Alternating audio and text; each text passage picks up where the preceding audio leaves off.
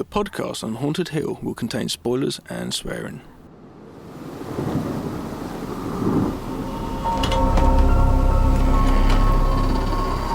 I am the devil, and I am here to do the devil's work. Please help us, Michael. Be one of us. I didn't tell you my name. Hang up. I didn't tell them my name. They're all a part of it. They're all parts of it. Come. It is time to keep your appointment.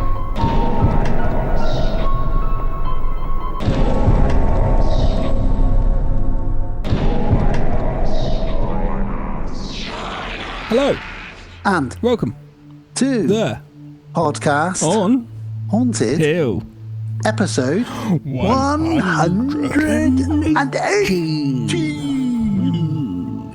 We thought we'd do something a bit silly there. And also, if you're a UK listener and you grew up in the 80s watching Bullseye, the darts quiz show that was late Sunday afternoons with your family, then you knew that whenever somebody scored the highest score possible with 3 darts, that the man would shout out 180. The guy that stood next to the board, yeah. The darts was quite an 80s thing, wasn't it? It's still going now, though. It's making money, isn't it? Yeah, absolutely. But yeah, you don't have quiz shows about darts anymore, that's for sure. No, you don't. And the guy, the presenter, was only like in his 40s, and he looks like, I don't know, 500. I don't know. He does, yeah. It's just old school. Just looks old school, doesn't he? Looks like he's just been down the coal mines when he was. Well, if you Google people who in the 70s, people in their 30s looked older than us now. Yeah. It's just like we've got moisturiser and we look after ourselves more and we take vitamins and yeah, we know how to look after ourselves. We exercise more. We don't smoke 700 cigarettes a day. That kind of thing. And imagine what it'd be like 100 years. I know. Be like, oh, is that a newborn baby? No, that's a 70-year-old man. Well, AI's gone and learnt how to reverse aging, you know. Let's hope so. Well, this is episode 180. Thank you. We're already on a tangent, which is great. Gav, it's the summer. It's hot. You're sat here topless. I'm in a vest. And as is our podcast's annual tradition, yep, we like to celebrate the summer. We do. With a little trip to Camp Crystal Lake. So this episode... That's me just hopping along... with your backpack on. Crystal Lake. La la la la la. Gonna go for a swim. Gonna smoke some weed and lose my virginity in a tent. Yeah. Oh no, there's a man with a machete. Yes, we have covered all of the Jason movies so far over the last few years, and we will be covering this episode, Friday the 13th, Part 7. Yeah. The New Blood from 1988. Yep. And also we will be covering Part 8, which is called... Gav, what's it called? Part 8, I Can't Wait. It's called that. No, it's called Jason Takes Manhattan, which is actually Vancouver. Yeah, Spoiler alert. Takes Canada. Right up the bottom. No, that's from 1989. Yeah. So we're going to be going into those two and having a lot of fun with our Jason trivia and our love of probably our favourite franchise. Definitely mine, and I think yours though over the years. Hasn't it really become your favourite? Yeah, it has. It was Halloween, and then as you get older, you're like, that they're not very good. Those, and you know, these ones are kind of along the line. Apart from this, which we get to discussing it, trying to do something different. Generally, it's the same formula. It was the same looking killer. It didn't have a part 3 which went off and tried to be something else, and it was fairly solid. You know what you get with us Friday 13th. And as I got older, it becomes more of a sentimental nostalgia, the camp, the killer wandering around, you know. It's just something which is very formulaic, but it's everyone knows that formula. Everyone knows it. You could like parody it in Family Guy or something very easy. Just have a camp with people, a killer going on. Everyone will know what that is. You know, and he's got the iconic hockey mask. You know, it's just everybody knows Jason. The look pretty much stayed the same. Obviously, you've got a tattoo there. Obviously, it started off with original spoiler was his mum. Second one not having a mask. Sack. Third one getting a mask. Yeah, and then going forward from that, and it's really something which I've been able to, as older, go back to and just know, I'm just going to pick one of those movies out and just put it on. Apart from Manhattan, generally know what I'm going to get, and Jason X, because that's obviously space, but you do have the throwbacks to the cabin there. And it's the only of those series I've got on Blu-ray as a collector. You can actually buy on Amazon, not too expensive, not the whole lot, part 1 to part 8 as a Blu-ray disc, where all inside it, quite compact, quite nice. It's about £35. It's not too much, so I snapped that up when I saw that on Amazon. Yeah. But I've still got them all on VHS. Yeah, totally. I used to have them on VHS. But out of all of them, you're right, that is the best one. Are you a fan of... What's your favourite? My favourite is 6. No. Out of the slashers. Oh, Jason. Oh, it's Jason too. Okay. Yeah, I mean, I do love slashers. Yeah. I think it's probably overall my favourite genre in horror, only because about 2 or 3 times a year I'll discover a film that I've never heard of / never seen.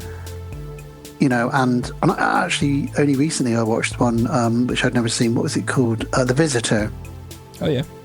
Never seen it before. Yeah, you said. And that. it was basically a slasher. And I love that genre, and I love the sort of... Yeah. It's dumb because it's a bunch of dumb teenagers taking drugs, drinking, having sex. Yeah, but you know what you're getting.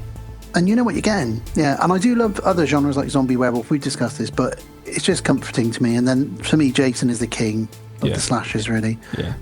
I love the whole, especially like Kane Hodder behind the mask, which we get in these two we're going to be discussing tonight. He played him 3 times, and it's just great. So that's what this episode is. Jason.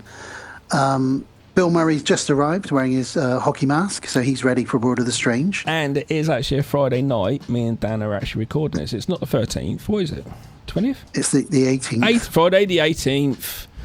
Not quite the same. No. But it's really, really hot. Yeah, it's super and hot. that's why we're doing it. And talking of hot, Gav, segue. So I've been on a holiday. Oh, that was stressful. It's because you've got little kids. I know, but it was great, and we retain and hold on to the fun memories. But there are times... You've learned that from me, because all I remember is the bad memories. Well, there are times when it's difficult with 2 4-year-olds who are completely overstimulated, and everywhere you go there's arcade machines and coin pushers and ice creams and sugar, lights, flashy things, sounds, and they stayed up like 2.5 hours, 3 hours past their bedtime every night because we were on holiday. But it was fun, and we did have a good time. There's a Jurassic golf course, for like a crazy golf course, and swimming and all that, so we had a really, really good time. And while I was there, we stayed in a caravan, so sure if the sorry, do they swim? Have they got little inflatable? Yeah, we all go swimming. Not sure if it's really got anything like this in the US other than trailer parks, but we have like the static caravan parks here in the UK that you hire at the caravan for the week. And what's nice is once the kids are asleep, it's just terrestrial TV, so there is a reason for me doing all of this. So I turned on the TV on my first night. The kids were asleep. So what was on TV? Predator. You messaged me and I was like, that's like, because I've messaged you from there before, I think, when I've been on holiday, and they're like, right, I've got nothing to watch, what's on telly? And you turn it on and it's like random. I remember, not to jump at your gun here and just getting your limelight very quickly. I remember doing that with the kids when they're quite young, and True Lies was on. So I was like, I watched True Lies, but it's Jamie Lee Curtis dancing, and the girls were a little bit younger, so they were like, oh, God, and it was a whole thing, and I was like, oh, for God's very sexy sake. dance. It is, because she is quite sexy, curvaceous lady, isn't she, in it? She is. Yeah. And then 2 nights later... And it was great to watch Predator, obviously. And then 2 nights later, me and Alice take it in turns to do the bedtimes, and we do that at home as well, so that you get an evening, every other night you get an evening, as it were. Very quickly, I just said an Arnie movie, which I watched when I was on holiday, and you watched an Arnie movie on holiday. Isn't that funny? Oh, yeah, how weird. Yeah. Well, another movie that I watched 2 nights later in the caravan, turned it on, literally the credits were just starting. Nice. Jaws 2. Wicked. And I was like, I actually I don't mind Jaws 2. almost prefer this to the first one in some ways. No. The first one is a classic, don't get me wrong, it's a better film, but I love watching the second one because it's a slasher. It's like a slasher movie. It's formulaic, it's got the teenagers. I really, the first time I came back, very quickly continuing yours, that was really great because you're on holiday as well. So you could look out your caravan window and see like the sea, and then you're like, oh shit. And I was on the, and you saw the view, I sent you the pictures, So and the that's sea was thing. right there. So I was in LA, and it was the morning I was going to Universal Studios, and I'd managed to just sign into my Netflix in America on the telly in the hotel. So I had American Netflix, and it had Jaws 2. Oh, fucking sweet. And I was watching it going, I don't know if I really remember this movie, and it's quite great because I was then off to the Universal Studios to go on the Jaws ride. So it was great to do that at the same time. So I really quite enjoyed Jaws 2 because obviously it's still got a lot of the feel, not the feeling so much, but well, yeah, it has a bit with the characters and the tone. It hasn't transferred to the 80s or 90s. It still feels quite. Do you know what I mean? It feels quite it's older it's still. 1978. So it's in the 70s still. So that's why I quite like it. I feel the same way about Jaws 2 that I do about Halloween 2, in that Halloween 1 and Jaws 1 are both fantastic blueprints. They're untouchable film gods films, but those sequels actually are slightly more watchable because I haven't seen them as much, and they almost take the formula and change it a little bit, so it's like a little bit more unpredictable.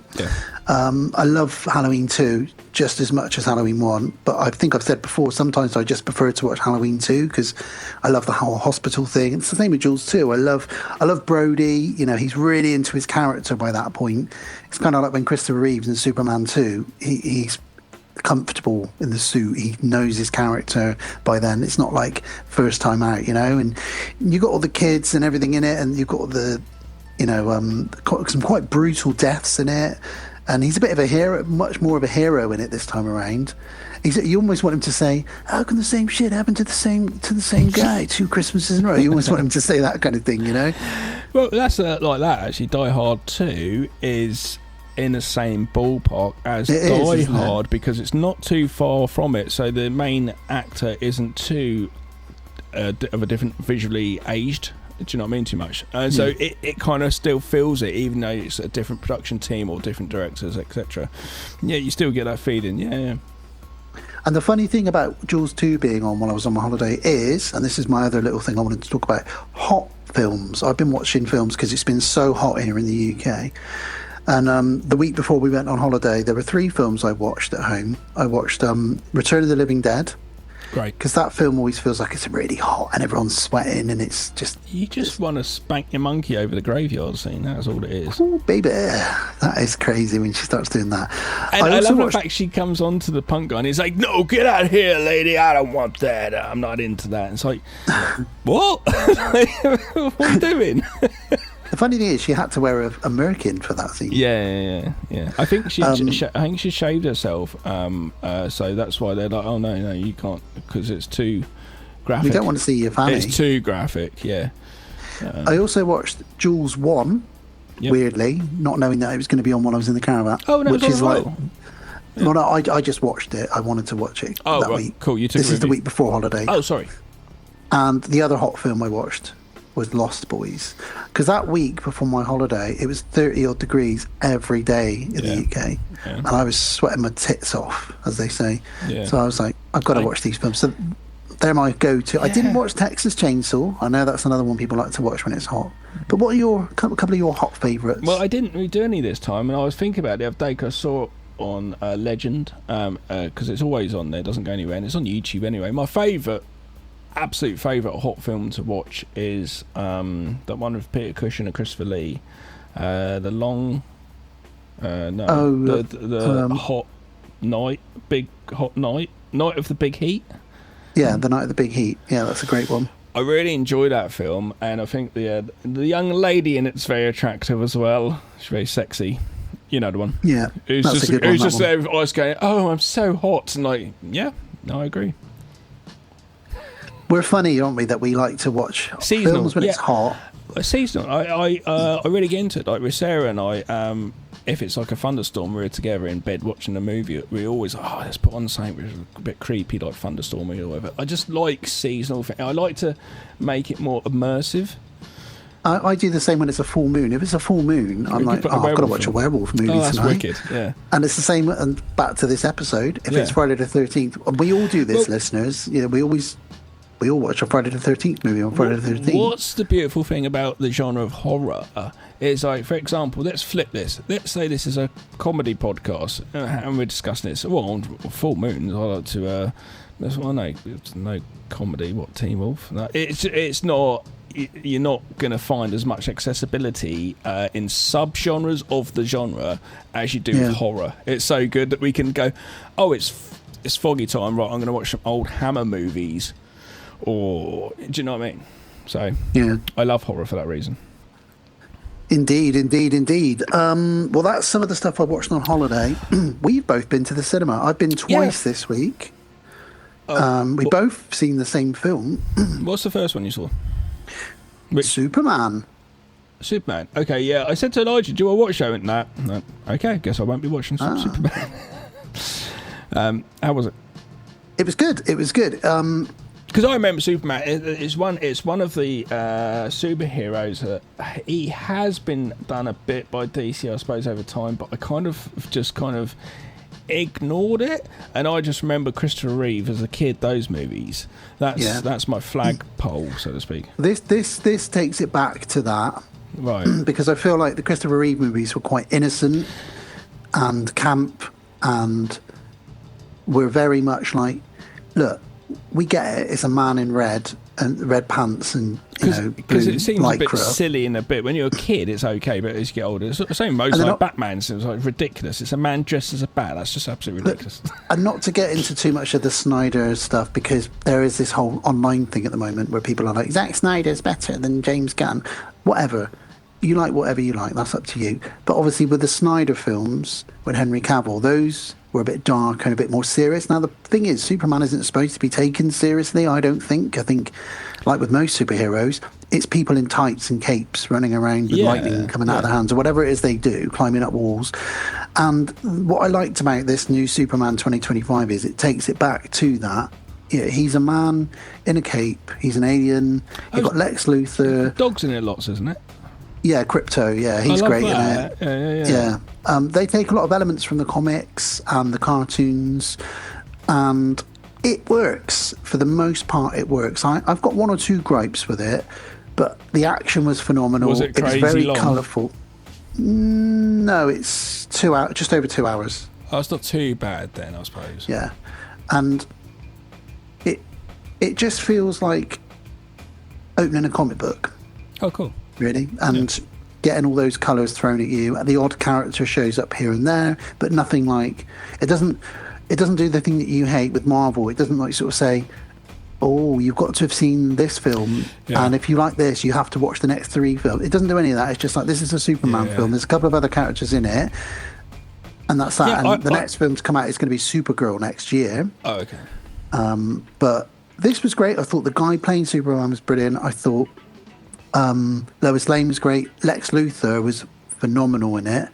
And some of the side characters were really funny as well. The dog was phenomenal, and it wasn't even a real dog. The CGI is incredible. That it's just not even a real dog at all. Oh wow! Original Marlon Brando, wasn't it? Yeah, it was. Yeah, that's crazy. I won't say who plays that character in this one, because it's a bit of a secret. But yeah, with Superman, I was more tempted to go to that than I would a Marvel film, because I don't know. I just. Well, he's the oldest comic book hero. And for me, back in the day, Superman, basically, out of any super, do you know what I mean? It's a man, and he's super. Yeah. He's strong, he's got laser vision, he can fly, he's Superman, so he encapsulated everything in one person. So I didn't need to look around at all these different superheroes, do you know what I mean? So Superman and Spider-Man, for me, have always been like okay in my book. You know, Spider-Man, absolutely. I always check out Spider-Man. I fucking love Spider-Man. It's just always been, it's something with that. Which is funny, because I could actually mock Batman, like Christopher Nolan and Christian Bale. We're taking this very seriously. We're very serious filmmakers. This is very important, very serious. You're making a movie about Bat. a Batman, a man that's dressed as a bat.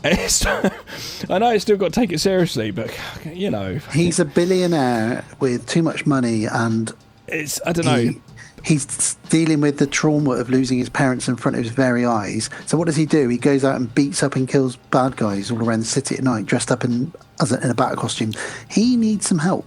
I just thought it's funny those guys are such serious filmmakers, and then you're making a movie about a dude that dresses as a bat, yeah. Which is why I really like the Tim Burton 1989 Batman, Yeah, because that's and a really Tim good Burton's balance perfect of, as well, because he's quirky. He's like, Yeah. I'm a serious filmmaker, but I'm doing this, and that makes sense in my wheelhouse. That Batman film is a great balance of camp and serious for me, and that is going to always be my favourite Batman. Michael Keaton, fucking Jack Nicholson. Talking of Marlon Brando, getting Jack Nicholson as the Joker is a phenomenal achievement. Yeah. He was wonderful in it. Yeah. But I enjoyed Superman. I really enjoyed it. Came out of there smiling, great. But I didn't enjoy it as much as the other film that I've seen that you've also seen. Yeah, so, Jurassic World Rebirth. We both seen this separately, of course. yeah. A couple of my kids said, "Yeah, we want to go." Not in German, yes, but they just said, "Yeah," because dinosaurs. That's literally the only reason. Literally. If dinosaurs were in the zoo and we had brought them back and that was a thing, people wouldn't be going to cinema to watch movies. But people want to see dinosaurs, so they go to the cinema to watch dinosaurs because it's a fascinating thing. Are dinosaurs these huge beasts that walked around once upon a time? It's crazy. So that's something which always pulls people in and always will. So Jurassic Park movies will always go because of that reason, you know, financially. Did you enjoy it? Yeah.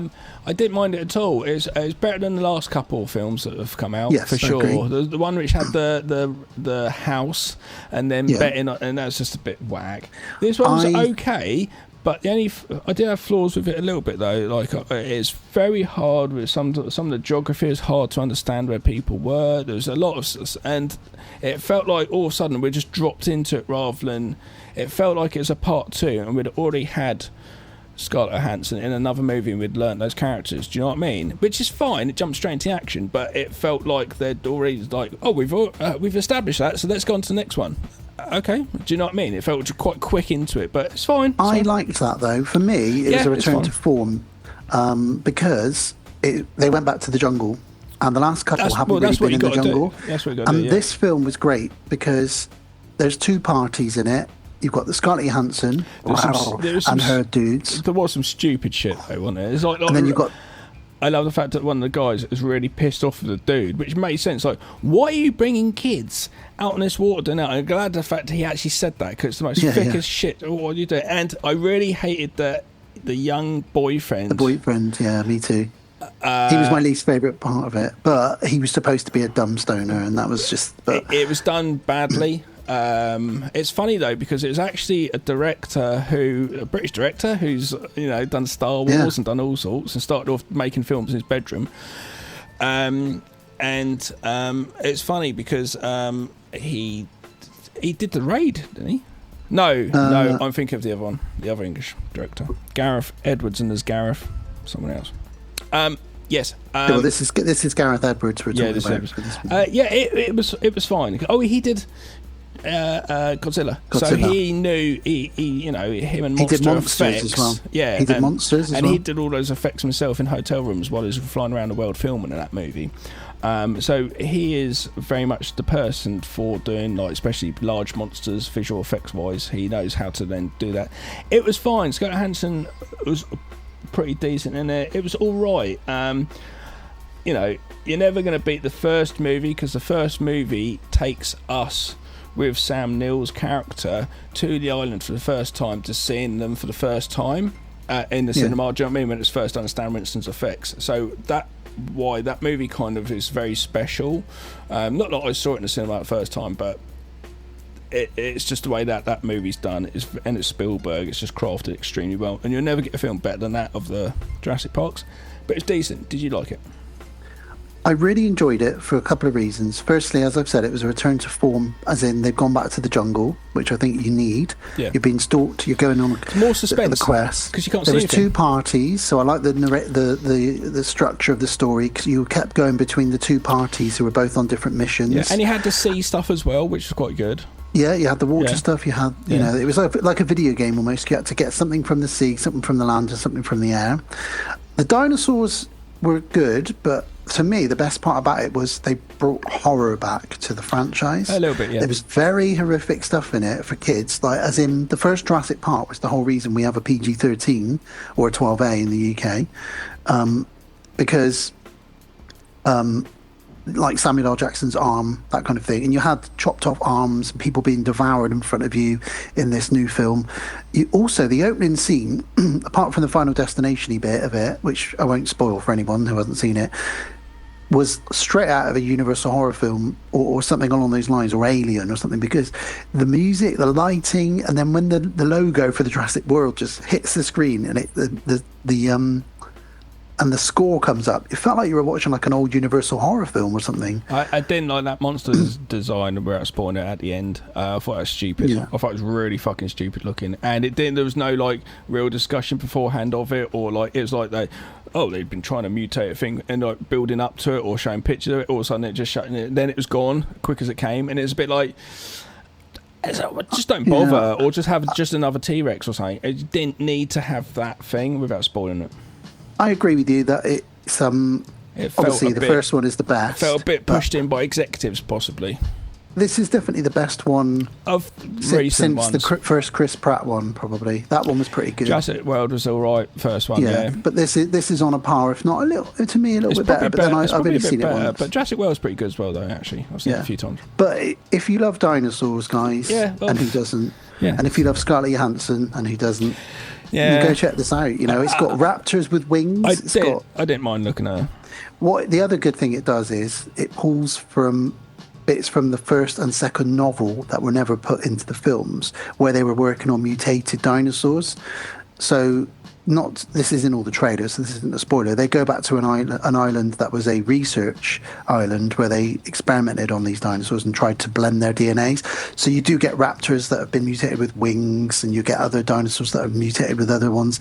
And that sounds a bit whack, but they're not used too much. It's more about the normal sort of dinosaurs. And there were some great nods to Jaws, Alien, and a couple of other bits and bobs in there. There was. And they didn't bring back. What I liked was they didn't need to bring back any of the original cast. This is the first film that doesn't have Chris Pratt or any of the original trilogy's cast in it, Yeah, which was good. They Yeah, you didn't didn't need need to. to, no. It was strong enough. I did feel so I that really enjoyed it. I did feel it was very forced at the beginning when Scarlett Johansson first came into it, and she's like, "Oh, we're going." She's like, "Oh, I'm just it." She sneaks into the car and stuff, and it was all it's that first bit, the introduction before they started on the travel, seemed clunky and a bit forced. Once you get past that, it's okay.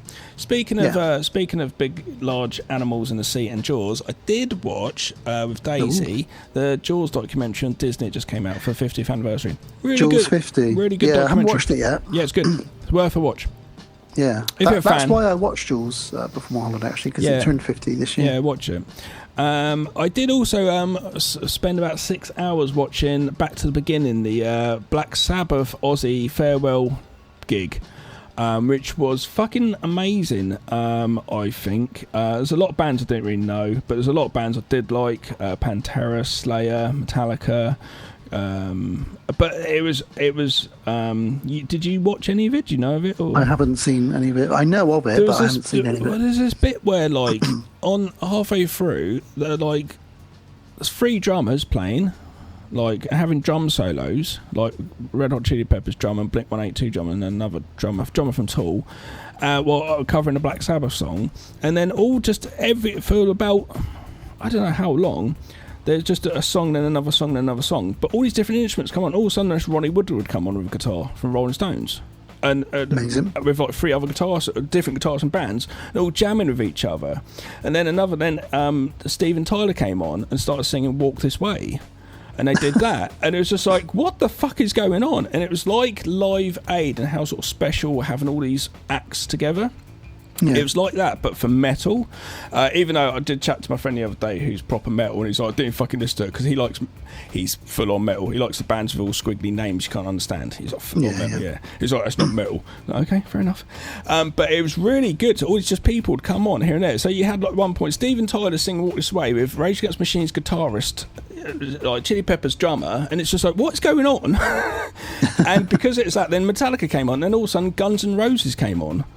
So okay, this is great. And it was just like, it was an incredible thing, and they might be cutting it to play in cinemas.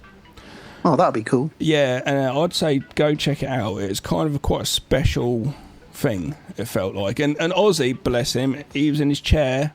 A throne came up from the stage, and he's a chair because he's got Parkinson's and spinal injury from the quad bike accident he had about 15 years ago. Yeah. So he can't stand up, and at times he's really wanted to stand up and sing because he had to sing sitting down, and it was his last gig, and he sang like Mum Coming Home and all this stuff, and it was like a bit teary. And it's just like, fucking hell. Yeah, it was really good though, really, really good, well worth it. Like, really cool to see like Slayer just like this, and it's really cool. And then Pantera come out, and it's great. The lead singer just comes out like no socks or shoes, just shorts, skinhead t-shirt, and it's like 50s or whatever. And it's so cool. So yeah, I really enjoyed that. But what a movie! But it was pretty enjoyable visual telly. That's cool. I've got a correction from our last episode. Oh, you have? I know this. Yeah. So just a little one. We are business listeners. We are actually like, me and Dan actually organise and sort shit out, you know. This is for our patron Sheila, who actually is coming up in 2 episodes' time with her patron pitch. She's our newest patron. Sheila. Hi, Sheila. Just wanted to correct, because obviously we said that we'd sent her T-shirt to her and that she lived in Salem. We were really buzzing about that, but she's corrected me and said it isn't Salem, Massachusetts. It's not the witches. It's not the witch one. She lives in Salem, Oregon. So there we go. So me and Sheila have been chatting quite a lot by email, but I just wanted to correct us. So It's Oregon she lives in. Yep. Not the Massachusetts. So there we go. Just wanted to correct that. And talking of listeners and patrons and all that kind of stuff, just also wanted to mention, Gav, I don't know if you've realised this, we've had a huge spike in the last sort of 3 months for some reason. People are really enjoying the episodes, and we're getting a lot more downloads because we're more frequent. I don't know. I'm not sure, but generally being frequent, the numbers helps. are way up. So yeah, really pleased with that. That's good. Well, thanks for listening, guys. Do appreciate it. If you like us, please do recommend us to your buddy who likes horror movies too, or just share us or a favourite episode or something. Please do that. Like us, comment, and always send us a mail. We can talk about stuff. You can always excuse me, you could always suggest episodes. I know you're not, even if you're not a patron, you could always possibly suggest an episode, you never know. Yeah, we like to interact with you guys, but thank you very much. And your Sarah will be pleased to know that our strongest episode in the last year is the Greasy Strangler. For some reason, that episode, maybe more people really like the Greasy Strangler that aren't fully horror fans. Yeah. But that one is the one, that was Don's episode as well, Don Collier. Yeah. So Don, you've given us our highest streamed and downloaded episode in about a year, weirdly. That's really strange. It is, isn't it? Well, I hope people liked it. I guess there's going to be a lot of fans out there, so some people might just search in podcasts and just search up Greasy Strangler and want to, just because I want to listen to it. I do it sometimes. I'm really into something at the moment. What podcast is doing that? Like a serial killer or something in the news or a certain movie or a band. Oh, what, you know, at the moment I've been quite into like doing the behind the scene Ozzy Osbourne old interviews and stuff on YouTube because I hadn't seen them, because I watched that. So maybe it's something like that. They're just searching up Greasy Strangler and saw us, maybe. But thank you. Maybe they're typing it into Pornhub and it's taking them to us. Greasy Stranglers. It's weird if Pornhub was linked to us. That'd be really weird. Well, there's stranger things that have happened. I have some updates on... Maybe I spelled it wrong. It's Greasy Strangers. Oh. They're looking at us both. I have some updates on the spooky shenanigans in my house, but I'm going to hold on to that until we get to Word of the Strange. Yeah. So, everything from me. Is there anything more from you? We've covered dinosaurs, Superman, Greasy Stranglers, Ozzy Osbourne. I haven't really watched too much really. Been just sitting, kind of watching Family Guy. Been pretty busy recently. Oh, you wanted to mention Family Guy, P. Diddy. P. Diddy, yeah. Oh, actually, that's what I've been watching. It's the Friday movies. Being that it's Friday, being that we're doing Friday the 13th, I also watched Friday and with Ice Cube. Friday After Next. I didn't go for the third one. I don't know if I've really ever seen it. Watched Friday again because it's on Netflix. And I was like, I know that movie back to front. I'm going to watch it again. And it's a really, really good film, actually, still. It flies through it's in no time. Boom, it's gone. And you're like, that's such a fun film. It Ice really Cube is. wrote that. It's incredible that him and DJ Pooh wrote that. Yeah. And because I know, obviously, when he's writing that in between, just like getting out of like NWA and just sitting around, what am I going to do? And because that makes that after like doing Death Certificate and etc. and these solo albums. Anyway, really good. So then I was like, Friday After Next, I watched that, which is just not really very good. It's really poor. It's a shame because there's some things in it which are good.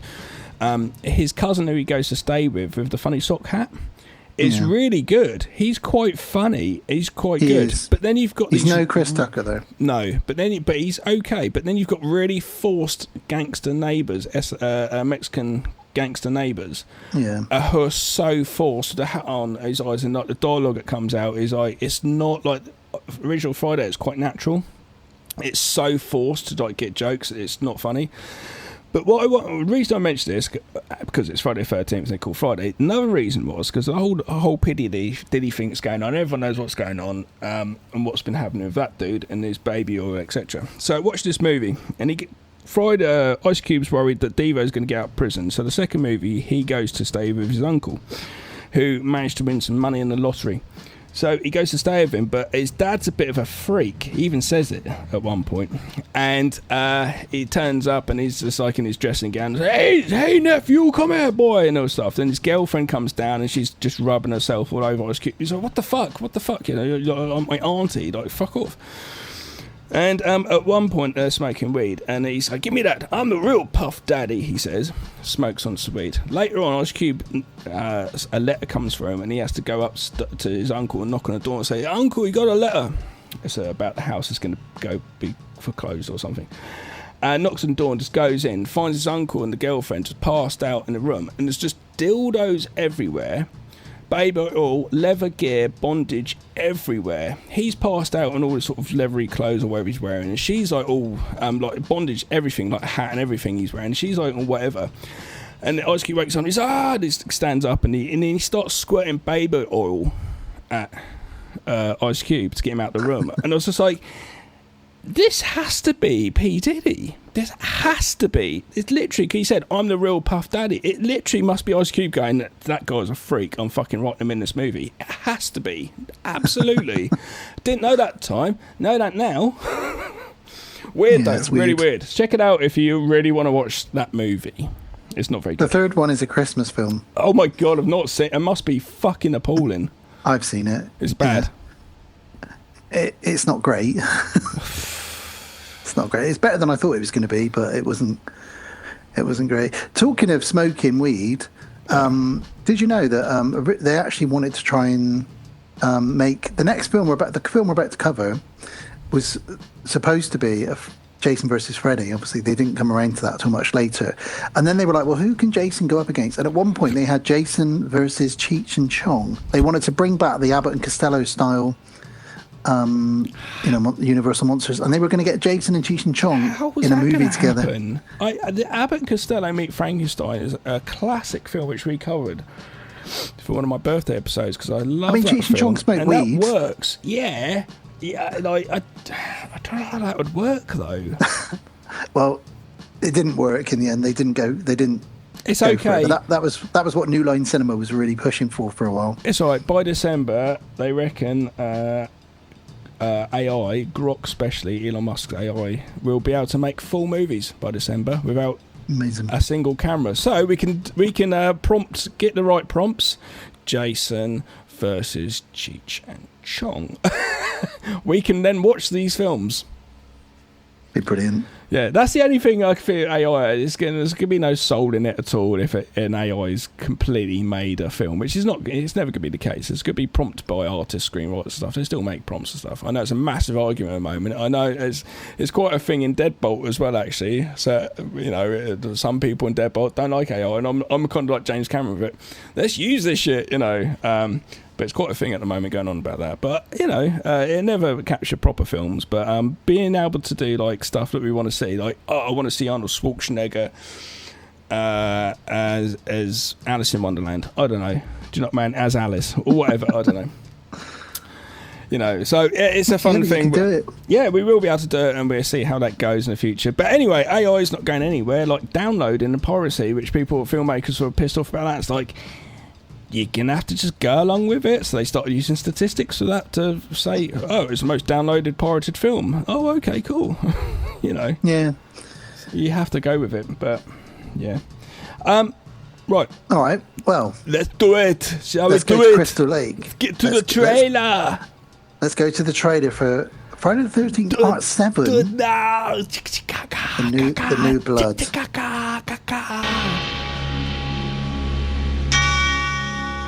This is the one you've been waiting for. What's happening to me? Your psychokineses and these delusions. No, you're not listening to me! The one you've been asking for.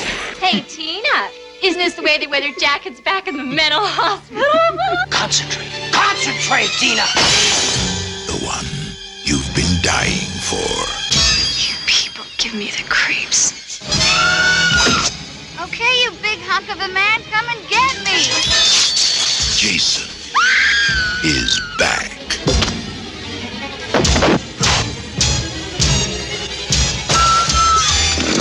But this time, someone is waiting.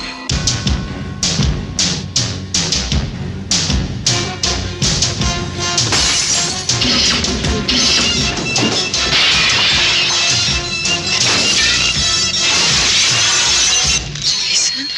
Hey, don't go in there!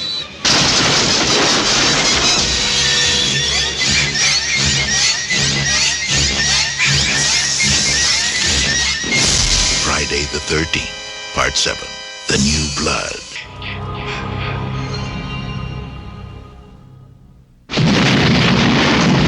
There goes the neighborhood. Friday the 13th, Part 7, The New Blood. That's a mouthful. From 1988. Just an hour and 28 minutes. I was going to do some sort of blowjob joke, but I'm out. You carry on.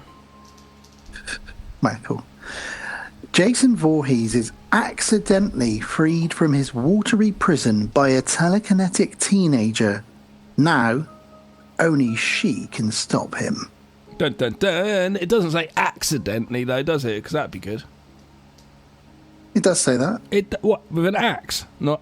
Oh, no, not axe. Oh, okay. Well, Accidentally, like. Well, I was going to say, it's not like she purposely freed him. You don't purposely free Jason Voorhees, do you? It's not something you want to do. No, it isn't. I'm not going to go and regenerate Jason Voorhees. This movie is quite it's quite an odd one. This movie, in a way, it's the same with this Part 8, where it's just like, right, we need to do something different. Which is fine, and I'm all up for doing something different. And at no point do I go, this is terrible, it shouldn't be in the franchise. It's fine. Yes. This is one of my weaker entries in the franchise, but still highly enjoyable. Now, there's some background to this. New Line was like, we're not going to do another Jason. And some of the sort of high-ups were like, well, we make a lot of money from Jason films, so if you're going to do one, let's do something different. Let's do Freddy versus Jason. So this is back in 87. This film came out in 88. And that was already existing property as in a comic, wasn't it? I don't think it was at this point. I don't think that was until the 90s. Right. Okay. Yeah. So then maybe they did the comic first. Yeah. Okay. But they didn't want to do it. They couldn't get it to work, and they didn't want to do it. So then they said, what else is popular right now? I've talked about Cheech and Chong. That was sort of thought about as well. They definitely wanted Jason up against somebody. So what they did was they looked at what was popular, Stephen King. So they actually, I believe they reached out to Stephen King's sort of admin or whatever you call it and said, can we use one of your characters? And they were like, no. what did you have in mind? We wanted Jason versus Carrie. No, you can't use Carrie. So like, all right, no worries. We'll just write a character exactly like Carrie. Oh, yes. Which is why you've got this telekinetic girl in it. Now, I think one of the stronger parts of this is that there is a character in this who's got telekinetic powers. I love the way that she regenerates Jason, and we'll get into that when we get into it. I love her trauma that she's got going on. I love the doctor that's got ulterior motives.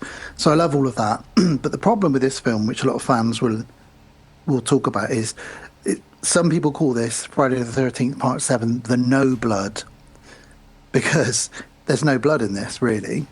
And that's because they were worried about it being too brutal and bloody, because Jason had become a bit more of a household name by this point, and they wanted younger kids to perhaps try and see this. Yeah. And the studio was very nervous about, for some reason, they were really nervous about it. So most of the kills either happen off screen or cut away just as the chop or whatever it is happens. Yeah, I messaged you, didn't I, over this. Go on. Now, there is... They did shoot all the scenes bloody and brutal. Sadly, all of those dailies and all of that raw footage got destroyed in a fire. So we'll never, ever, ever see the full version, the uncut, because that would have been out by now. Yeah. Had we got that. Someone would have put that together, and we would have loved to see that. So all we've got is this, and it's still rated R, because there's a lot of boobs in it, and you know, the implication of the deaths is pretty brutal. Yeah. But as Jason fans, we want to see the limbs, we want to see the throat cuts properly, you know? Yeah. We don't get that with this film, sadly. No. But thankfully, you've got the telekinesis and a few other fun moments with it. And this is the first time that Kane Hodder puts the mask on. Okay, good. I like Kane. He's all right. I've even met him. I did have. I messaged you because you said about the kills are good, and I watched it, and it's such a shame in a way. As a reviewer watching films, it takes the fun out of it because I'm actually having to review it and critique, and I'm doing it as a filmmaker as well, and a fan. So I was watching this, and the kills are just like, I knew exactly what's happening. As an editor myself, I knew exactly what's happened. Those kills were there, but they've just chopped it. And because some of the edits, just as it kills, some of the edits are really quite bad. It's like, why are you kind of there? And also, obviously, because they're just taking out all gore almost entirely. It's like, you still got that classic hit against the sleeping bag, hit against a tree, which is fucking brilliant and easy because you don't even need a body in it or anything. It's literally just someone swinging a sleeping bag against a tree, but it just works because you put sound effects to it. And that's a memorable one of the whole franchise because it's a fun, inventive kill. But the kills, unfortunately, they're extremely lackluster because of these reasons, I guess. Part 8 is the same. We go through the kills as we go through the film, and I'll diss most of them, unfortunately. But the other strange thing about this film and Jason Takes Manhattan is they're the only two movies in the franchise to not use the traditional score. Right. They have the a little bit, but they don't have that traditional score. Yeah, well, that's Jason's motif. Those sounds. That's when you know the killer's near, or you know that has to almost got to be used. But yeah, the actual original score, true. Henry Manfrini, is it? Might not have liked. Wanted to, I don't know. Must be at that point and be like, I'm not doing it anymore. I don't know though, because once I own the music from another film, I could always revisit and just play the same film's score from the original. I think they just wanted to do something different, really. Yeah, and obviously they're trying to do something different with this. Like you say, it's the same with Part 8, and they're like, what should we do? We need to get him out of there. Let's go, Jason Takes Manhattan. Let's go somewhere else. So I like the fact that they're trying to do something different for sure. It's a strange film. It starts with a narration. There's a killer around here. Jason's what they call him. And just going on. And it's quite a Do you know who does the narration? Who was it? Crazy Ralph. Oh, nice. The actor that played Crazy Ralph. Okay, they got him back just to do the narration. Oh, okay. But you wouldn't have known that, so... Okay. But that's a nice little nod for, cool. Like, proper fans. And it's quite... again, straight away, it's a different. It's none of the Jason films have started like this before, so it's quite a different way of doing it. So I'm like yeah, cool. And I was watching it going, I don't really remember it because it's one of the ones that I probably would have gone with. Fuck it, I'll watch part 3. I'll watch part 4 or whatever, and I wouldn't have hit this one up so much. So it was interesting watching it again for this, and I didn't mind it at all whatsoever. No, like I said, the thing for me that's strongest is the girl with the telekinesis up against Jason, because Jason's never come up against anybody who's got supernatural powers, and it does push the boundaries of the Jason rules, as it were, but because you never normally have that. But there really aren't rules with the Jason movies, because really. He's been regenerated with electricity. They're made he's turned up back into a mutant child. Rules Every made film up is different as the films went on. And then they wouldn't keep to those rules anyway. The next director comes in, he'd do something else. This first bit though has a lot of flashbacks to other shots from like other films. Just it's describing Jason, but it kind of makes it feel a little bit like a trailer. It doesn't feel like the beginning of a film. It's a bit like, this is a bit weird, but fair enough. Yeah, and you see clips of Corey Feldman, then you see it does link in nicely with part 6, because obviously at the end of part 6, adult Tommy does wrap a chain around Jason in the middle of the lake and drop a big weight down. Oh, right. And that's where we see, because that's where Jason still is. He's down, and Crazy Ralph's narration says, some say he's still down there, waiting at the bottom of Crystal Lake. And then you see, like, this body just underneath loads of, like, debris. It does feel like they're trying to make it a continuation of the last film, almost like having it like this. But fair enough, it's different. It's something interesting. It's maybe for the audience. What year did the movie before it come out? I think it was 80. Would have been the year before. Literally a year before. Okay. It's not like people have forgotten who Jason was, though, is it? And the thing is, maybe people weren't gone into cinema the last 2 movies so much, so that's why they're like, his name is Jason, and giving they're explaining who he is. I think people pick up and put down the Jason movies as and when they want. They're for people who aren't like true horror fans if they want. So it doesn't matter if they don't make sense in order, but also for the true Jason fans, they do actually secretly tie them together in a very loose way. Yeah. So I do think they work well for both seasoned, horror fans and people who are just casual horror fans as well. Yeah, totally. It's fun. It's fun. And the credits roll. Kane Hodder, that traditional font that we see. Jason at the bottom of the lake, and then we see a little sort of flashback for our main character, which is Tina. And Tina, when she was a little girl, she overheard her dad beating up her mum at Crystal Lake. They own a cabin. I wasn't laughing at the domestic abuse, just to say. And she hears them outside, and he's drunk. And she says, you hit her again, Daddy, I hate you. She runs off. And he's like, oh my God, come back, Tina, come back. Now, they've made her look exactly like Carol Ann from Poltergeist as well. So not only are they doing the Carrie thing, they've made her look like this little girl, look just like Carol Ann as well. Yeah. Little blonde girl. Yeah. So they're trying, they're cashing in everything they can. I've got a small girl like Carol Ann. Yeah, exactly. So Dad chases her. Come back, honey, I love you. I didn't really mean to beat up Mummy. I'm just drunk, sorry. It's just Saturday. It's just the Jack Daniels. Come on. Saturday afternoon, the wrestling's about to start, and I'm drunk, And she gets on a boat, and she rows out into the middle of Camp Crystal Lake. She says, I hate you, Daddy, I hate you. And then her emotions unleash the first sort of telekinesis powers that she's got. I guess it makes sense. You need something which is a hard thing in a child's eyes, which is their parents fighting and an actual physical abuse or an actual punch or whatever. It's probably like the worst thing. So obviously this has not happened before, but this event is the most traumatic this person experienced. So this power flows out. And what happens, Dan? What happens to Papa?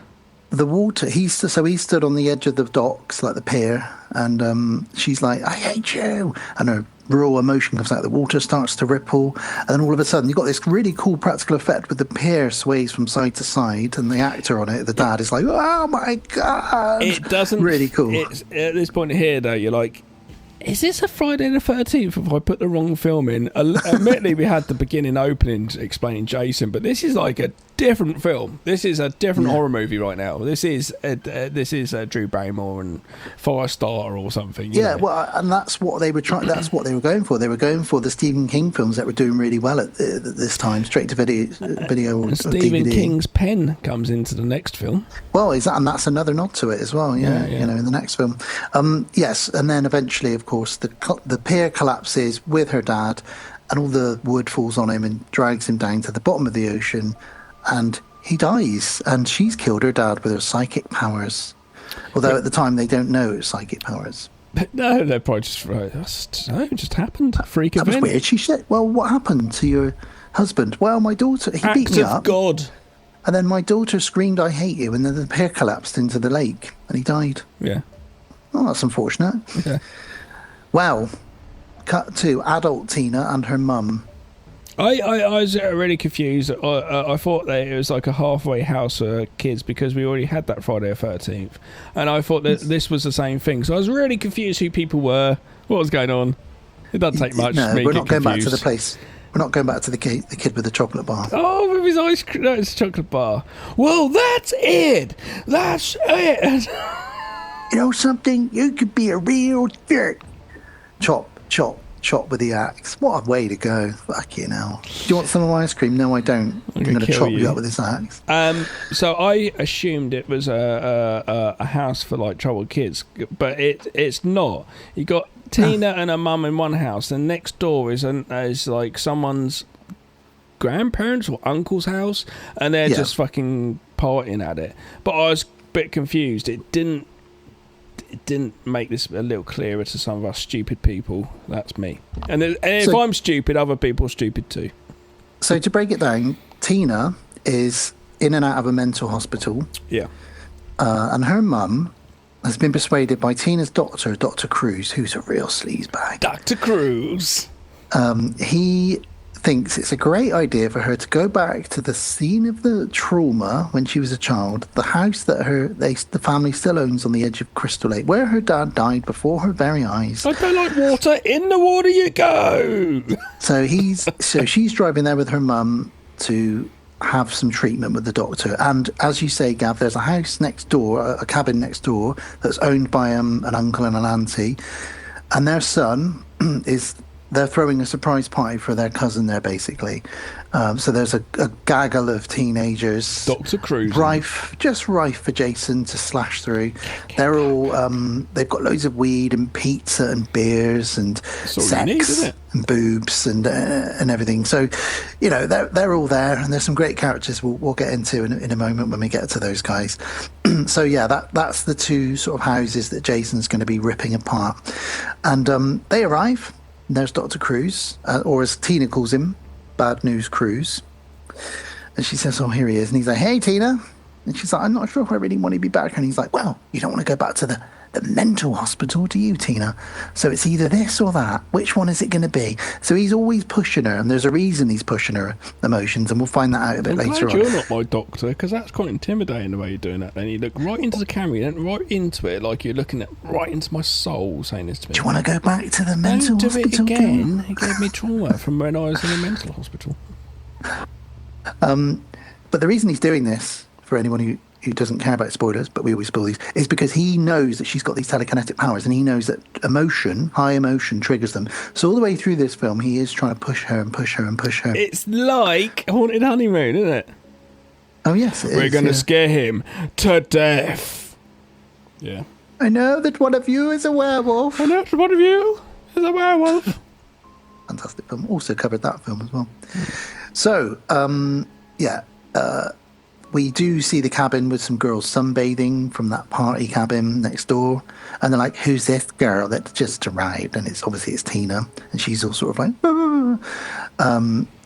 and they walk in the cabin, and Dr. Cruz says to Tina, we're going to make progress this weekend. I can feel it. This is where we're going to really fix you. Tina drops all of her pants and underwear out of her suitcase, and a big hunky fellow from the party cabin called Nick comes over, and he's like, I'm looking at a picture now of him picking up her panties. He's hunky. And he actually looks like a young Christopher Reeve. He does. You're right. I'm looking at him now, and he really looks like Christopher Reeve. Yeah, big, broad shoulders, tall guy. And he says, can I help you? And Tina's like, I can do it myself. He's got some nice high top Nikes as well. Good lad. And while he's helping her, the bitchy girls from the other cabin are like, oh, look at Nick, he's so hot. Why is he talking to that trash? Oh. And so yeah, we're already setting up this sort of thing, you know. They've literally been at the cabin for 2 minutes, Gav, and the doctor's like, come in, sit down at the desk, here's my video camera in your face. She's like, whoa, we're starting it now. And he's like, yeah, we're already late behind schedule, Tina, we need to get started on this. It's basically like a Bill Murray ghost. Not you, Bill, you're in later. Yeah, I know I said your name, not now, just referencing you in a movie. Okay, you're woken him up. Go back to sleep. Go to sleep, little Billy. Okay, he's gone back to sleep with a whiskey in his hand. Right, it's like when Bill Murray, he didn't wake up, has to do the tests in Ghostbusters, really, isn't it? But this guy, he's like, well, I've got a camcorder, I'm going to film you. I need you to use your mind and move stuff for me. And she says to him, why am I seeing things? She says, I keep having visions. Why am I seeing these things? Things like this is all, your hallucinations are all part of like your PTSD, your childhood trauma. I know you can move things with your mind. So he puts a box of matches on the table and he says, move it. She's like, I can't. And then he starts saying, your dad died because of you, Tina. This is all your fault. You are going to go back to the cuckoo's nest in a minute if you don't. And while he's saying all of this stuff to get a rise out of her, of course, the box of matches moves. And that's her intention. He says, how did that happen? She goes, I was thinking about you, which obviously she's pissed off with him, and that's how it happened. You got to think, though, if you're a doctor, I might be a little bit more careful with this, not piss off too much. He might actually kill me like her father. There's no safety barrier. It's not like you can handcuff her up to a radiator and she can't get you. It doesn't matter. So you need to play this kind of coolly if you're the doctor, Dr. Cruisin. Well, he finds out because he then pushes her a little bit more and says, all of your guilt that you've suppressed from killing your dad, and as he's trying to like really push her, the box of matches catches fire. Exactly. And she runs out of the room upset. Jesus Christ. Cut to shagging in a van. Shh, don't come a knocking. This van is a rocking. Yeah, of course, it wouldn't be a Jason movie if we didn't have a sex scene quite early on.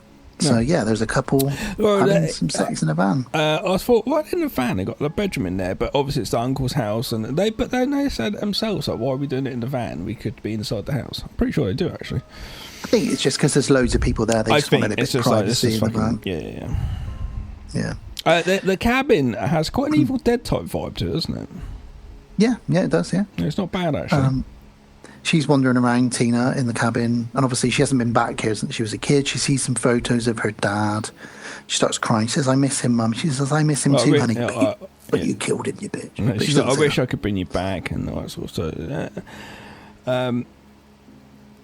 Yeah, it's very funny. She's looking out to the water going, I wish I could bring you back. And she feels something in the water. Her powers isn't just that. It's like she can feel stuff. She feels there's a soul in the water. Yes.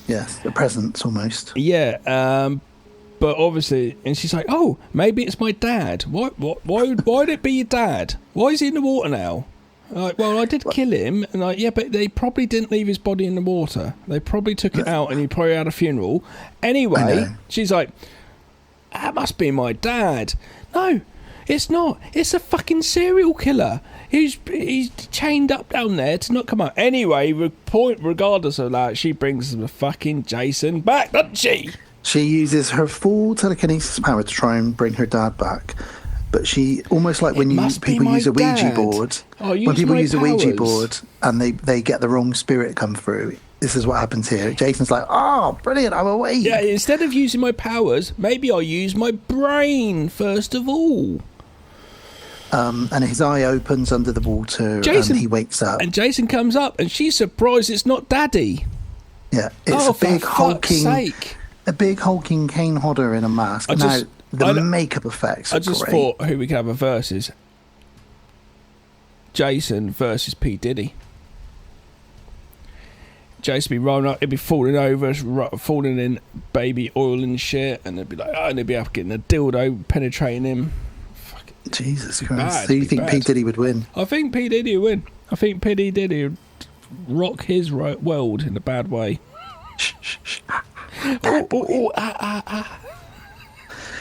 So, good effects with Jason, because the first proper shot you see of him full body is his back, and you get to see his full spine, because he's rotted under that water, and you can see his whole spine through his skin. It just looks so good. And although he wears a mask for the most of this, like, the rotting effects for the rest of his body are great. Yeah, and he's bad. got a chain round his neck for most of this movie as well. A bit like a rapper. Flavor Talking to P. Flav. Diddy. Yeah. Flavor Flav. Flavor bursts out of Flav water. versus Jason. And like you say, she's surprised it isn't Daddy. Who the fuck is this hockey-wearing masked giant man that's rotting? She faints. Yeah, I actually, which is weird. So Jason just comes out of water and walks past like, yeah, fuck that. Like, she's gone, I'm just going to fucking go. Brilliant. I'm up. I'm fucking, basically, I'm a lion or a shark and essentially a predator, because I'm not like P. Diddy, it's a different type of predator. I am going to, or Jimmy Savile, I am going to just go fucking, as soon as I'm brought out the water, I'm going to kill and murder. That's what I do. That's what he does. And I love it. It's just like, don't care that person passed out. No, literally, there's no hunt there. It's like Predator or something. I'm fucking going for it. And straight in there. I do, and I realise at this point, it's like, I've not seen this movie much, and I'm liking this film. It's weird, and I kind of like it. I do as well. And then actually, the more we talk about it, the more I appreciate it. Although I've said it's one of the weaker for me, it's still fun. Yeah, but you and I have talked about movies before, and I've enjoyed our conversation for an hour and a half a lot more sometimes than the film itself. That's true. Leprechaun franchise. So, that Tina's mum and Dr. Cruz take her inside and they grill her. What happened? And she's like, not on a barbecue. A man came out of the water. And he's like, these are your hallucinations, Tina, for God's sake. That's like the next one, the head teacher the whole time. Jason is not around. What are you talking about? Well, that's because that was supposed to be a direct sequel to this, but we'll get into that. That kind of makes sense, because I was at one point going, what's going on? There's no explanation. Right, that makes sense. In the next one, the girl was supposed to be Tina, but the actress didn't want to come back, so they had to rewrite it. Right, that's good that we're covering both these films in, and that actually explains, because at one point I almost WhatsApped you earlier saying, you need to, I deleted it, but I was like, you need to explain to me what the fuck is going on with Rennie in much like the Tommy Jarvis trilogy of the Jasons, they were going to have the Tina trilogy, where she would, and they were going to do 3 films with her, but the actress didn't want to come back, so they ended up rewriting Jason Takes Manhattan. What was she doing? Don't know. Do the movie. Sport. Do the movie. We see another couple. This time their car's broken down. It's classic Jason. It's his birthday, isn't it? What are we going to do? We have to hike through the woods. Well, get all the bags, love, and we're going to hike through the woods. Right, okay. And this is where it's revealed. Michael, it's your birthday, I know, and I'm going to ruin this for you, but it's a surprise party. All of your friends and cousins are here in the cabin. We just got to get there, so let's hike through these dark woods late at night. All right, then, let's go. So they hike. Yeah, and this is our first kill, basically. She gets spiked in the head. We don't see it. No suspense whatsoever, and it's very lackluster. There's just I do find with this and part 8, literally it's about, okay, but there's a quota. These characters, especially part 8, this character has no lines whatsoever. They were in the film early on just for a little bit, but now we're going to kill them, and they are literally just for killing. That is all they are. It's a body count. I think that started earlier in the franchise, though, because you will get people who are just... I remember the girl eating a banana in one of the episodes. No, that's someone just turns up. I agree. And 2 minutes later, they're killed by Jason. Yeah, and I think that's the quota that they're going for in making this film, and that's what they're doing for. But the audience knows. As soon as they see a new couple whose car's broken down or whatever, they're like, they're going to die in the next 5 minutes. But the problem is, though, they've gone and done that, and they've overshadowed the fact that they need to add a little bit of suspense. Do you know what I mean? It's like, come on, we've got to kill. But hang on, we can do that. but let's just have a little bit more suspense, a bit more like, oh, what's that? What's going on? A bit more creepiness, you know. But it's fine. It is what it is. They know what they are. You know what you're getting when you watch the movie. It's not Hitchcock directing it, so fair enough. There is one character's death which feels really forced, which we'll get to. Okay, and I was going to say... She goes outside for no reason and comes back. And both the films, there is like deaths which are okay. I'm not like dissing all of them. It's just like it's a sleeping bag against a tree. It's but classic, so, you know. So Hunky Nick comes knocking on Tina's door and he says, I brought you your underwear back. And she's like, I'm sorry, I was a bit of a bitch. And he says, it's fine. Do you want to come to a party? Yes, I do. Straight away, she's like, brilliant. So he's inviting her to the birthday party, even though he doesn't know her. By the way, the man, a minute ago, she was killed, but the man is stabbed in the back, which is pretty weak, but yeah. I don't think we got to that bit yet, have we? Oh, sorry, I thought... sorry, I hadn't put the note in there of what you just said then. I've just jumped to that. Sorry, it's my next note. That's all right. No, I thought you were bypassing. I was just saying, oh, well, let's just say how he died. But anyway, it's fairly lackluster. It's not really worth discussing, to be honest with you. Okay. Well... Tina's invited to the party. She says yes. Her mum's like, go on, you need to let off some steam. And the doctor's like, where's she going? She's going to be a young girl and go to a party. Is that all right? And he's like, oh, okay, but I don't think we should interrupt my experiments. But obviously, she goes off to the party anyway. And then, yeah, Jason does stalk Michael, the couple from just now, and Jane. Michael says, I need to go pee. Jason kills Jane and pins her to a tree. This is the film really where Jason really starts his decorating of dead bodies. He loves displaying them. Which is going back to, say, Jack the Ripper, for example, as a trait some serial killers really like doing, especially taking trophies as well. I just wouldn't be surprised if Jason probably, like with his mum's cardigan and clothing his mum's body, would probably take the odd trophy here and there after he'd killed them all, wander around pulling stuff off them, which we don't see. I can imagine that. That'd make a good little decoration from a coffee table. Yeah. I think of a Universal Soldier. I'm all ears. He pulls the knife out of her when Michael discovers her, and the body falls down, and then he kills Michael, but you don't really see it, unfortunately. Yep. So that's that. Boo to that death.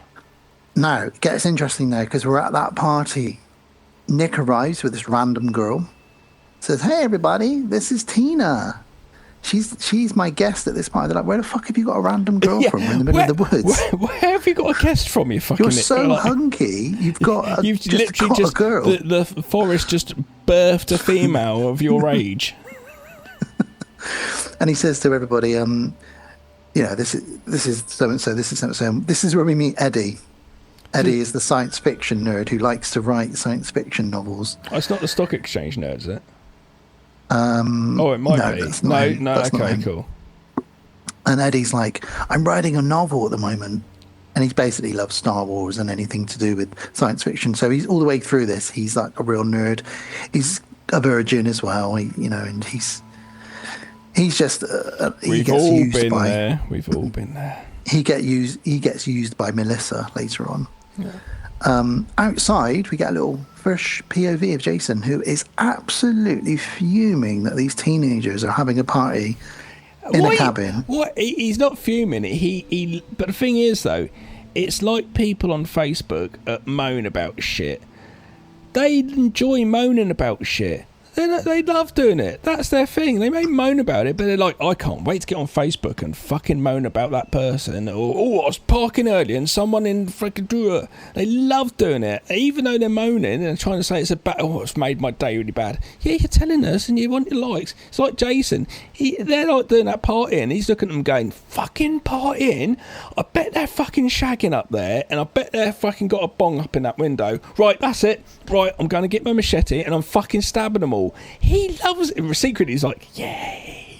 And the reason I say he's fuming is because Kane Hodder brings to the character something new, which is almost emotion, in that the way he breathes with his big chest when he gets angrier about stuff, he sort of, it's almost like you can tell when he's angry. An actual person, more of a soul. I actually chatted to Kane Hodder about acting, because I was chatting to him about Hatchet, because at the time I was a fairly new dad, and I was talking to him about how I looked at his performance in that, and I thought, you did really good work. And I said, I know you're trying to get into more acting and stuff, and portrayed that sympathetic dad who's got a child who's a bit different, and I thought it was really good. He said, oh, thanks so much, and he really appreciated that, and I really did think that was quite good. And I just think he's actually quite good at Kane Hodder. I think he can bring a bit more acting, even though it's obviously it's physical acting, it's not voice or anything or facial. He can still bring something to that, and that's why some of these people carry on and stay on doing these things. That's why everyone was pissed off he wasn't in Jason versus Freddy, because it should have been him versus Robert Englund, Kane Hodder, it should have been. And he's an incredible stuntman as well. He did all his own stunts in this, particularly one stunt which we'll talk about, a Guinness World Record towards the end of this, cool. which we'll talk about. Nice.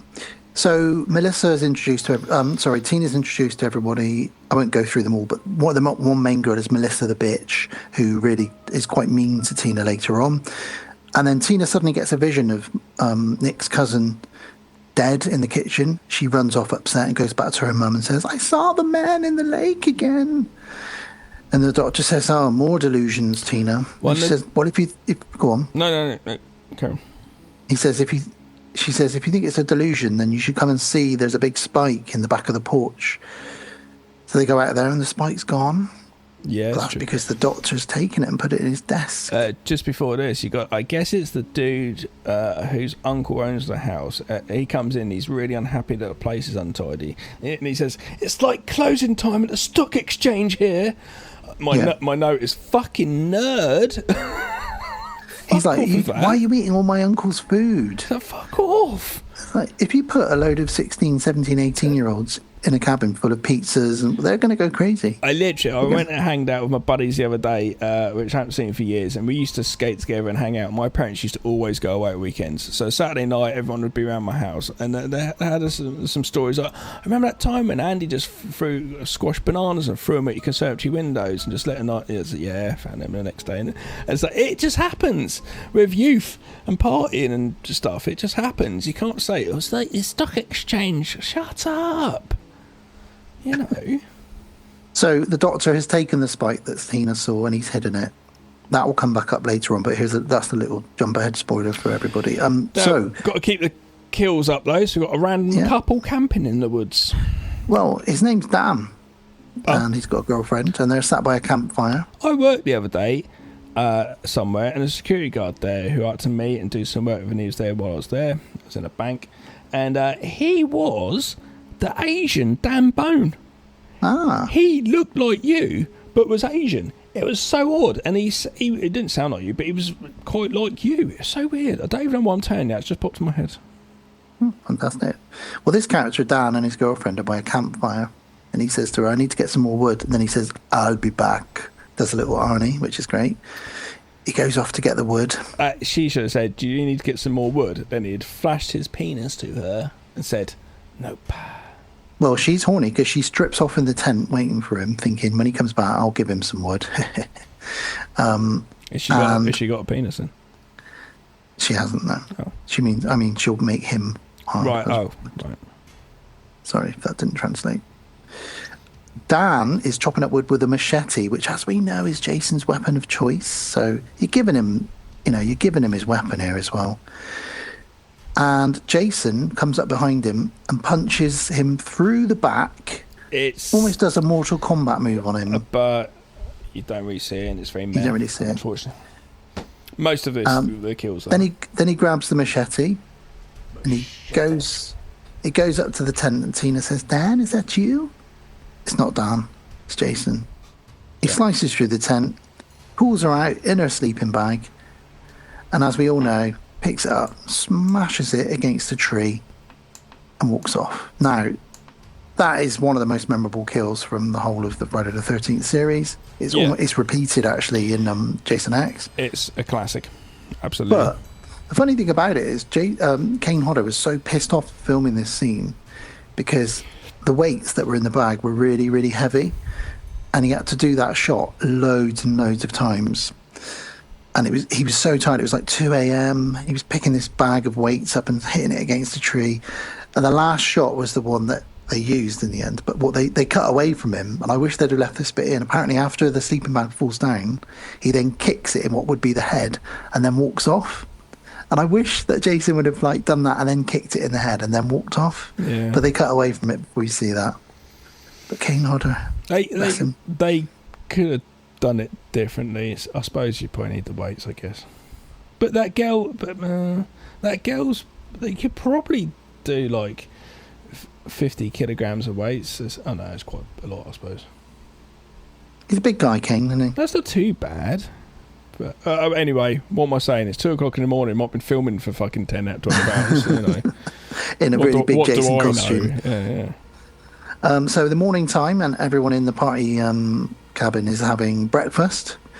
Is Michael turned up yet? It's his birthday party. No one's seen him. Well, we know where he is. He's dead in the woods. There's a kid there called Ben who reminds me of a young Jordan Peele. Do you know the guy I mean? Ben? He looks like a young Jordan Peele. I can't remember him. Okay, well, so we got him there and another girl that his girlfriend are there. So we're seeing there's more people that have been upstairs getting their end away. Nick and Tina are getting to know each other outside, and she gives her backstory. Basically, my dad died here, and I'm here with my doctor to try and not go back to the mental hospital. And while all this is going on, Melissa is spying on them. So she hears all of the gossip. She's like, great, well, I want Nick, so I'm going to use all of this against her to humiliate her later on. And then Nick kisses Tina. And Melissa sees this, and she's like, I'm definitely going to use this mental hospital stuff to humiliate her later on. So in the party cabin, the girls are fighting over one of the stoner guys, because I don't know why they think he's the hottest. I think it's because he's got loads of weed on him. But they're all arguing over him, and one of them's a geeky girl and one of them's not, and the hot one says, look, no offense to you, I've come here to get laid. You're a bit of a geek, so let me have the guy, all right? And they're all in there, and he's like, whoop whoop, the Colombian Express is pulling out, who wants to get high with me? And they all go in the living room to smoke weed, and that's all cool, and it's all very Jason. Melissa says to the guy with the nerdy sci-fi guy, put your jacket on backwards like a straight jacket. So he does, because he fancies Melissa. And then she says, hey, Tina, is this how they make you wear the jackets in the mental hospital?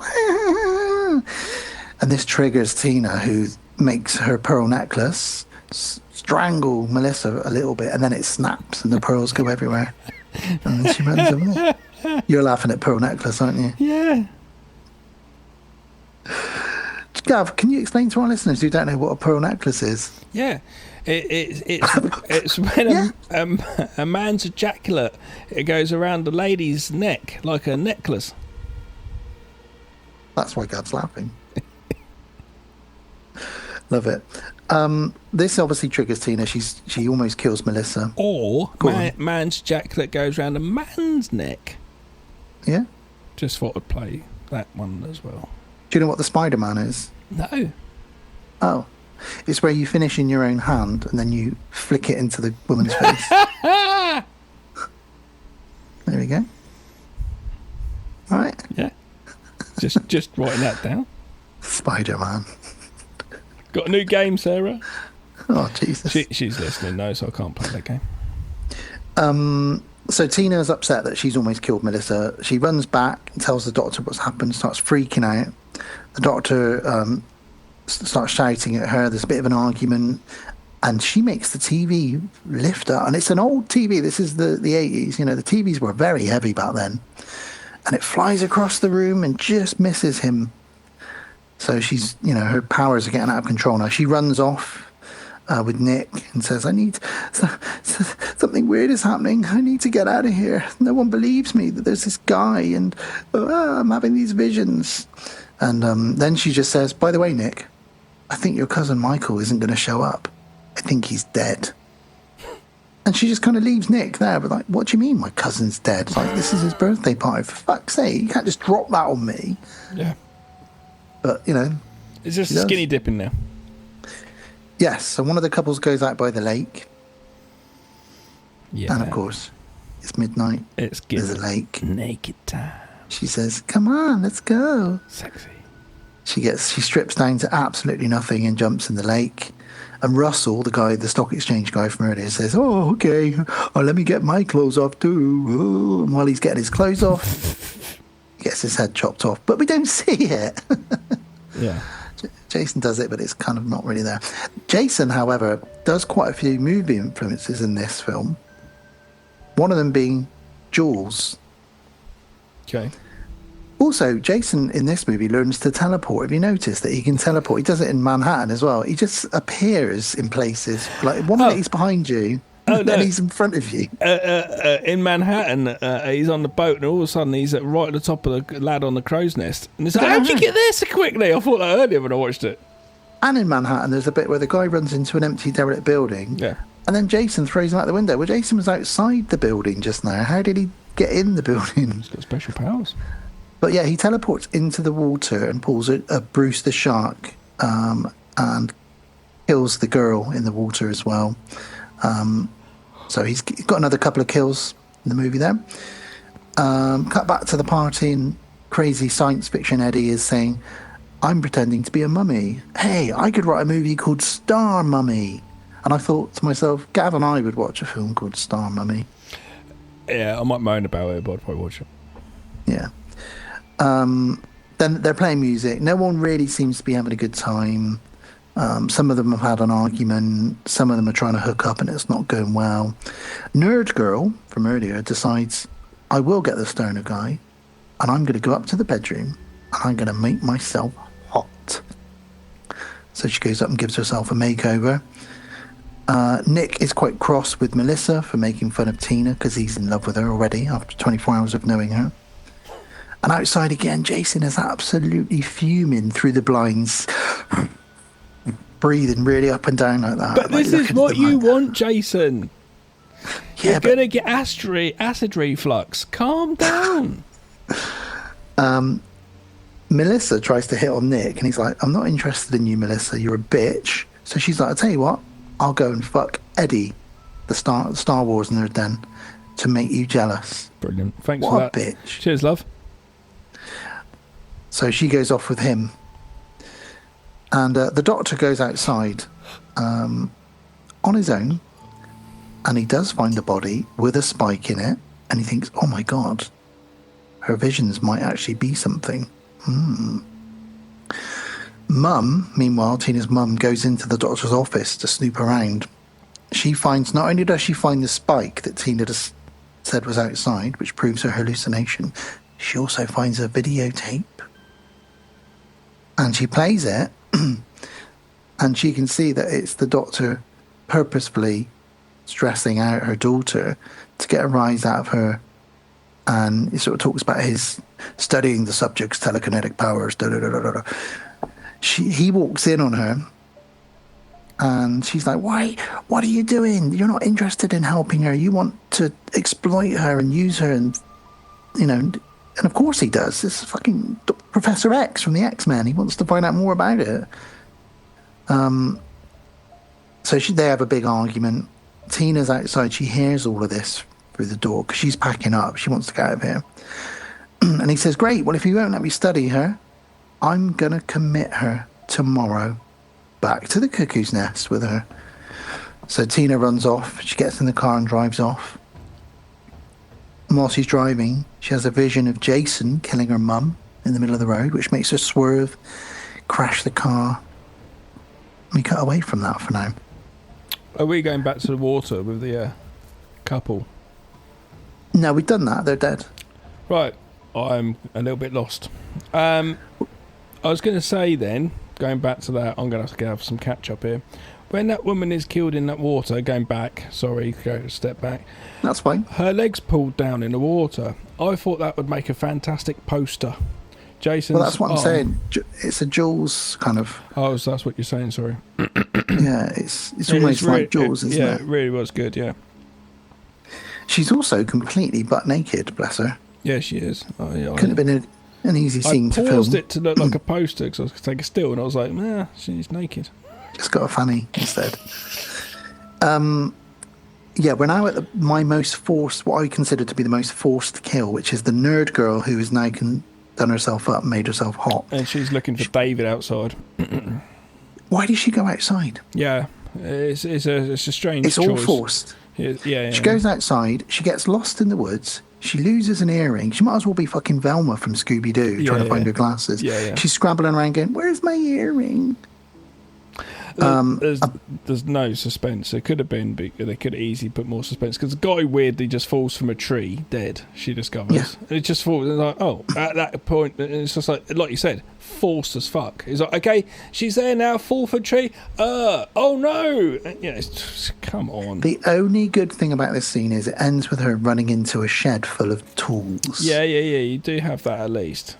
And Jason walks in there and his eyes light up. He's like, heaven. But I've got so many weapons. But he kills her off screen. He does a RoboCop. So this is another influence. He RoboCops her. Yeah. He does this to someone in Manhattan as well. She's leaning up against the wall thinking he'll just walk past me and not know I'm here. And he RoboCops her by smashing his arms through the wall and killing her. But we don't really see it. But he does grab a great big hook. So he's got a weapon. It's like a video game for him. He's like, what weapon shall I put in my arsenal next? Put in my arse next? What weapon shall I put in my arse next? Going back to that P. Diddy fight again, isn't it? Jesus Christ. Tina and Nick are talking outside. And she says, I need to find my mum because I've had a vision of her dying. I don't know how he's found her after she's crashed the car in the middle of nowhere, but he does. We don't question it. So Dr. Cruz gets in his car with Tina's mum and they go off to find her. They find the crashed car. Does he cruise? Dr. Cruz. In his car. He sounds like he should do a late night sort of love radio show. You know what I mean? Hey, it's Dr. Cruz once again. You're listening to Dr. Cruz, Cruising with Dr. Cruz on 109.9 FM. Late Night Love. Don't forget to message in with your love queries and your requests. I used to love Midnight Caller. I used to love radio shows late at night. Yeah, well, I used to like Midnight Caller, that one. That was good. The one I used to listen to when I was about 14 or 15 with my little FM Walkman was Dave Barrett's Late Night Love. I know Late Night because, oh man, I used to work with a dude who was just just a bit of an idiot. All of us, and on the way back, we'd be like, Dave, put on some NWO over. No, we're doing Late Night Love. He has a real camp voice. And like, okay, are you sure? And like, yeah, Late Night Love. So we have to listen to it on the way. A van full of men, and we're listening to Late Night Love. So like, fuck off. I used to hate some that good program. songs on there. Oh, I used to love it. This next one's dedicated to Gavin. Oh, and then it'd be like a cheesy song, you know. You're my one and only. And it'd be like, this is Chesney Hawkes. I am the one and only. They wouldn't play that. They'd play much more. We get Jason approaches the house again, and he goes up to the van, does a Ted Bundy. He doesn't have a wank, though. Well, he might do. Yeah. Well, we've got the young Jordan Peele lookalike, Ben, and his girlfriend. They've made up, and they're having sex in the van. Made up and making love. It seems to be the place to be like, oh, can we use the van for an hour? Yeah, guys, go out there. Oh, when they get in bed, everyone's using that same like, van. Oh, it really smells of sex in here. It smells of feet and semen. Cheesy feet and semen in this van. And sweat. But yeah, so they hear a scraping sound outside, and he's like, it's probably Michael. Right. This man, right, for fuck's sake, this dude is about to bang, yeah? He's like, it's probably Michael. It's my friend. Stops, pulls his clothes on, runs outside. Oh, where are you? With a little party blower. What are you doing? That lady's in the van and wants to have sex with you. What are you doing? She is ready and waiting. Dan, do you go stay in the van with her and go, fuck off? Or do you go, I'm coming out with party poppers, let's run around in the woods? You don't do it. I'm staying in the van. You stay in the van. Staying in the van. Admittedly, Jason's going to kill you regardless, so you may as well die banging. He does make the fatal error, and Randy would hate this from Scream, of saying to her, stay here, I'll be right back. Of course. He gets his head crushed by Jason. No, you say it more. Okay.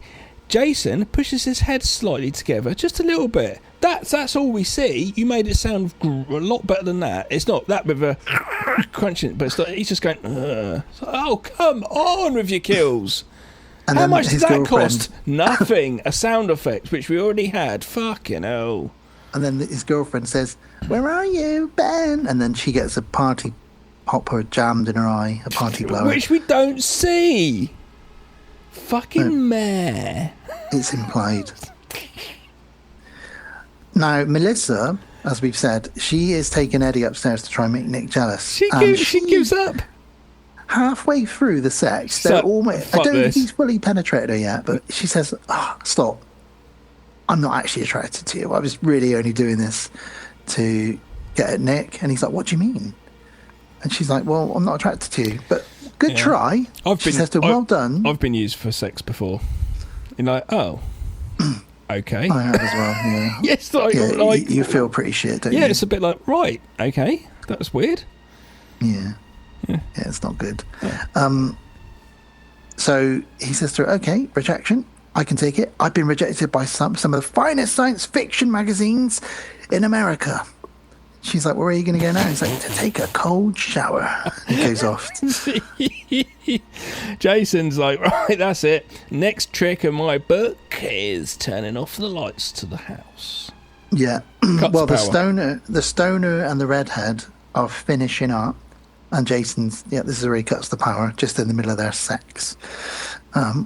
He must think, God, I'm good. I've come so hard that I've blown the fuse box in this cabin. Jesus, that is a pretty powerful orgasm there. And Tina and Nick find Michael's dead body. She's like, "I told you your cousin was dead, Nick. You didn't believe me. There he is. Look at him. Look at him. Yeah, that's your cousin." I'm not bothered about you being right or who's right here, but I'm right, aren't I? Yeah, but there's more things at stake here. He's dead, but I'm right though, yeah? Fucking hell. Yes, Tina, you're right. But also, I'm looking at my Christ. cousin's entrails right now. Yeah. Okay. And Jason enters the cabin. Elvis Presley's left the building, but Jason has entered the cabin. My next note, you have to let me know when this turns up. Boobs. That's all I says. Yeah, that's when the stoner and the redhead, her sheet drops for a brief second. Right. And she's like, "Where are you going?" He's like, "I'm going to go get some food. I'm a caveman. I must provide sustenance to you." And he doesn't turn into Liam Neeson. I don't know why he did that. But he goes off to the fridge to get some munchies because he's stoned and they've just had sex. And as we know, having sex makes you hungry. Getting stoned makes you hungry. They must be very hungry, these two, because they're high as kite. There's a big bong next to the bed.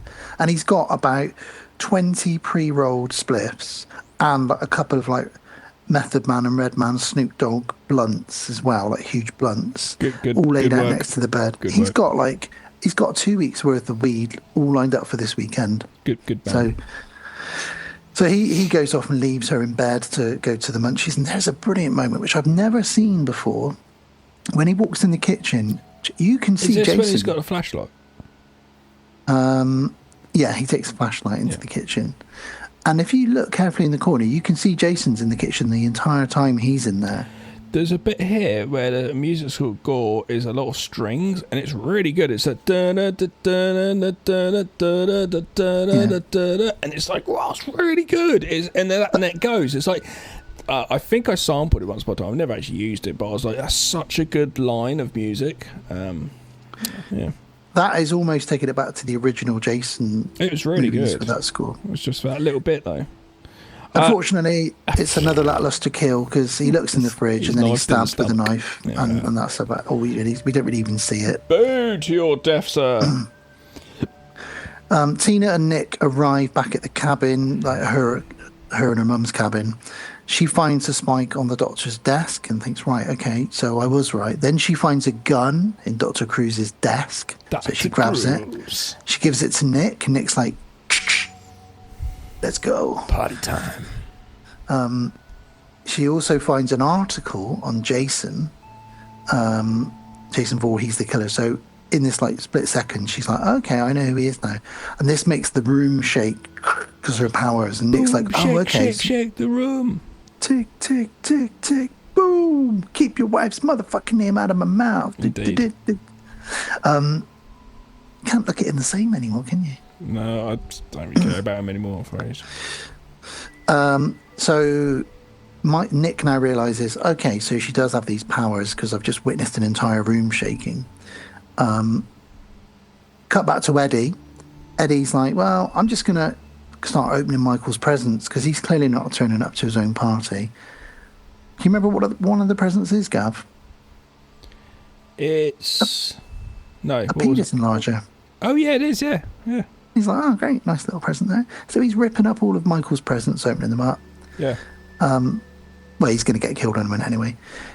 Nick says to Tina, you go and get everybody together for safety, and I'll go out on my own with a gun and find your mum. Don't worry, you get everyone together. So they've got missions. Jason kills Eddie. Don't even remember how he kills him, really. Can't remember. Comes up behind him. He's opening the presents. He should have used the penis enlarger. Should have shoved it down his throat and or something, you know? But he didn't do it. That would have been brilliant. Yeah.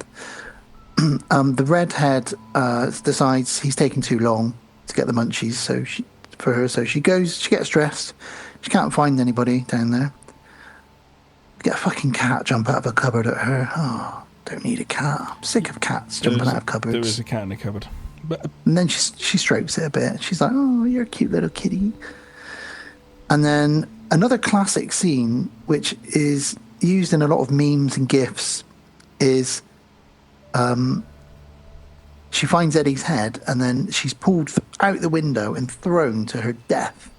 And I love this shot of her, the stunt woman that just has to sort of smash through the glass and just land on the ground two floors down. Yep. Splat. So this is one of the better kills. Yeah. Tina says to Nick, yeah, all right, I'm going to stay here. That's fine. So the doctor and the mum are in the woods. This is where they're being stalked through the woods, and he at one point, Jason gets up to them. He stands there and holds the mum there so she could get stabbed, pretty much, and he can get away. Well, they have an argument, don't they? She slaps him and says, "This is all your fault." He's definitely not a gentleman, that's for sure. No, because she takes his car keys off him and goes to run away, and this is where Jason shows up. So he just uses her as a human shield. But he does, yeah. And this is where Tina's mum is killed with it's like a machete, but it's a spear. It's like a broom handle with a machete on it. I don't know what you'd use it for. No, it's stabbed off camera as well, so. Well, yeah, but the weapon sort of comes in. I don't know, yeah. The doctor gets away, though, doesn't he? And then finds Tina in the woods. And then Tina's like, well, where's my mum? It's fine. Don't worry about it. No, I just used her as a shield. She's dead over there. I'm going this way. You with me? You know, I'll use you as a shield next. I'll just take out your whole family line, should I? Back to Nick, who's starting to find some dead bodies lying around now. He finds Melissa still alive, unfortunately. Jason has a hedge cutter as well. It's like he must have gone back to that shed. Yeah, well, now he knows it's there. He's like, right, back to the shed. What I'm going to go, ha-ha! I wish we had all these offcuts. Meeny, miny, mo. Why can we not have these in the movie? Jason going, I'm going to go for this one. That one. It'd be Jason, like a spoof. We should have a spoof slasher again. Get a new one. But yeah, this is where Tina says, "Where's my mum?" And Dr. Cruz is killed with I guess it's a hedge trimmer. Slowly chased as well. Yeah.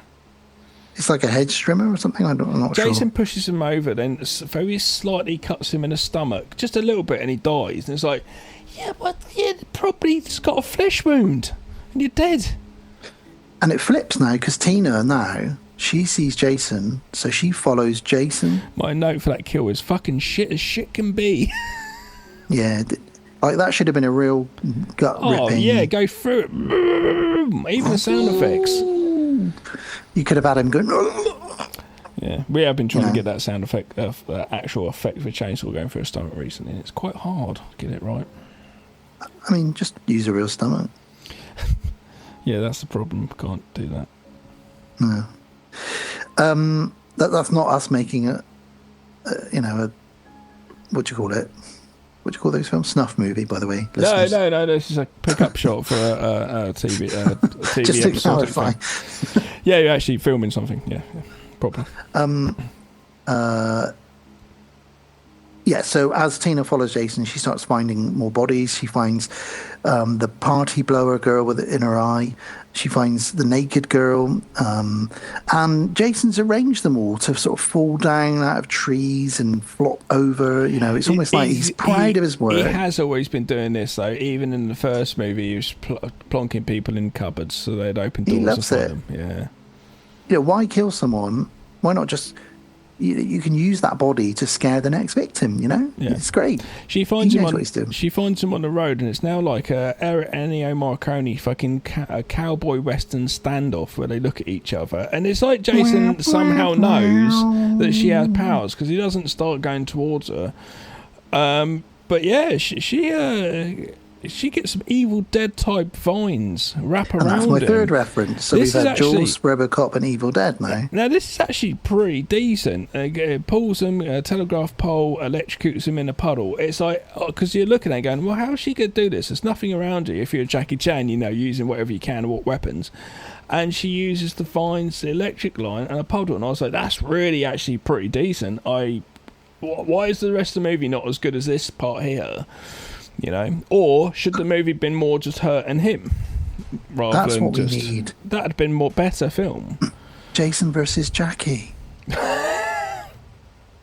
Jackie Chan goes out in the woods in between films to have a little rest. Dude, you can prompt AI to do this in a couple of years. Don't worry, you'll be fine. Or next year. And he's sort of bouncing around the room, flipping over tables. Jason's throwing different things at him. What? I've got quite inventive. Jackie Chan of the psychic world is my note.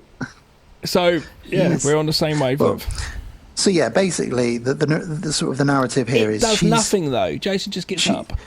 Well, she's basically come to terms with her powers and mastered them. So as Gab said, she uses the tree to pull Jason over. Telegraph pole, she pulls it down. He gets electrocuted in a puddle. And she leaves. But then Jason gets up. He gets up. You can't kill him. In fact, he quite likes electricity. In the last movie, that's what brought him back to life. Yeah, she goes back to the house and Jason jumps through a window. We're basically towards the end of the film here. Yeah, I've put here, funny enough, he Jackie Chan's through a window. There you go. So he jumps in through the window. There's a great little juxtaposition here because he stood there in the middle of this party cabin with balloons all around him, just sort of breathing at her. And he starts walking towards her. She finds a fake head tied to a flower pot, which she throws at him. I thought it was just a flower pot. There was something on there and it looked really bad, tied onto it. It's really odd. Or, I don't know, I can't remember it now. Whatever. Forget Well, that. she uses her powers to throw a sofa at him and a few other things. And then, weirdly, she throws a sofa at him, but the one thing that knocks him over is a flower pot. I don't understand. Yeah, it's really weird. What's in there? I don't know. She makes the front of the porch fall down on him. Yeah, she runs outside. Yeah, she pulls she goes- the porch down and collapses on him.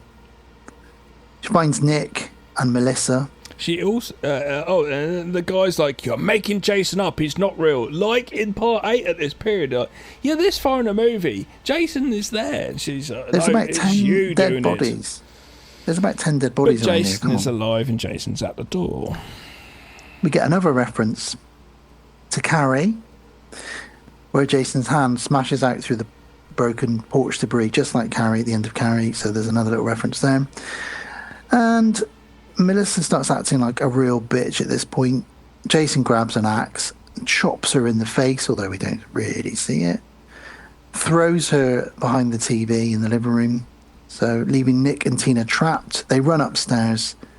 Jason starts coming up the stairs, so she collapses the stairs. He falls through into the basement. Then they've got a bit of probably the only tension in the movie, really. They have to step over the hole in the stairs to try and get out of the house. But he then smashes through the wall, just like the, what's the juice called? The American, oh yeah! Where you smash through the wall. I don't know, Macho Man Randy Savage? I don't know. No. Oh yeah. I don't know what you're saying. Anyway, he smashes through the wall, and she uses her powers to tighten his mask around his head until the point where the straps burst, and we get to see Jason's face. Yeah, me too. A lot in this, actually. Yeah, this is the most you see Jason's face out of any of the movies. Yeah. And yeah, he's sort of going, looking like a right old zombie. She hangs him using the lampshade wire from the lamp in the ceiling, drops him into the hole. He pulls her in, and she starts shooting nails at him using her psychic abilities. Then she gets... And all of this is fairly good as well. It's like, it's not too bad. It's like, this is a bit what, but I guess they're shooting a load here, but why, like earlier on, I limit some of those kills and people and make it a bit more story, you know. And what's good is he hasn't got his mask on for this whole last segment. No, it almost doesn't feel like Friday the 13th because of the mask makes it Friday the 13th. This just feels like it could be a monster movie, some big killer, you know. There's a fun moment where he pulls a nail out of his face and gets really angry that she shot nails at him. Then she soaks him in gasoline, using her mind, and sets it on fire. And this is the Guinness World Record for the longest body burn at this point. Kane Hodder burnt for 40 seconds. Oh, okay. They've probably done longer ones now, but Kane Hodder burnt for 40 seconds, which is a very long time. Because he's famously, I can't remember what film, accidentally, he's all burnt. That's why he wears gloves at conventions. He doesn't like to scare people, whatever, and he was all burnt. And when it happened, they were out. I don't know where they were. They're out somewhere, and I've listened to him talk about it, where he had to literally just knock on someone's house and say, "Can I please use your shower for cold water?" Because he was, and the woman was just like shocked at seeing like this person. He's like, "I'm a filmer. It's just happened," and you know, and they're like, "He needs to have a shower," and he went and used this woman's shower, like making a complete mess with flesh and shit everywhere. You know, yeah. Gnarly. So he's a trooper, is Kane. You know, but he's all scarred up one side. I've got his book. I just haven't got around to reading it. I just listened to him on podcast. You know. You should. Yeah, you should read it. Check it out. Yeah, I definitely want to. I just haven't got around to it. Yeah, fair enough. Nick and Tina are outside the cabin, which is now on fire. Everything collapses down to nothing, and she says to him, "Everything's gone. Everything's gone." She cries a bit. He hugs her. Suddenly, Jason appears out of nowhere. Fuck knows how he got out of there. Yep.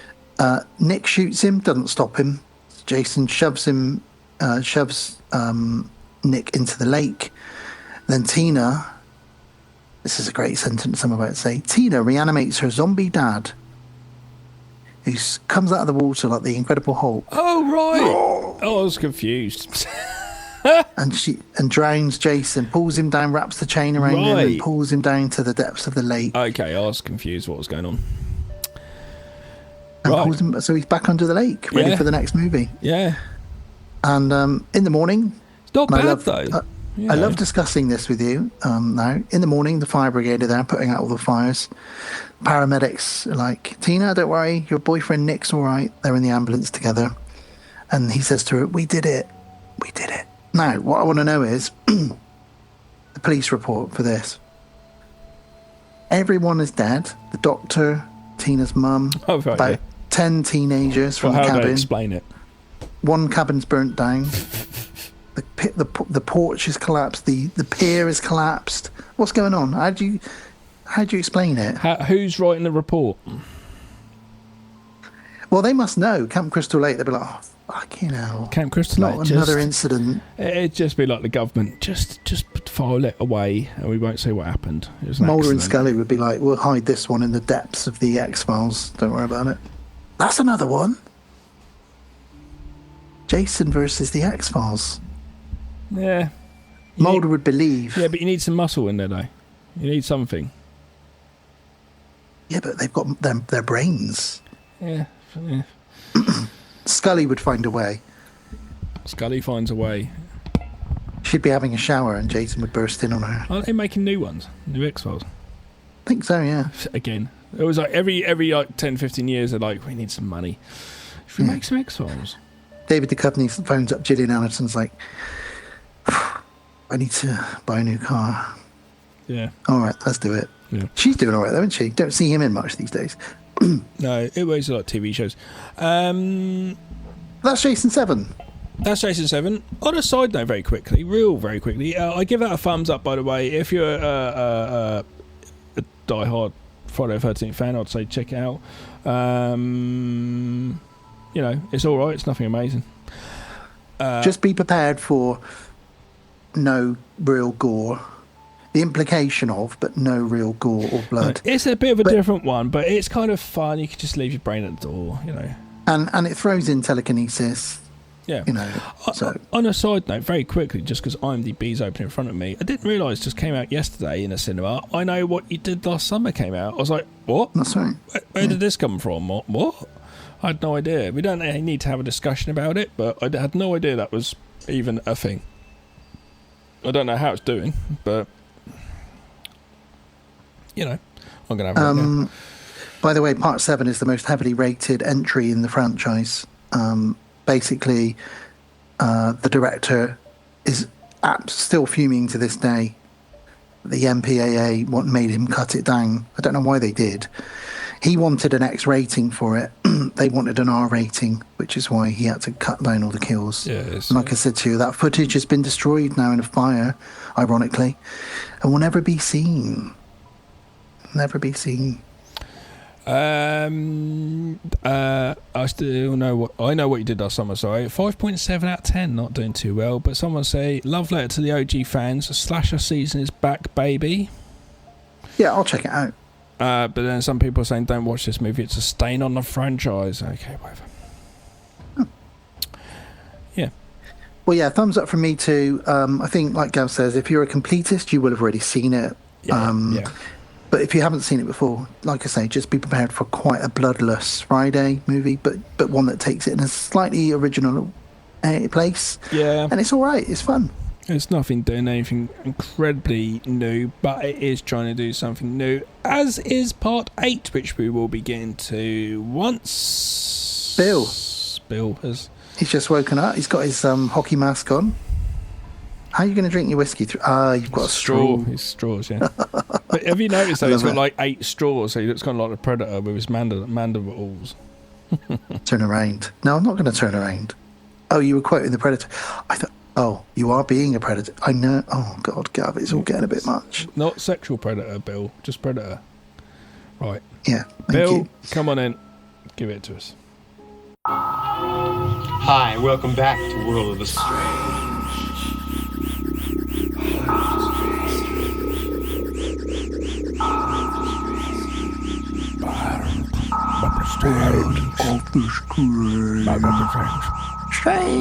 Strange world, Doctor Strange. Thank you, Bill. As always, you can sit back down now. Thank you, Bill. Thank you. So we are going to be talking about Friday the 13th, the real date, what it means, and some things that have happened on Friday the 13th as well. However, before we do that, just a quick update on the strange shenanigans in my house.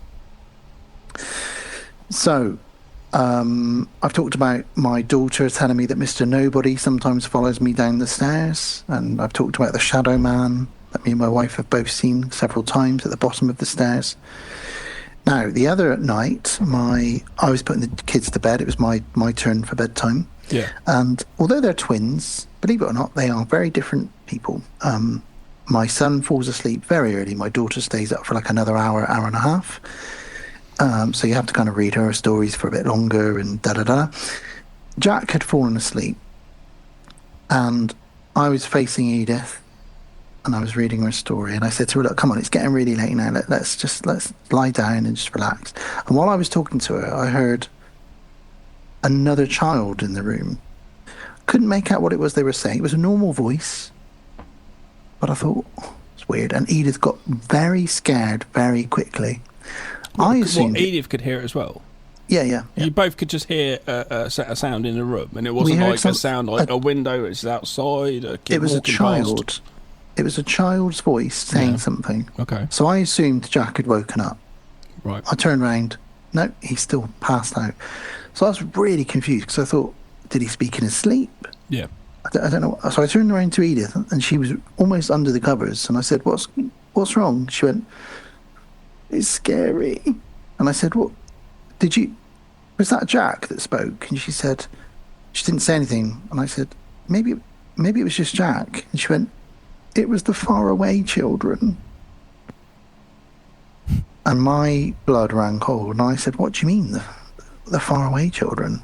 And she said, it was the faraway children. I don't want to talk about it now. Oh my God. She's only 4. And I was like, no, I want to talk about this, Edith. Who are the faraway children? And she didn't want to talk about it. She was too scared. And she said, let's just say it was Jack. Let's just say it was Jack. She's only 4.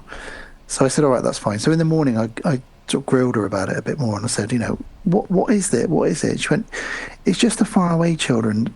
Sometimes they're cross and sometimes they like to play tricks.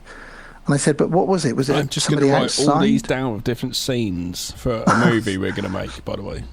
I couldn't get my head around it. And she doesn't really want to talk about it too much. She just now says, let's just say it was Jack. Let's just say it was Jack. And then I asked her a few days later, what do they look like? She says, sometimes they look like Jack, sometimes they look like me. And then when we were in the caravan on holiday, we heard some kids outside playing late at night. And she looked at me and she went, that's not the faraway children, but they are children that are far away, Daddy. And I was like, yeah. And I said, tell me more about these faraway children. And she went, oh, they're silly. I don't want to talk about them.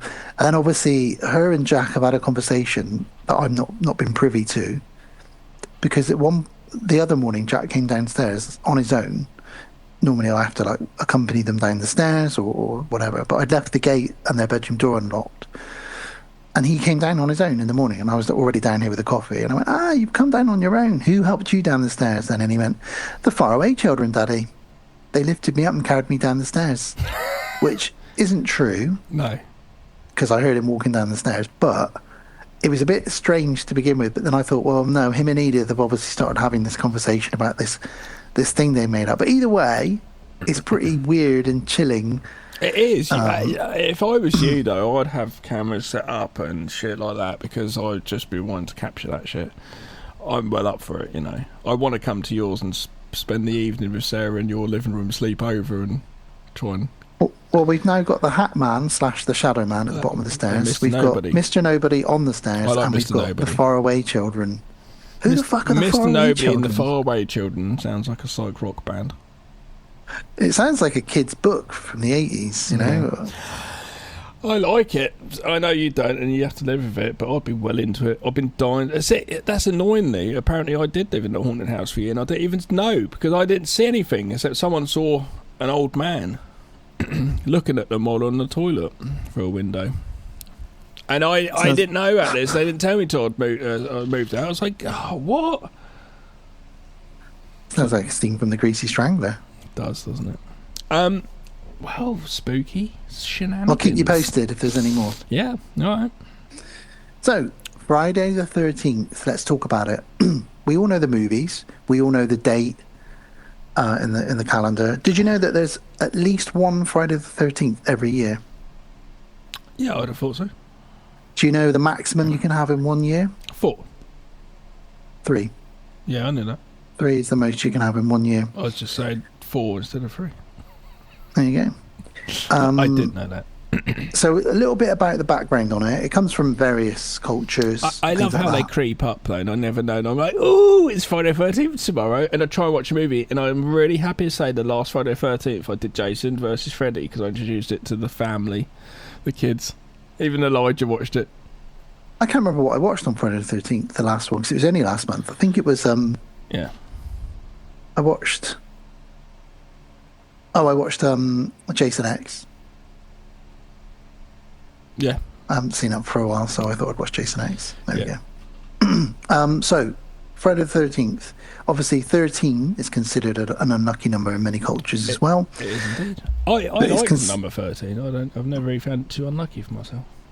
So, most of Western civilization considers this to be a bad superstition, which is, unusual to have such a... You do have the odd hotel, not all of them. That's like a folklore. The odd hotel that don't have a 13th floor, because the architects when building it were like, no, it's unlucky, so don't build it. There's not many of them, but that is actually a thing. A lot of hotels don't have a 13th room. It goes 12, 14. Oh, okay, yeah. Oh, That's the thing as well.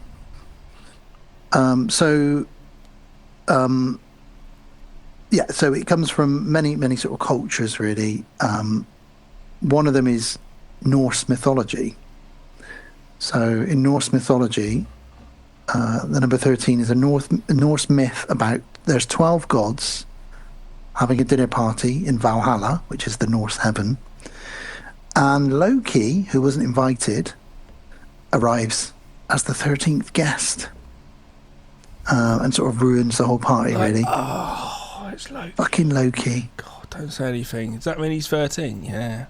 Oh, we're supposed to be 12. We're supposed to be even. Now we're odd. I know. Just get him drunk and send him on his way. Give him some special brew. But apparently he turned up to this party and one of the gods died, and then it triggered a whole, like... At least it took it back to 12. That's very true, actually.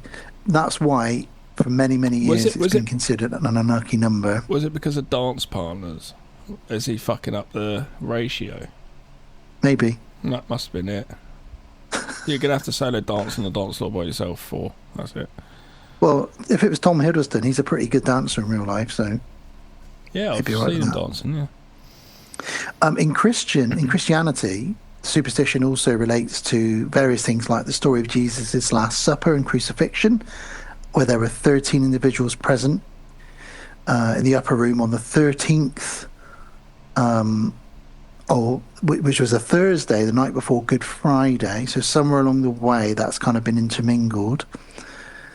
And then the whole Friday the 13th thing can be related back to the Knights Templar, where the Knights Templar were arrested on Friday the 13th, 1307. So that's another area that comes from, it's a very unlucky day. It comes from many sort of different cultures. I'm not going to go into them all. But Knights Templar, but people were happy that Knights Templar arrested. Do we know if? No, they weren't. No, they weren't. So that's why they said it's unlucky because they were arrested, right? Yeah. Okay. There was a novel written in 1907 called Friday the 13th, which is also about really bad stuff happening in America. Yeah. That also has triggered more and more belief in this superstition. There's also roots in Hispanic and Greek culture, and then other cultures have got, like Italy. If Friday falls on the 17th in Italy, then that's bad luck. So if you're Italian and it's Friday the 17th, you're like, Mamma mia. Have they got the... oh, Mamma mia, it's the 17th. Have they got their own version of Friday the 13th movies with Jason or Mario, and it's Friday the 17th? Probably. Friday the 17th, part 8, Mario takes Spain. I'd love that to be a thing, but unfortunately not, no. Right. There are, over the years, there have been more and more accidents and tragedies happening because people now are so superstitious of it that they do stupid things like they drive fast to get home. You were saying because of that they're doing... Oh, right. I thought you were saying there's been more deaths. No, you're just saying it because on Friday the 13th, Thursday the 12th probably had the same amount of deaths, you're just not counting them. But you're saying because of that, there's a catalyst for more deaths. I get you. People act a bit crazier on a Friday the 13th. I was once beaten up and mugged on a Friday the 13th. Oh. I was walking back from the pub, and a couple of lads decided to beat me up. So and they mugged you for some money? Yeah, they just took my wallet, but they got more pleasure in the beating, really, than anything. So it wasn't Friday the 13th for them. They were happy. It's a good day for them, wasn't it? It's a good day for them. Yeah. Now, sorry about that. That's all right. Linking into that whole bad things happening on Friday the 13th, that's because an estimated 17 to 21 million people in the United States alone have let me get this right.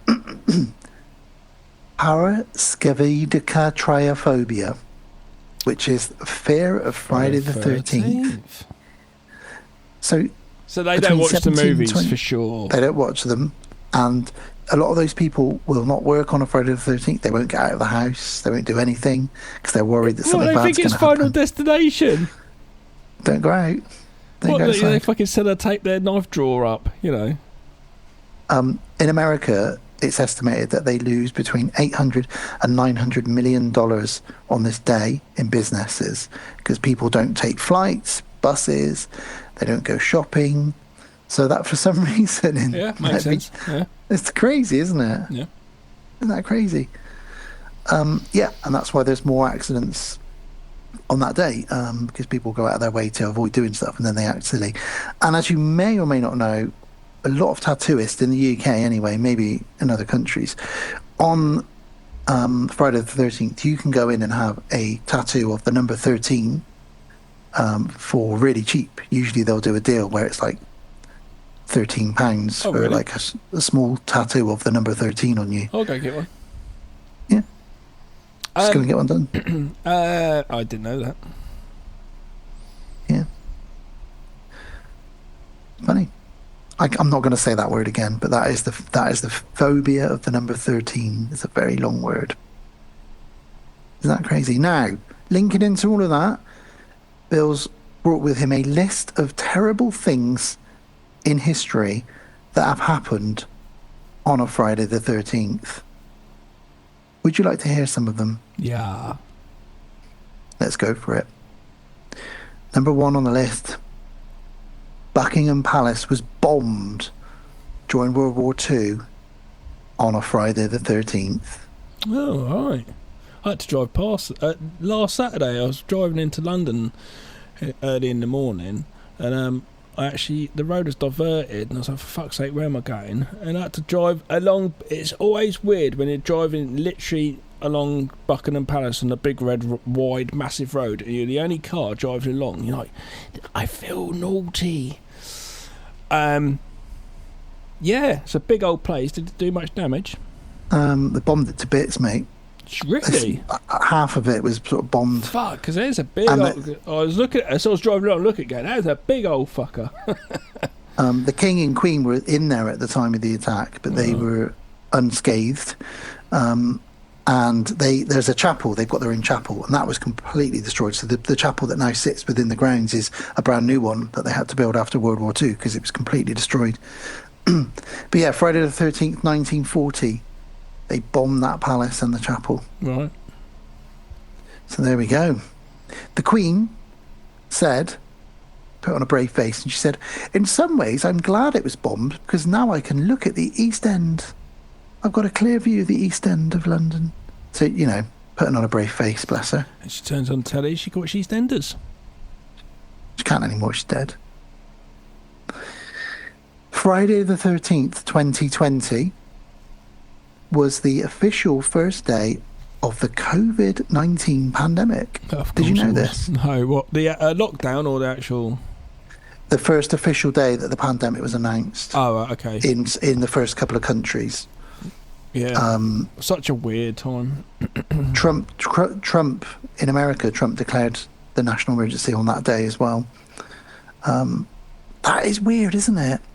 The whole thing was a bit weird, really. Yeah. Well, we've talked about Puff Daddy a lot on this episode, but Tupac Shakur was gunned down and killed on a Friday the 13th in September 1996. As we know, in Vegas, he went to watch Mike Tyson, his buddy, boxing. He's a really good bloke, Tupac. I think he got that from his mum. Very strong lad. I heard a thing about him recently where he went to he basically was arrested and was going to go down for the pulling out a gun and shooting at some cops. But because they were shooting at another kid. They were undercover and they were just literally giving some other kid shit and he's just like, no, you're not doing that, and he stuck up for this kid by putting in a shooting, and they ended up doing that. And I watched the court video when the cops, and they were found guilty of what they're doing. They were like drunk and they were just being a dick, and Tupac got off, and actually Tupac was doing a very civil thing. But when they in the court, the cops walk into it and Tupac stares at them, and they occasionally look over to him. They're like, "Oh shit!" Look away, and he just and the look he gives is like, "Ooh, man!" The funny thing that's about a Tupac, strong, passionate person right there.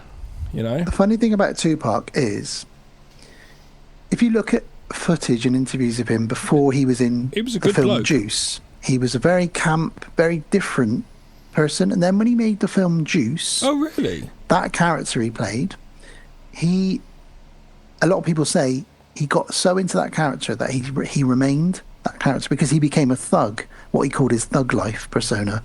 After that movie, he never changed. And then he became like this guy covered in tattoos, shooting up cops and going to prison multiple times and whatever else, hanging out with Mike Tyson. Yeah. But yeah, he was killed on Friday the 13th. Yeah. Unlucky. For him. Definitely. Yeah. If you believe he's dead. But that's a whole other World of the Strange. He's in my cupboard back there. Jesus I've Christ. got him in there with Prince and a few others, Michael Jackson. Like the cat. When you open it and the cat I've got jumps up loads. instead. I've got loads of artists you think dead. Elvis is like rocking out in there as well. So if I'm in your house, instead of opening the cupboard and a cat jumps out and scares me, I open the loads of cupboard and it goes, artists. California love. Yeah. And then Prince jumps out and says, party like it's 1999, and Elvis jumps out and says, jailhouse rock. It's weird. It's You've weird. got a big cupboard. It's like when Ace Full of old Ventura comes home and he goes, oh, and all his animals swarm him. I have that, but I have loads of celebrities you think You've got are David dead. Bowie under your bed, I've got Bruce everybody Lee. just all comes out and hangs on me. It's weird. It sounds sexual. No. No. It's musical, but a racket because everybody's Imagine doing all their that. music Imagine at once. Imagine a collab between all of those guys. Well, we've recorded I've got loads of albums, but it's like Prince's Basement. You're not allowed to hear them. They're in there and they'll be deleted. But we've recorded Tupac rapping, Michael Jackson in there singing with Bowie. Elvis, the whole lot. Oh, God, this goes to AI again. You'll be able to make supergroups with all these artists you will. doing stuff, wouldn't you? But yeah.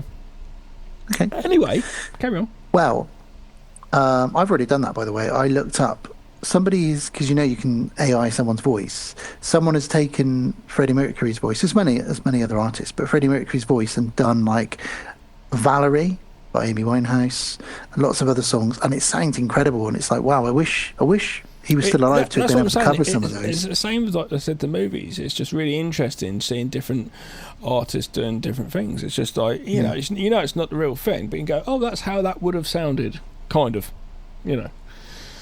Well, circling back to England in 2010, on Friday the 13th, of course, a British boy who was 13 was struck by lightning on Friday the 13th at precisely 13:13 p.m. in the afternoon. How do you know that?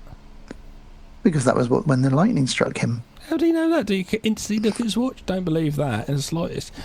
I did see on Instagram the other day these two fishermen in their lake, just like in their waders, not too far in, just doing fishing. This one guy gets struck by lightning and he's standing there going, oh God, fucking hell. All right, they carry on doing the fishing and he gets struck by lightning again. And he's like, that's it, and goes in. And he's in the water as well. And he's like, fuck it. Once is enough, twice, no way. No. Well, at least this kid didn't get struck by lightning 13 times, I guess. Yeah. But yeah, apparently it was 13:13 p.m. That was the date. That was the time recorded of the incident. He survived. He had burns on his shoulders, but he survived, obviously. So there we go. That's another one for you, Gail. They time of the incident was recorded. That they're probably like, it's 13:11. Should we just say 13? Yeah.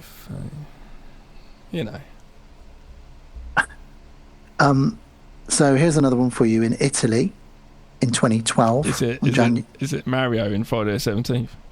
It wasn't, unfortunately. It was a January the 13th. So to them, it wasn't an unlucky day. It's the day after my birthday, though. It was an unlucky day because the largest passenger ship ever crashed. It had double the number of people on board than the Titanic. Only 32 people died, thankfully. Not 13. Not 13. That would have been weird. The captain was convicted and imprisoned of manslaughter, reckless control of a giant ship. Smashed. There's a photo of it. Crashed into the side of the docks. It does happen. Was he pissed up? Probably. He was getting ready for Friday the 17th. Probably. Let's have a few drinks. In 1951, Kansas, in the States, had the biggest ever flood hit on a Friday the 13th. 2 million acres of land were damaged by the flood. So there's another terrible date there for you. The storm affected oil tanks, which caught fire and exploded. That's not good. There were passengers stuck on trains for 4 days. Fuck. Christ. And the river, the flooding went up to 9 feet, which is pretty big. 4 days stuck on a train. By third day, like, how long are we staying on this train for? Like, we're all living together now. This is weird. None of us are washed. It stinks in here. Like that film, using that horrible Snowpiercer. toilet. Yeah. You seen Snowpiercer? Yeah. Where they all live on a train. The people of Kansas now call this day Black Friday in the history books. So there we go. Another Friday the 13th. Do you reckon there's a Pink Tuesday? Yeah, of course. I've been to the bar on that night. Special. Bet you have. Of bars. The Blue Oyster do Pink Tuesdays. It's great there. There was a stock market. There was a stock market crash in 1989 on Friday the 13th. It's like a close dead stock exchange in here. Yeah, billions was lost, but it's the stock market, so it all comes back a few weeks later. Do you know what I mean? You've heard of the film Alive? Yeah. Where the plane crashed and they had to eat their friends. Did you know that plane crashed on a Friday the 13th in the Andes? I probably did. But yeah. So the true story of the Uruguayan flight 571. I did watch it a couple of years ago again. I've checked it out again. Yeah, they famously ate their colleagues. It was a rugby team. It was. It's pretty gnarly, isn't it? Like, yeah. I mean, if you're going to crash, rugby guys have got big. Yeah, we start trying what? Big muscle. Oh, you start trying eating boots and stuff that they tried, and it's just too tough for them. But like, think of a rugby player's thigh. There's a lot of meat on that. Yeah.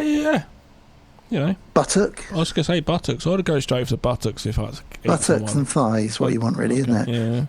You could probably say, Gary, look, you're still alive, but you've got the biggest thigh. Let's take one of your legs off, and we can all keep going. You can have a bit as well, Gary. Oh, cheers. And then we can all keep going then for a few more days. All right, Gary? I'm not a walking KFC. Well, you're not anymore. And then about a week later, Gary, we're hungry again. For fuck's sake, go to Barry. No, he's not as big as you. Let's get the other leg. Come on. It was nice. When the rescue party show up, it's just loads of heads. Yeah, talking to each other. All right, we've eaten each other. We're hungry. Yeah, so Ravenous, another good cannibal movie. If you fancy. It is. We covered that a long time ago. They were found 72 days later, and there were only 16 people who survived. So how gnarly is that, though? For the rest of your life, living with that fact, going, well, I shit out a human the other day.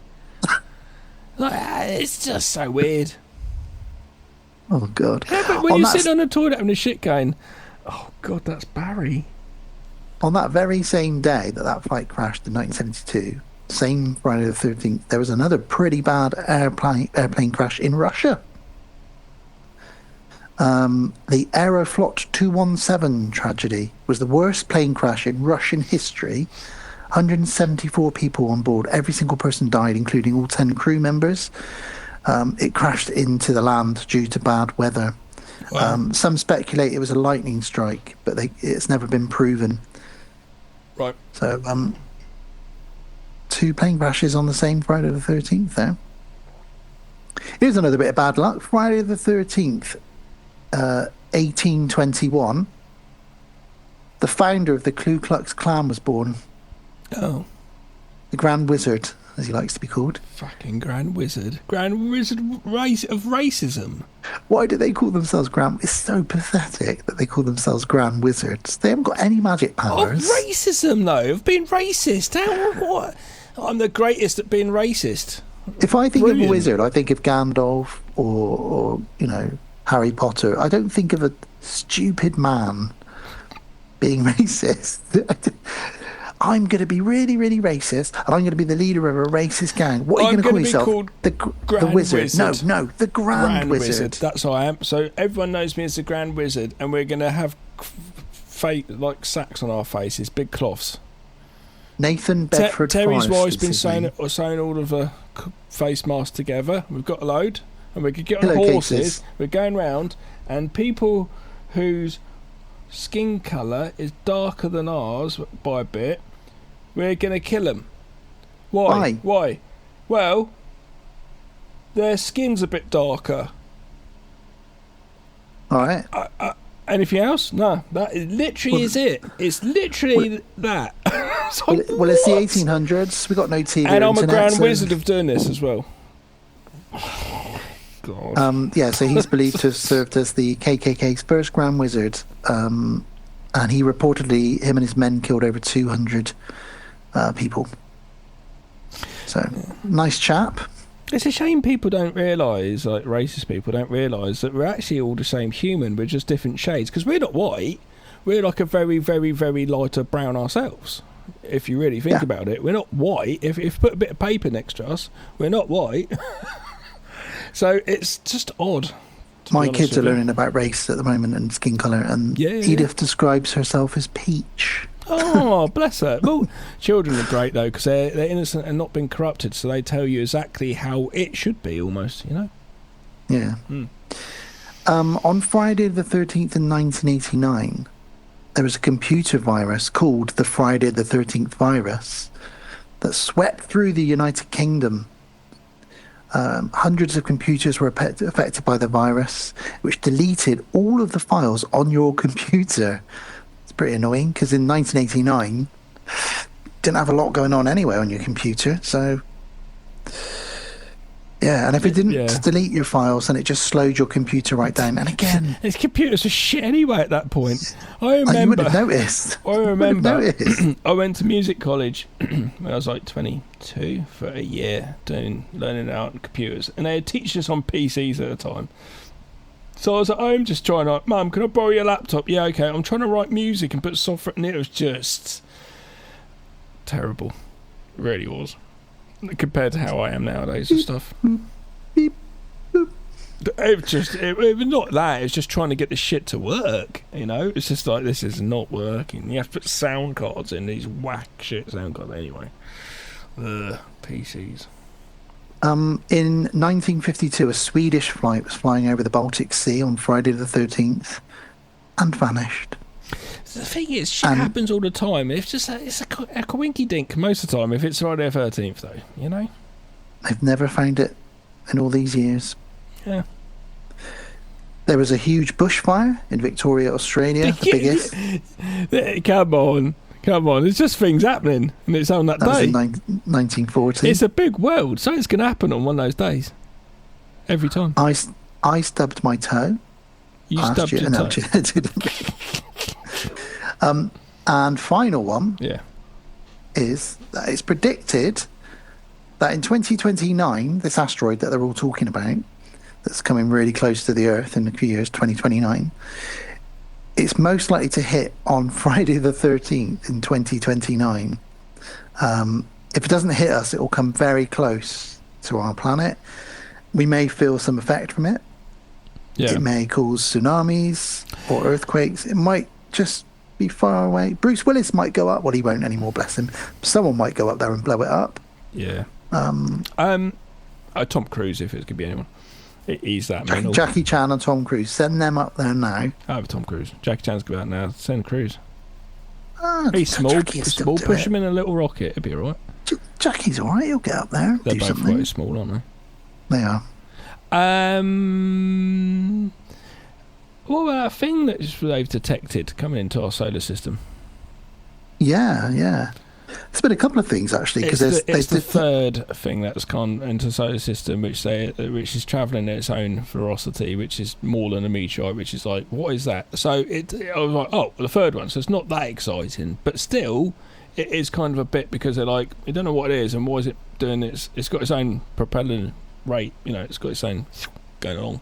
They've also detected a couple now of radio signals being transmitted from far off in the galaxy. They have that as well, yeah. And the other one that I read about the other day was they witnessed, with an amazing telescope, 2 black holes. Was it James Webb or the new one? Slamming into it. The one that's They've just released a new one, but there is the James Webb. Obviously, it's been out for like 2 years. It's like the size of a village. It's massive. Yeah. So they've seen with this telescope, they've seen 2 black holes collide into each other. Wow. Which apparently completely twists the fabric of space and time. And obviously it's millions of light years away from us, but we may end up feeling some effects of that, ripples, in however many years. It's just actually the whole thing. This is why I like people fighting or being racist stuff. It's just like it's just pathetic things which shouldn't be even included in people's minds. There's no point even spending any of your amazing time on this planet and your brain. It's incredible that we're alive and exist. It's fascinating. Wasting it on being racist and being hurtful and moaning about someone who's parked badly or whatever, But yeah, it's just such an incredible thing. Just the whole planet, the whole universe, everything. But as technology has got better, we are like James Webb Telescope. We could push the telescope out to space, and it's already going to be a very powerful one. And they've got another one coming out soon. But it'll get more and more, and with AI helping also create telescopes and create different ways for us to do things, because we're going to discover crazy shit out there. And realise that we are so small. Because this black hole thing, I was trying to get my head around, like, a black hole is slammed into another black hole. What does that? Do they merge together? Do they sort of cancel each other out? And they're trying to figure out what it meant? It makes a pink hole.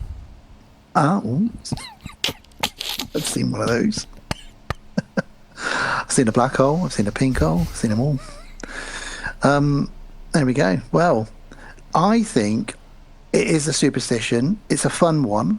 Yeah. I don't really abide by it. If it's a Friday the 13th, it doesn't affect my life. I don't walk under ladders. I don't open umbrellas over my head inside. There's a few superstitions I don't like walking I've got, on a ladder, but I just don't want the ladder for me. Or a tin of paint. A tin of paint. Don't want that. Or a bucket. No, not at all. So, but there we go. But anyway. I think that's Friday the 13th. It is indeed. Talking of Friday the 13th, Bill, if you'd like to take us out of it, we're going to Manhattan in a minute. As it is Friday... Oh, it isn't, is it? I was about to say as it's Friday the 13th. It's not. I was going to say tomorrow I might watch Saturday the 14th. I won't then. All right. But I'm wrong. We should cover that someday. I was about to say Bob. No, Bill. Billy Bob. Take us out of here. Slip of sun, Bill. Wow, yeah. That's all the time we've got for this week on World of the Strange. Next week, though, give me Ira. Hairless pets. Weird.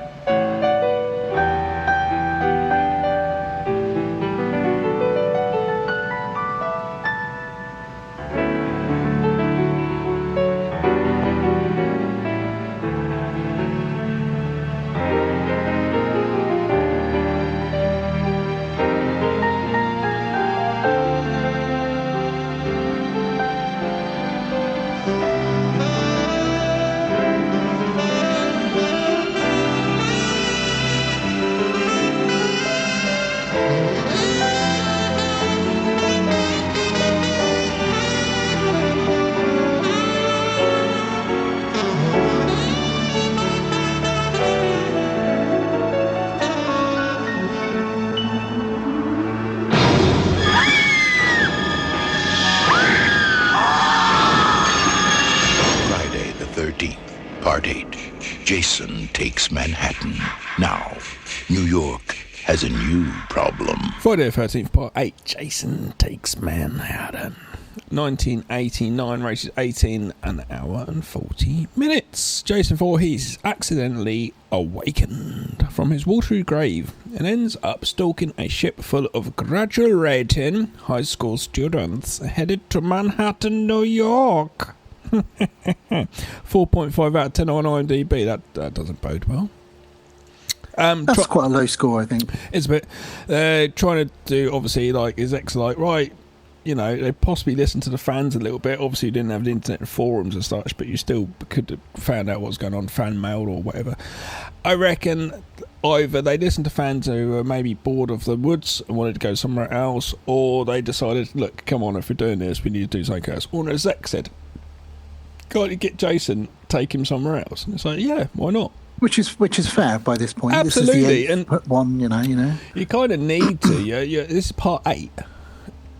So doing something a little bit fresher is fine. So, but at the end of the day, looking at it now, how many years later, if I was going to watch one of these movies, I'm probably going to do one set at a camp. Yeah. Because that's what I dig, We got Kane Hodder back again. We have indeed. But yes, it's really confused me, and it makes sense because I was like, is she psychic? I don't know. Nobody's had a discussion whatsoever through this movie of what's going on. So, yes, it's a bit weird. So, as discussed, this was originally supposed to be a direct sequel to the last one, with Tina back again. Which would have made sense. She's cured, she's getting on this boat. She's got another doctor now, or her uncle in this case, and the actress didn't want to come back and do it, so they had to hastily rewrite it, which is why the girl in this is similar to Tina, Rennie, and she has a phobia of water because of a traumatic incident on a lake, which they rewrote to be her uncle throwing her overboard to help her swim when she was a kid, rather than her killing her dad with her psychic powers. And yeah, you can really feel that it was the bare bones of this is a sequel to the last one. And it was supposed to be the middle of a trilogy of the Tina trilogies. You have the Tommy trilogy and we're going to have the Tina trilogy. But they went off in a different direction with it. And that's that, really. Kane Hodder came back. And he's back in the one after this as well. So that was cool. Other than that, nobody else is in it. We do get the connection again, though, with him being under the water and being woken up, which we'll get to when we get into the story. It's an interesting one. I think it's a lot of fun because it encapsulates late 80s New York quite well. Even though it was filmed in Vancouver, they did film some bits, obviously, in Times Square.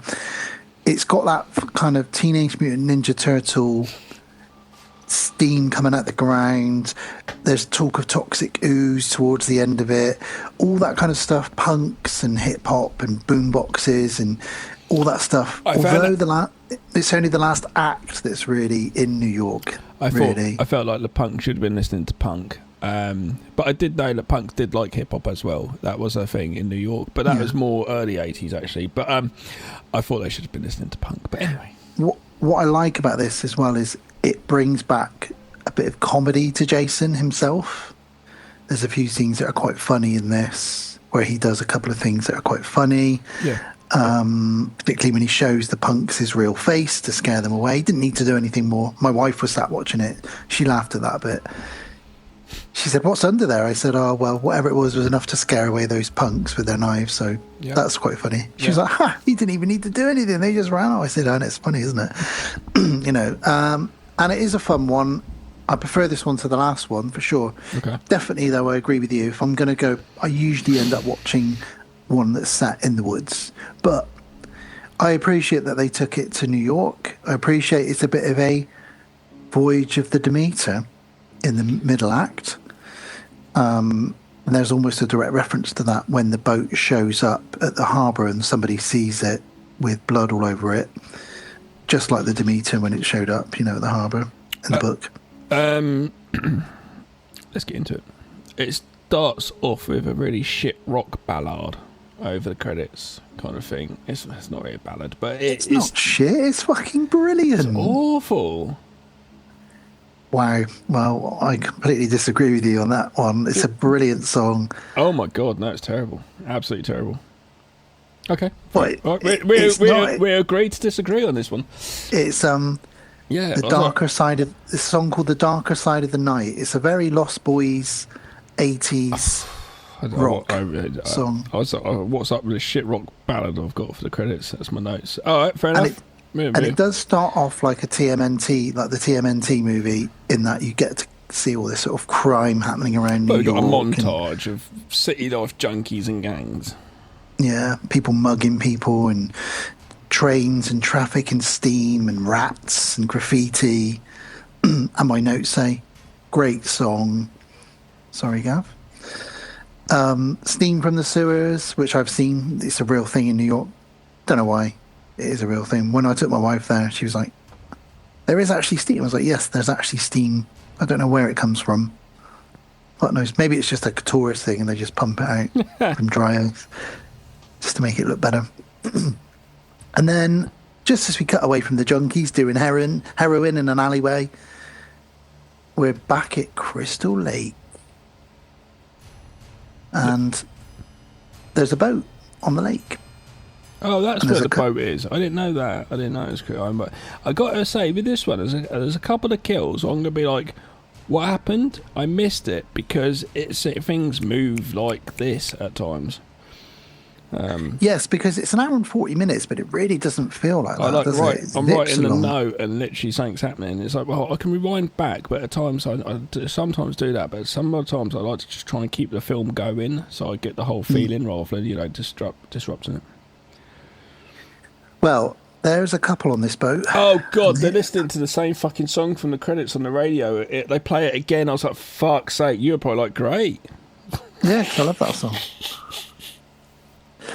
And a lot of people do. Yeah, I'm sure there's everyone loves it. Our buddy RJ McCready, me and him send each other songs occasionally and say, song of the day. And he sent this song to me a couple of weeks ago, funnily enough. Fair enough. But if you don't like it, you don't like it. Yeah, cool. I'm just me. You're you. And RJ is RJ. So this couple on the boat on Crystal Lake, they decide, bad idea this, to get frisky on the boat. Why? Oh yeah, getting jiggy with it. He says to her, it's a second Will Smith song I've sung, and I don't even really like Will Smith anymore. Going to Miami. He says to her, I'm just going to go drop anchor. Girls, I like girls. I like girls. Girls, I like them. Girls. Fuck off, Will. All right, Will. Get rid of that woman. That's what you need. He says to his girlfriend, I'm going to go drop anchor a minute, which at one point I thought meant... Dude! I thought it was him taking a pee off the side of the boat. But it could be taking a dump. It could be slipping his schlong into her. I don't know. I'm going to go drop anchor. Want to see me drop anchor? Right. That sounds like taking a shit, really, doesn't it? It does, though, drop an anchor as that shit, because anchor's quite weighty, doesn't it? I'm not going to dump it. Do you want me to see me drop a anchor on you? No, not really. Exactly. You want to shit on me? No. Now, he's a bit of a dickhead, this guy, because he is basically setting her up for a big prank. He tells her all about the murders at Camp Crystal Lake and Jason, and she's like, oh, don't. You're making me a bit scared. He's like, okay, well, look, I'll go off and... sort the anchor out. No, he goes, there's Jason, he was dead and his killer under there. It's all right, it's a story. Don't worry, it's not all right. Well, I'm going to go out now. What? So he goes off. Now, while he does actually drop the anchor for real, but what he doesn't know is that underneath Camp Crystal Lake... The Kawinky Dink, the Jason that he's been telling about was right underneath his boat. What is the chances of that happening? Yeah, it's Friday the 13th. Bad things happen on that day, as maybe explained. So. So his anchor catches on a huge power cable, which lo and behold electrifies Jason's corpse, which brings him back again. He's reanimated again. He loves a bit of the old electricity, doesn't he, Jason? Hi, Jason. Guess who's back again? It's Jason. Yes. So we see Jason's body being electrified, reanimated. And his if they want to do something new, maybe start here. Not using electric to bring him back again. A different way. I don't know. Fucking voodoo summoning. I don't know. I think this is the third film in a row where he's brought back with either lightning or electricity. Yeah. We see his hands climb on board the boat. And the boyfriend is... the girlfriend suddenly is stabbed. But it's a fake knife. From a really weedy looking fucking Jason. and it's actually her boyfriend. Oh, and he's got a knife that goes in and out. Oh, he's so funny. He doesn't even really make much of a joke. It's the worst acting, both of them here. This is a form of acting which is called method acting, which is called non-acting. I'm going to go to work today and not actually act. I'm just going to say words. There you go, stabbed. So bad. This is the Dennis Reynolds School of Seduction. Take a girl out on a boat. The implication's already there. The implication. It's already there. The implication. It's the implication. He's basically like, I'm going to dress up as Jason and pretend to stab her with a fake knife. That'll make her really horny. I love that bit when Dennis does that on the boat and he gets the woman down the stairs. And she's like, no, where are you going? And puts her hand over the shoulder and she can't move. And it's like, oh my God, don't worry. It's not the implication that we're out in the ocean and stuff, but I know you've been looking at me. Like, what? It's so creepy. He's like Ted Bundy. Well, it does make her horny because they start to get back to business when you hear some squishy, wet footsteps. And Jason picks up a nice big harpoon gun. And it's Kane Hodder again. It is Kane Hodder. He shoots the harpoon, but he's been under the water for a while. He misses the first shot. He's a bit rusty for being in the Fucking water. hell. God damn it. So he just misses her head, but he does manage to pull out the boyfriend's guts with his bare hand. The girl gets out the window just behind them because the guy's just pretty much in shock, which is fairly natural response here, so it's not too bad. Yeah, he gets his guts ripped out. It is a bit of a rubbish kill. They don't really see much. It's a very quick shot again. It's a bit like... She hides in a little storage box.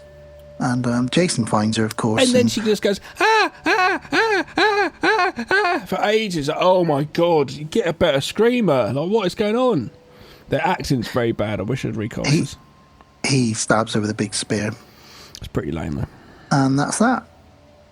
And so that's now, your opening act. We're at the morning of the boat setting off for sail. So we get different folk come along who are aboard in the boat, and we get to sort of know some of them a little bit. Yeah, the ship is called the Lazarus. Okay. And it's basically taking a group of students who are graduating on a trip to New York, an educational trip to New York, which they're all very excited about. Some of the girls are packing a bit of 80s cocaine. They're all great. There's a little disco room. There's a gym and a sauna. It's a brilliant boat. You wouldn't want to leave the boat, really. It's got everything on it that you want, really. Cocaine, disco, gym, sauna. It's got it all. Yeah. Get everything on there you want. So, yeah, you're right. All the students start to arrive, and we meet Rennie, who is, the replacement for Tina. She doesn't have psychic powers, though, or telekinetic powers. And her mum, well, it's not her mum, but like her teacher drives her there and says, you can do this, Rennie. You're going to be a great writer. Although you had a traumatic childhood incident, which will be delved into throughout the rest of this film. Yeah, and it's to do with water. And it's part of part 7, which was the last film, wink at the audience. But it isn't, because we had to recast them, wink at the audience. She says, go to New York, get some inspiration. And by the way, I've somehow bought Stephen King's pen. The eBay doesn't exist, but somehow I was in an auction house and they sold me your pen. Stephen King's pen, sorry. She says, apparently it belonged to Stephen King. Like, apparently. That's what some guy in a fucking shop told you. That's what a guy in the alley said to you. I know a girl, she's a massive Stephen King fan. Oh, hang on. See this pen? Stephen King's. Do you want to buy it? Could have been anyone. Oh, God, yes. My daughter loves Shakespeare. I've got his pen here. I've got a feather over here, which he used to write with. Could have been anyone. It's a quill. Brilliant. So, yeah, she's got this pen. She does use it later on, which is good. But not in the way you'd expect, because the pen is mightier than the sword, Gav. I know. The headmaster type guy seems to be like the headmaster, the main motherfucker, teacher guy. He's saying people... The main motherfucker. Yeah. Imagine if that was the... Imagine that. Instead of the principal's office. Main motherfucker. The principal, right, you're in trouble. You need to go to the main motherfucker's office. Damn straight. And he's a bit like, two folks haven't turned up, which obviously who have been... What was that all about? He's implying that the two people who are already on another boat at Camp Crystal Lake haven't turned up. What? Where? What? They were just going to leave that boat there? Were they going to bring their boat? What was going on? So that's implying. I don't know, but we do see that boat in a moment. Makes sense, really. Because we've got a new Crazy Ralph, like almost like Crazy Ralph's son. He's like, it's got a death curse. The harbinger. Yeah, we always have to have that. And while he's sort of saying, you're all going to die on that boat, we see the boat from the opening scene wash up with blood all over it. Crazy Ralph sees this, doesn't think to alert the authorities in any way. That washed up? Yeah, so it washed up next to the Lazarus. How was it in the lake in the first place? Well, this is the plot hole. The lake is it's not connected to any ocean, is it? No, it's a lake. But you kind of have to overlook the fact that the boat got out of... Teleported like Jason, yeah? Yeah. Jason sent it over there. But of course, Gav, this is how Jason gets to them, because he was hanging on to the boat. Yeah. Oh, no. My God. That's how he gets to the boat. Oh, my God. How did you think he got there? I'm going to hang on to this and just go wherever it goes and get on the next boat and just catch a boat. Well, I imagine he was just... Because he killed them. I imagine he was just driving the boat, like a pirate's life for me. Yeah. Drinking rum. The head motherfucker is a bit annoyed that he is actually the guardian and also uncle to Rennie, and he's a bit annoyed that this teacher lady's brought her along, because he's like, no, I assume that he said, stay wherever you are, you're not coming, you're just going to stay here, and I'm going on a trip to New York, you're just going to stay here. But apparently he's the guardian, and he's like, what's she doing here? And it's like, surely you would, if that was your kid, you would be a bit more like, what the fuck are you doing? You can't just do this. This is if he's the legal guardian. So it's all very weird. And he's just like, oh, okay, and just lets her on. It's so bizarre. Well, he didn't want her there, I think, partly because of her phobia of water. Yeah, I know the reason, but it's the whole thing's the whole. But these films love it. These films love, if you've got a phobia, they just say, go on water now. We so we've been introduced to those. We're now going to be introduced to the captain of the boat, who's not really in that much because he gets killed, and his second in charge. But we also it's basically his son, and his son Sean, who is a main character. Who's is like, oh, what do you want to do, son? I want you to ride this boat for me. And he's disappointed because he doesn't blow the horn and all this sort of stuff. He says, what do you do first? And he sort of presses a couple of buttons. And it says, and then what? Fucked it, Sean. Basically, and it's just like, oh, God. Dad, sorry, I can't be a Navy captain like you. And his mate's with him as well. But this is the classic, like, his mate says nothing. And then later on, we're like, oh, we need to kill someone. Who have we got? Oh, grab that one. Put him there, and all of a sudden his mate will run out and go, won't say anything, and get killed by Jason on the crow's nest. But it's just another case of body count rather than actual substance of characters, arcs, or anything. They're even saying dialogue.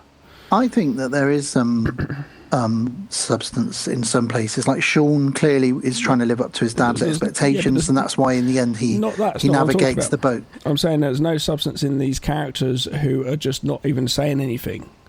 There's no substance because they're just for the body kill. That's all. No, sure, all those guys. There's substance there. The story behind those guys and the arc and stuff. Even though Rennie's is a bit confusing and not explained. Jason, we see him climb aboard the Lazarus, so he's now on board with them all.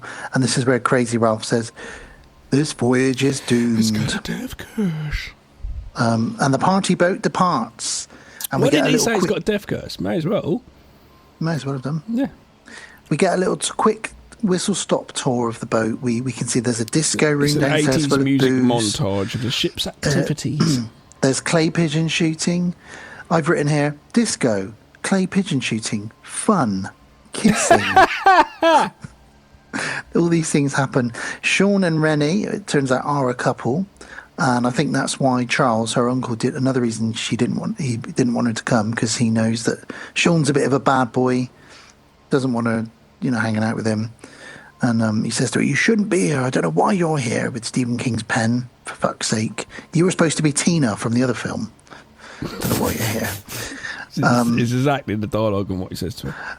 And then we've got the fucking King Uber geek called Wayne. Guy. Camcorder. With the biggest camcorder, biggest glasses, and the most biggest hair. Thing was, though, looking at him then, we looking at his geek. Yeah, looking at him then, he was kind of coolish with glasses and big hair and stuff. It wasn't that bad. And he's friends with a girl called JJ, who is a rock chick. She Playing loves guitar. rocking out on a guitar. He's making a shit music video. Basically, he's just got a camera and he's just going to film whatever because he wants to be a film student. So he's just, I'm filming everything all the time. She's like, film me here, I'm playing guitar. It's like, this could be a bad music video, by the way, but okay. And she asks him about the blonde chick, the cocaine girl, as we'll call her. And he's like, yeah, I think she's so hot. And she's like, she'll never get with a guy like you. What are you talking about? Go with the rock chick. The rock chick's probably into him. She's all right, the rock chick. She's all right. Well, the rock chick, JJ, she heads downstairs into the engine room where there's all these cool ladders and walkways. She says there'd be some real good acoustics downstairs. I want to go play guitar down there. So she goes down, starts wailing her guitar, but we see Jason's legs following her down there. Uh-oh, so we know something's going to happen. Uh-oh, spaghetti-o. We start learning that Rennie has some sort of trauma, as we mentioned, and apparently this trip will help her. Well, it's not. I can tell you now, Rennie, it's not going to help. All your friends are going to die. Yeah. In brutal, bloody ways. You're going to get almost gang raped by some guys in New York, injected with heroin.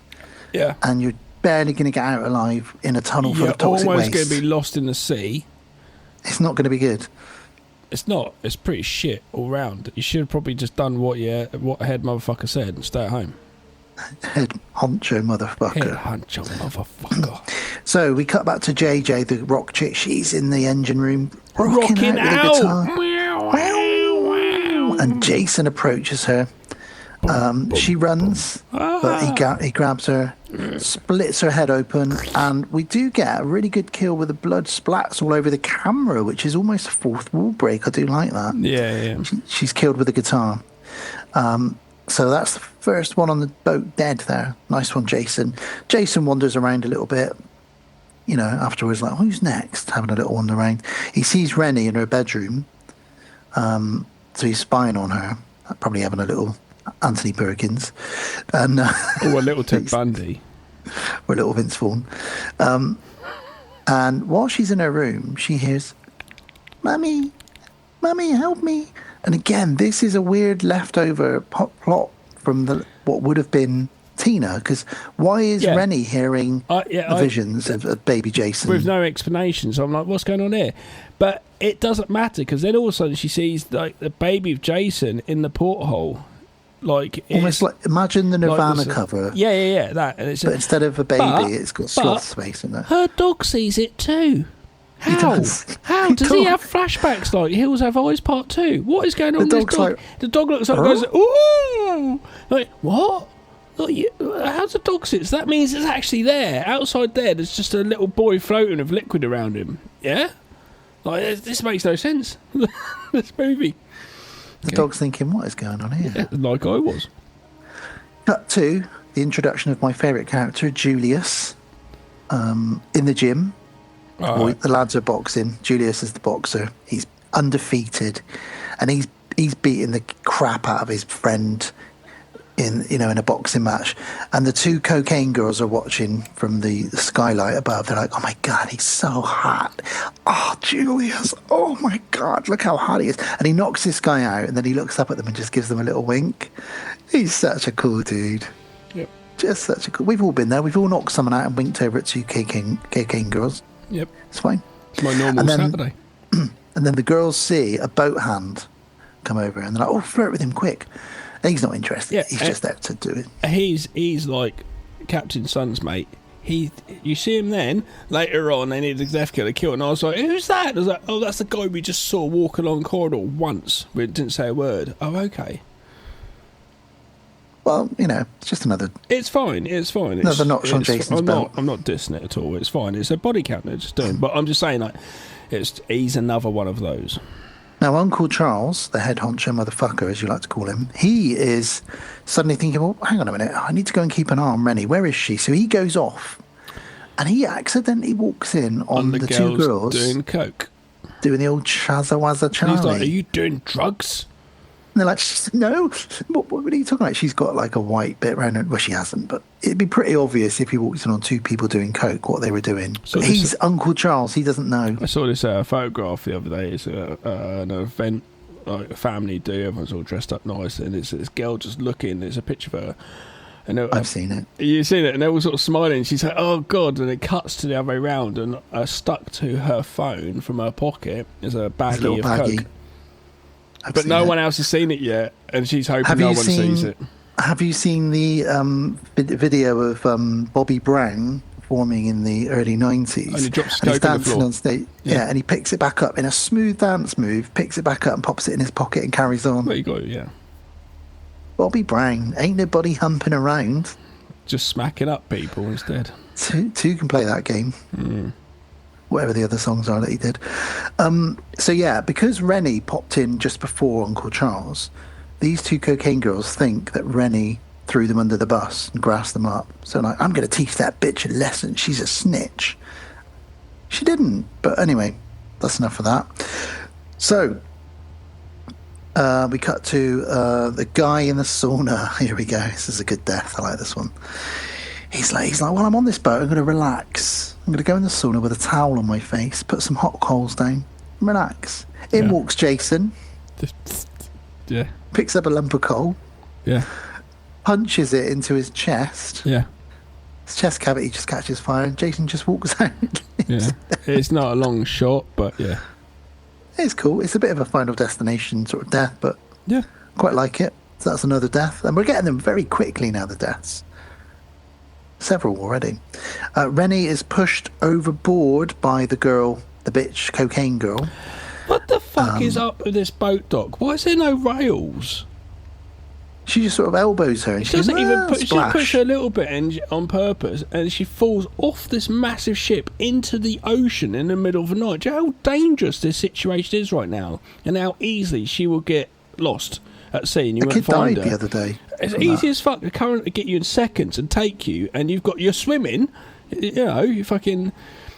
And she just thinks it's a great old laugh, but I was just like, where the fuck are the barriers there? That's ridiculous. So the captain's lad dives in, because a big old ship as well, dives into the water, rescues her, they get her out. And well, just before he rescues her, yeah, little Diddy Jason's under the water grabbing her legs, pulling her down. Yes, but yeah. And which scares her. And the cokeheads, they go in off, and the two of them, and the blonde one's like, oh, that's funny, wasn't it?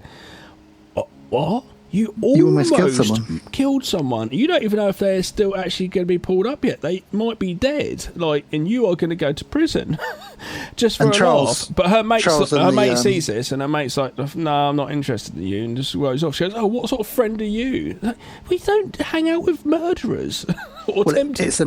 It's announced that Rennie can't swim and has a terrible fear of water due to a childhood incident.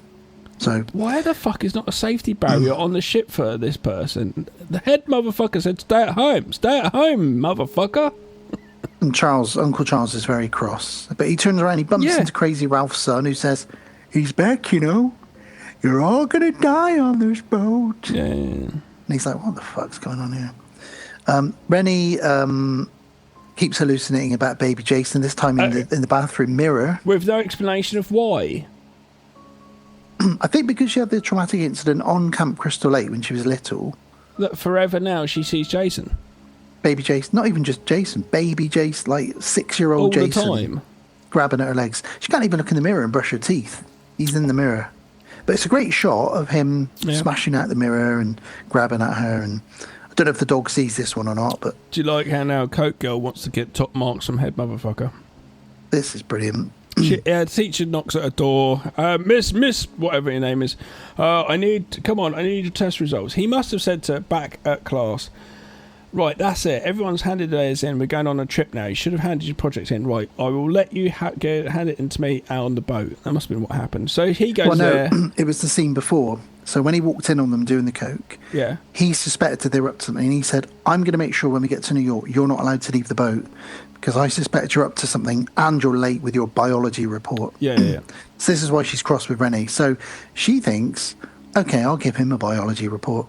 So she writes all the body parts on her body. Hardly. She a fucking pathetic amount. It's like, but I would happily...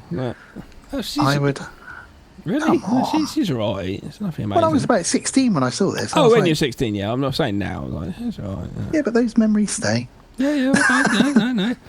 So he walks in on her. That was that funny that time when I told you I watched Halloween H2O again, and the girl with dark hair, one of the guy's girlfriends in it. I remember thinking she's so hot, and when she watched it again, like she's like 15. I'm like 40. This doesn't seem the same anymore. No. And then I saw her a couple of months ago when we were at a convention and she was at, which was really weird. And I was like, oh, there's you. I used to have a crush on you, but strange. Did you tell her? No. I just didn't, but it's weird. I didn't want to. Just didn't have many people lining up for autographs. God forbid you ever meet Danielle Harris. Yeah, I know. And the annoying thing is I'll probably have to tell her, won't I? Do you remember that email you got from me about 20 years ago? No, not really. Oh, I get a lot of weird emails. one that you read on Facebook and we went, I was drunk. I do apologise. We're like brother and sister. This comes up twice a year, maybe, this story on the show. Yeah, I looked for it and I couldn't find it. Like, I don't know.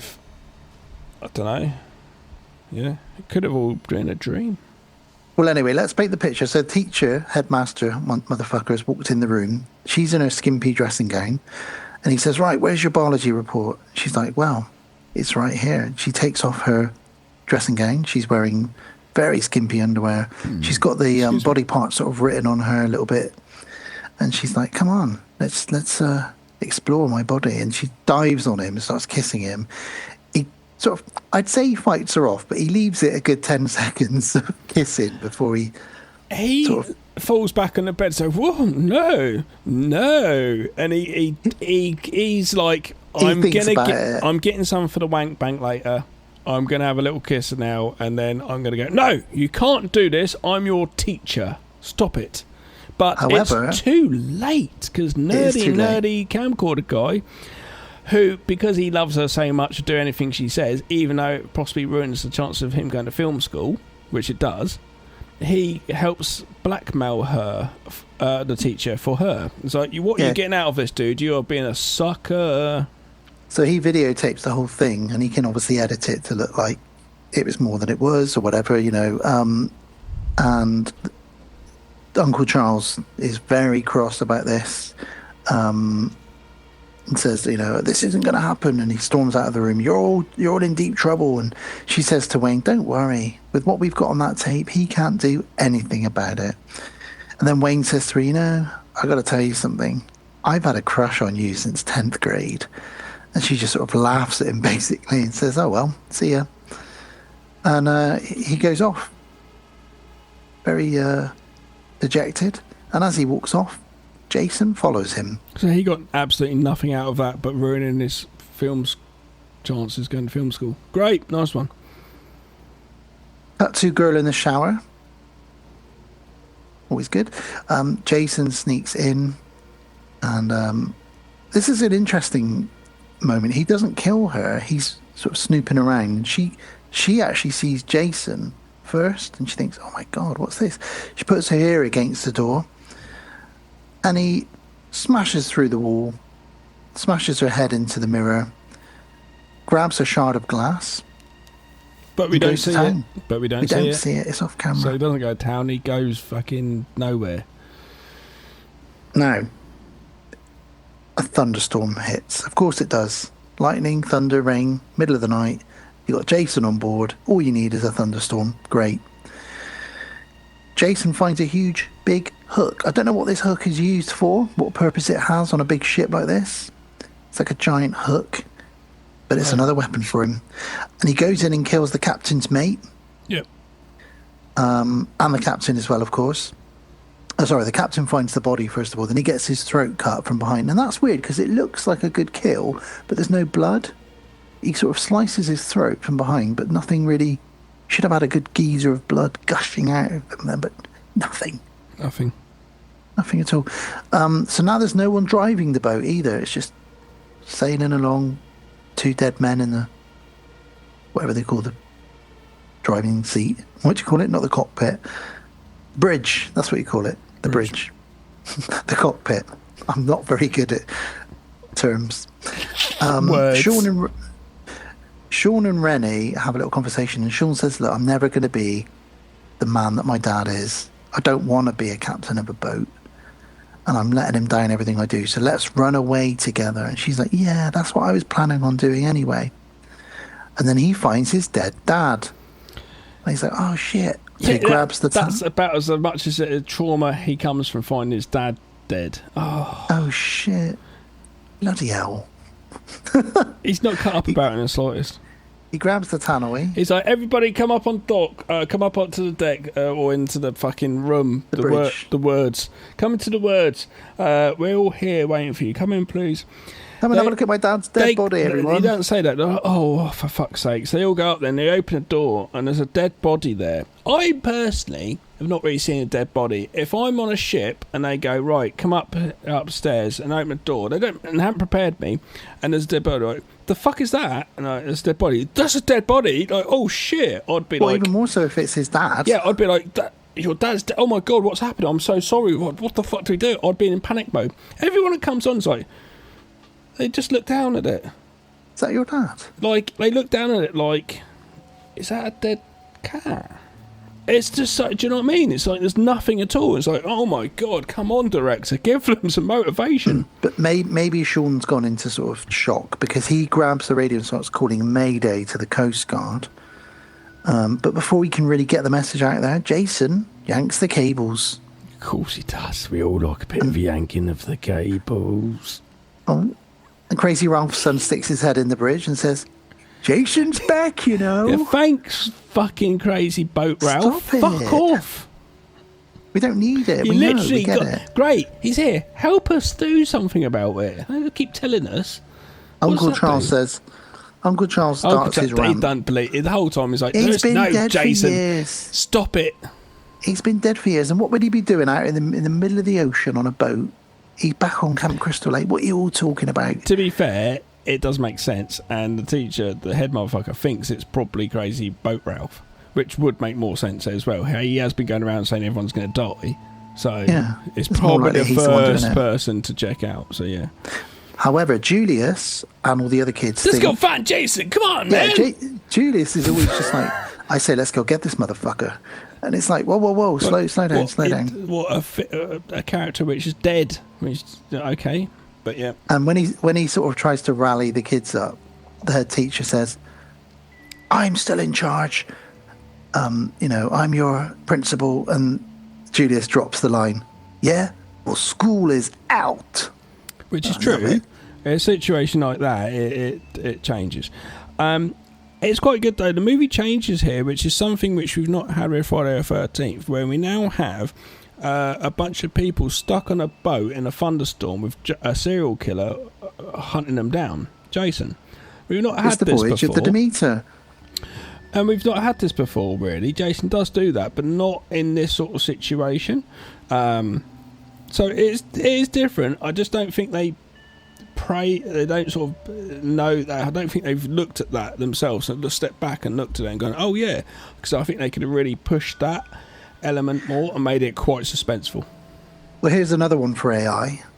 Let's imagine that the kids venture down into the kitchen and they come across the cook, who's Steven Seagal in Under Siege, and he's like, what are you kids doing in my kitchen? And they're like, there's a serial killer on the loose, and he's like, I'll go take care of him.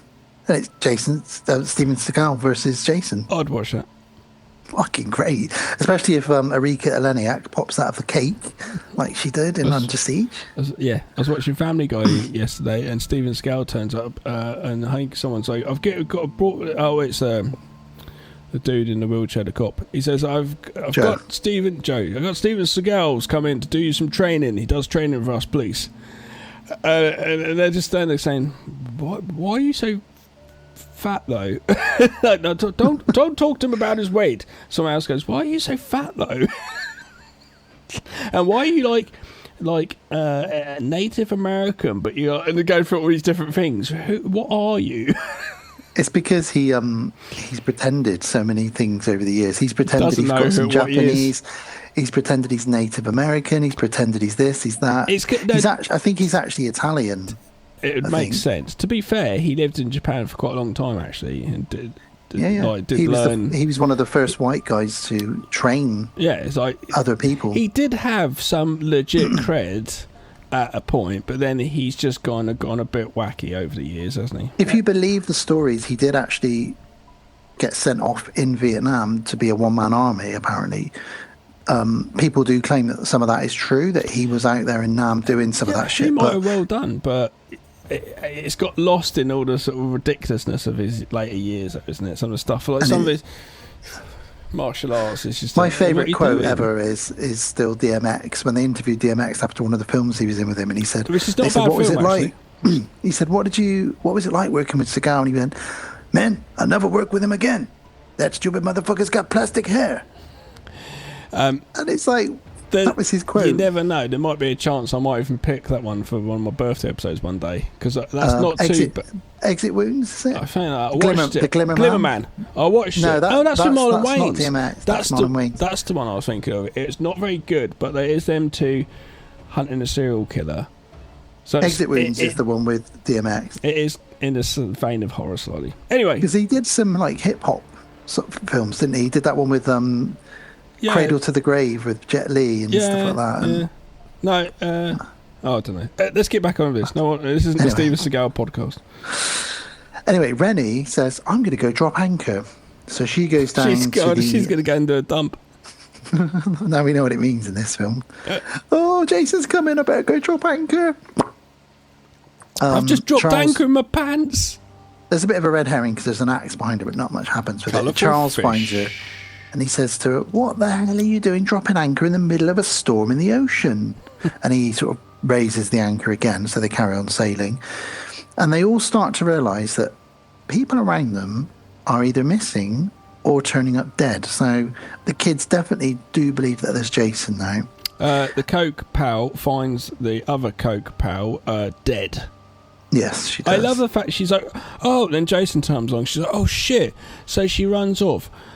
Okay, you could run off and hide on the ship, or you could run straight into the middle of the disco dance floor, which is all lit up music, and you could circle round it, going round and round in a circle and not actually hiding. Well, Jason's going to find you. He's just going to walk up. Oh, there. That lit up musical point, yeah? I've written here, Hodder's miming is amazing in this scene, because this again is him doing it all with his body. He walks in, there's balloons around him. He somehow darts around like magic, though, because she can't see where he is, which is like, how? He's huge. How can you not look at him? I've written the disco lights seem to confuse her. I think she's a bit like shocked, and the disco lights are flashing in her face. But also, he can teleport now in this film. That must be it. And this is the one and only time Jason has ever killed someone by strangling them. Oh, okay. He picks her up off the ground, but he still only strangles her. That's okay, though. That's not too bad. I sometimes play Jason when I play Mortal Kombat X on the PlayStation, and he can be Leatherface, Jason, Alien, different people. And he is quite a presence. Like, you could do stuff like that, pick him up, but he's huge, and it does look quite good. It's effective, just doing that, picking someone off like that on the neck. It's quite an effective kill, even though, it's pretty bland. If you're into WWF, as it was back then Kane... I used to be when I was a kid. If you know the character Kane, the wrestler Kane, he modelled himself on Jason, and even, I think the reason he's called Kane is after Kane Hodder, and he's quite a presence. He wears a mask and he picks people up like that and slams them around. So, and he's apparently burnt in a fire as well, so he wasn't really, but he wore the mask to cover all that up. Camera guy, the 80s camera guy, has got his massive 80s camera on his shoulder, also has a shotgun. Where did he get the shotgun from? Oh, just before that, there's a scene. So the boys get all their weapons together. Right. And they all gather axes and guns. I do wonder, though, how he's going to... It's like, put the camera down. I know. It's not a found footage movie. A fucking found footage... I guess shoot a found footage movie. How are you going to shoot Jason with a shotgun? But somehow he still does, though, because he gets his glasses knocked off by a steam pipe, so he can't see. And I know what that's like. When I go swimming, I'm blind as a bat, Velma. Yeah, and then just sees someone and shoots. No, you're short-sighted. Don't shoot the first blur that you see. Well, just before that, when they're doing the weapons, there's a fun moment with Julius being really hard again, where they're like, what are you going to use, Julius? And he sort of looks at his hands and goes, I don't need anything. And then he thinks, actually, I'll get a gun. Then he gets a gun as well. But yeah, you're right. So poor old Wayne, without his glasses, he's wandering around, and then he shoots who he thinks is Jason. It turns out to be that guy with no lines, the deckhand. Yeah. Well, you've killed something, and he looks at him and he goes, no. But then he's killed, and I missed it because I was just writing down the odd note. How did he die? It was so quick. If you blink, you miss it. He trips over JJ, the rock chick's body from earlier. Yeah. And then Jason grabs him and throws him onto a big fuse box where he fries. It's quite a good death. He gets electrocuted and fries. It was very quick. And that's what starts the fire on the boat. So this death causes the fire to start on the boat. Catalyst for that. All right. Yeah. Sean struggles to man and drive the boat. He's not like his dad. He's already told Rennie that. So he's trying his best. And then he sees lots of lights and he says, oh my God, there's a fire in the main engine room. Oh no, this is really bad. What should we do? I'm going to say this movie does drag a bit because I think it's not a long movie, but I think because there's so much going on so quickly, it makes it feel like, oh God, now what? Now, do you know what I mean? It does. It gets to the point you're like, oh, come on. Especially when on the boat going to Manhattan, that little rowboat, it drags. I disagree. Like I said earlier, it's an hour and 40, but it doesn't feel like that to me. Cause it felt like it dragged to me, but fair enough. Sean manages to set them back on course. He's figured it out. He's remembered what to do. And Charles says, well, I'm going to go and find the deckhand from earlier. He'll know how to drive the boat properly. I still don't believe in Jason. You kids are all crazy. You all stay here on the bridge with the 2 dead bodies, one of which is your dad, Sean. You all stay here, and I'll go off and see what's going on. Some random guy outside tries to attack Jason. This is where he starts climbing up the mast to get away from Jason, and then somehow Jason is up the mast with him. In seconds. Literally. And throws him down to his death where he splats on the ground. So that's that. Yep. Teleportation. Julius finds his buddy's body, and then Julius gets thrown overboard. But fear not, he's not dead. He will come back later for a good old scrap.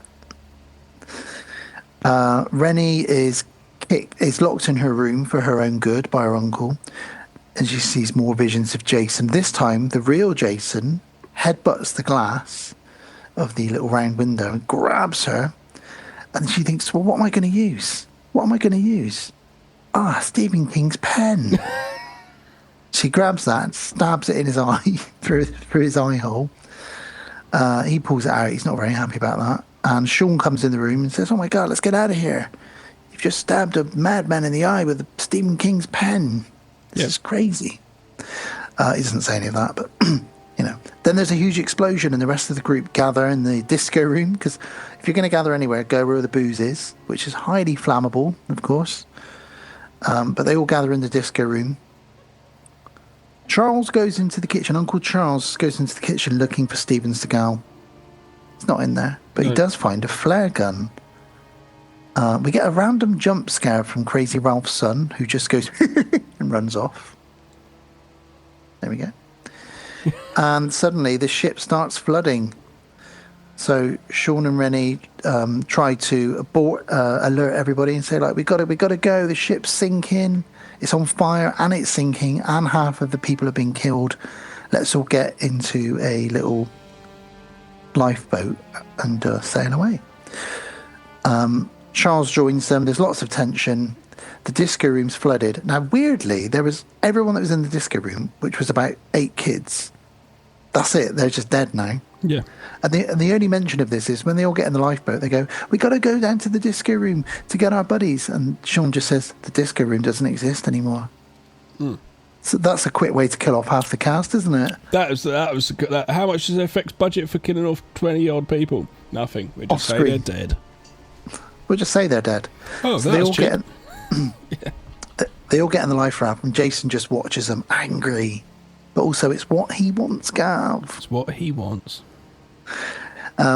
Julius does a jump scare where he bursts out of the water, and you think, oh, it's Jason. No, it's just Julius. It's fine. And he sort of gets in. So there's 5 of them left now in the boat, including a dog. In the rowboat, yeah. And the dog is called Ace, by the way, just so you know. Ace? That's his real name, Ace. And they start rowing.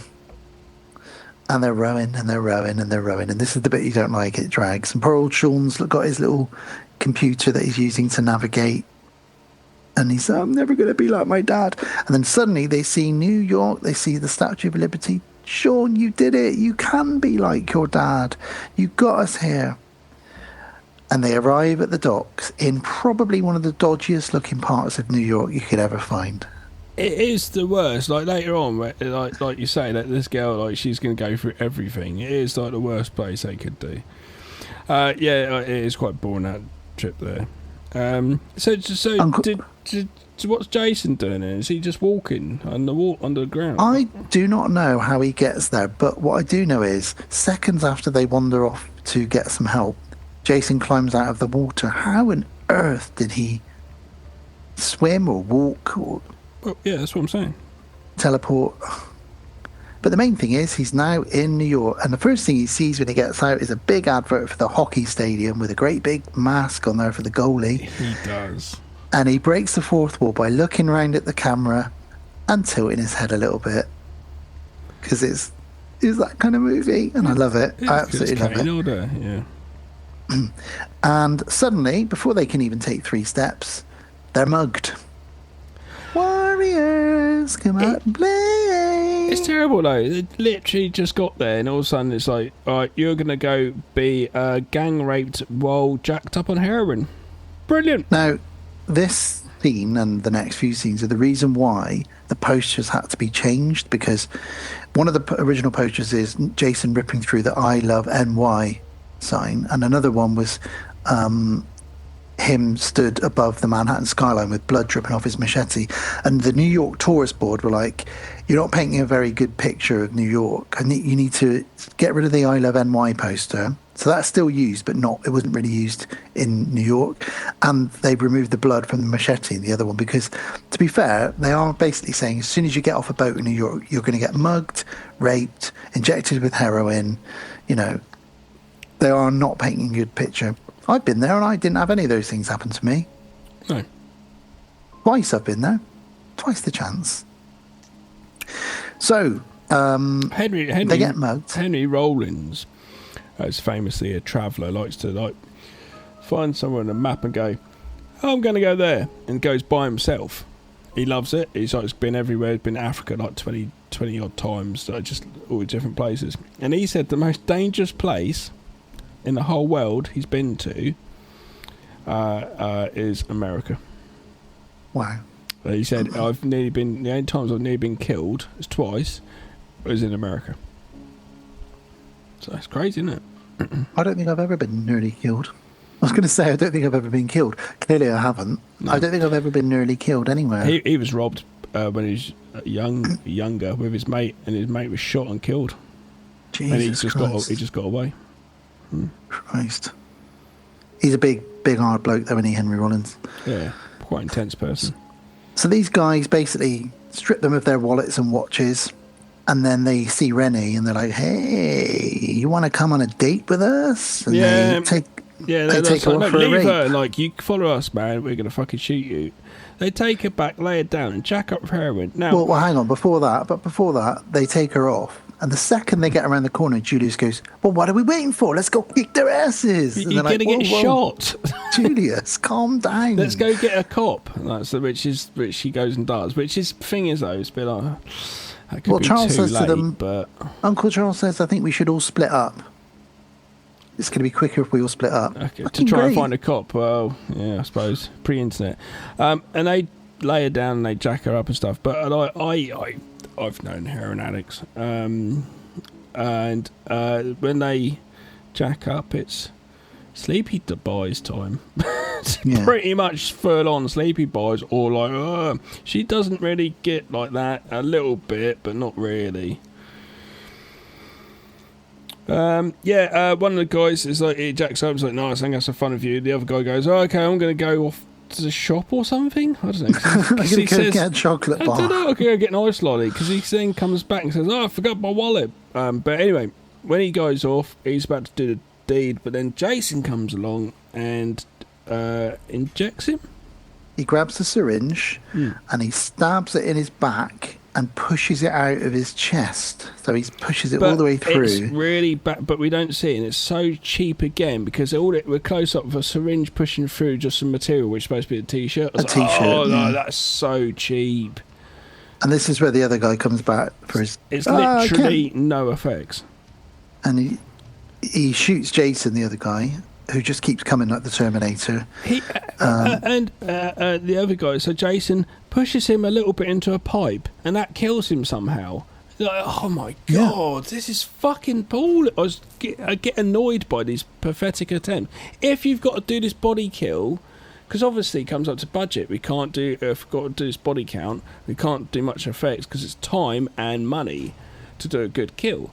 But like, you're just throwing quantity over quality. He should have held his face in front of it so the steam like melted his skin off his face or something. Yeah, even just get him just screaming, just have him holding it, or rub his face against brick wall and just get him screaming. So many things you could do. It's just like, I don't know, it's annoying. Well, Rennie, despite being full of heroin, gets up and runs off. So it must be pretty shit heroin. Yeah. She runs off. Boxer Dudes goes up on the roof with Jason. Well, first of all, him. he goes into a phone booth, first of all. Okay. But of course, it's fucked, so he can't call anybody. Yeah. Jason finds him, he smashes the phone booth, chases him up onto a roof. And this is the famous scene everybody knows about from this film. So he's a boxer, as we know, and he throws a total of 56 punches at Jason in this scene. Now, apparently, Kane Hodder, who was a big guy, but also had loads of padding on, just said to the actor, just go for it. Just hit me as hard as you can. So he does. So those punches, most of them that he's throwing are real because Kane Hodder was wearing a lot of padding on his body. Obviously, you have to be careful when he hit the mask because that looks like it's going to hurt your hands. And he punches and punches and punches and punches and punches. He gets him right to the edge of the building, but Julius is so tired after 56 punches. And he just says, okay, take your best shot. And Jason, in one punch, does a Mortal Kombat decapitation. This is 4 Part 7's sleeping bag against a tree. This is the same for us. It's a remembered out of all of the movies. Absolutely. People remember this one or not. Yeah. No, if you say to somebody, oh, Jason Takes Manhattan, oh, that's where the guy gets his head punched off. But you won't remember any other kills, probably. No, because they're not that great. No. Rennie is stoned, wandering around on heroin, and she manages to find Sean. He's like, you all right? She's like, I'm a bit heroin-y at the moment. But she does say, Jason's here, he's followed us here. And Sean's like, really? Then they bump into the cops, and the cops are with the female teacher and Uncle Charles.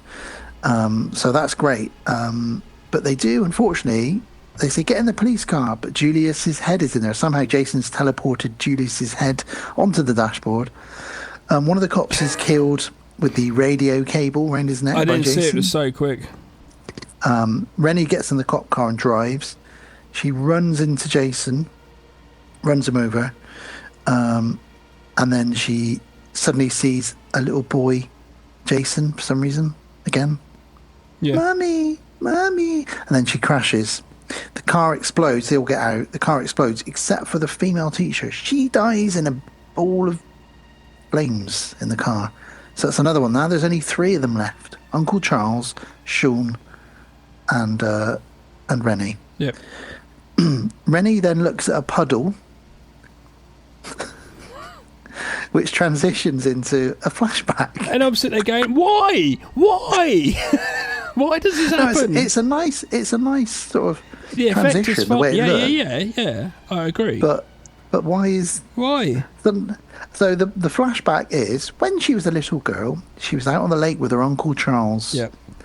Oh God! Swim. Don't do it, parents. This is not how you teach your kids to swim. He says to her, Rennie, you've been coming here for many years to visit me in the summer, and you still haven't gone in the water.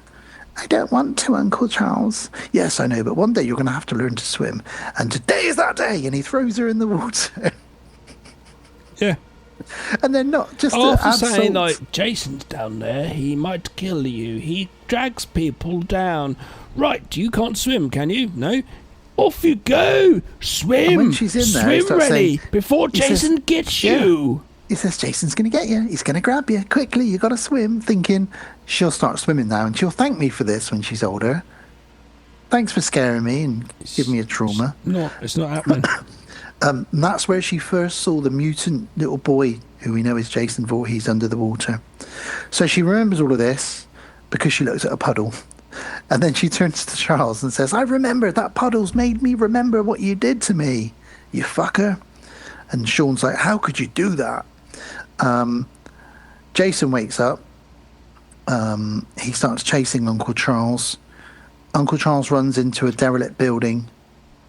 And before he can even get up the stairs, Jason's appeared above him. Yep. We don't see any of this. No. We just see him thrown out of the window.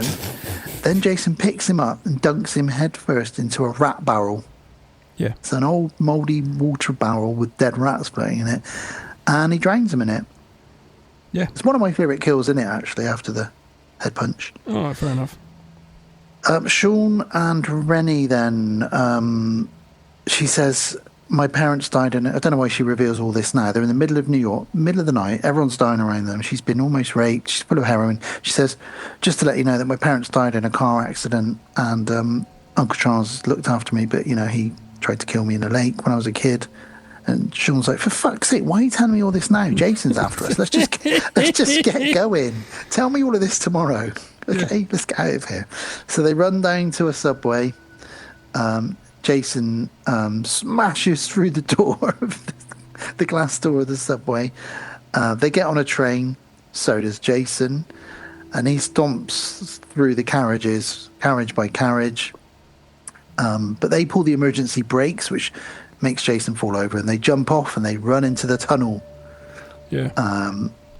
They escape by pushing Jason onto the third rail. Yeah, which is a valid thing to do. Again, though, this is the thing that resurrects him. Now you're trying to kill him. I don't know how it works. It's going to give him more power. Yeah. It's going to charge him up. So they walk off. Don't run. They walk off. I'd be running. Back up to the city onto Times Square, and they're like, it's over. You shouldn't have said that, should you? No. They shouldn't have said it. Jason is now on the streets of New York. This is where it gets really fun for me. Because, yeah, you're right. Some of that dragged, but it's fun now. And apparently Kane Hodder said this was his favourite part to shoot because people knew who Jason was, and he was on Times Square, and all the people around and the extras were all like, wow, Jason. And it just looks cool seeing him there on Times Square.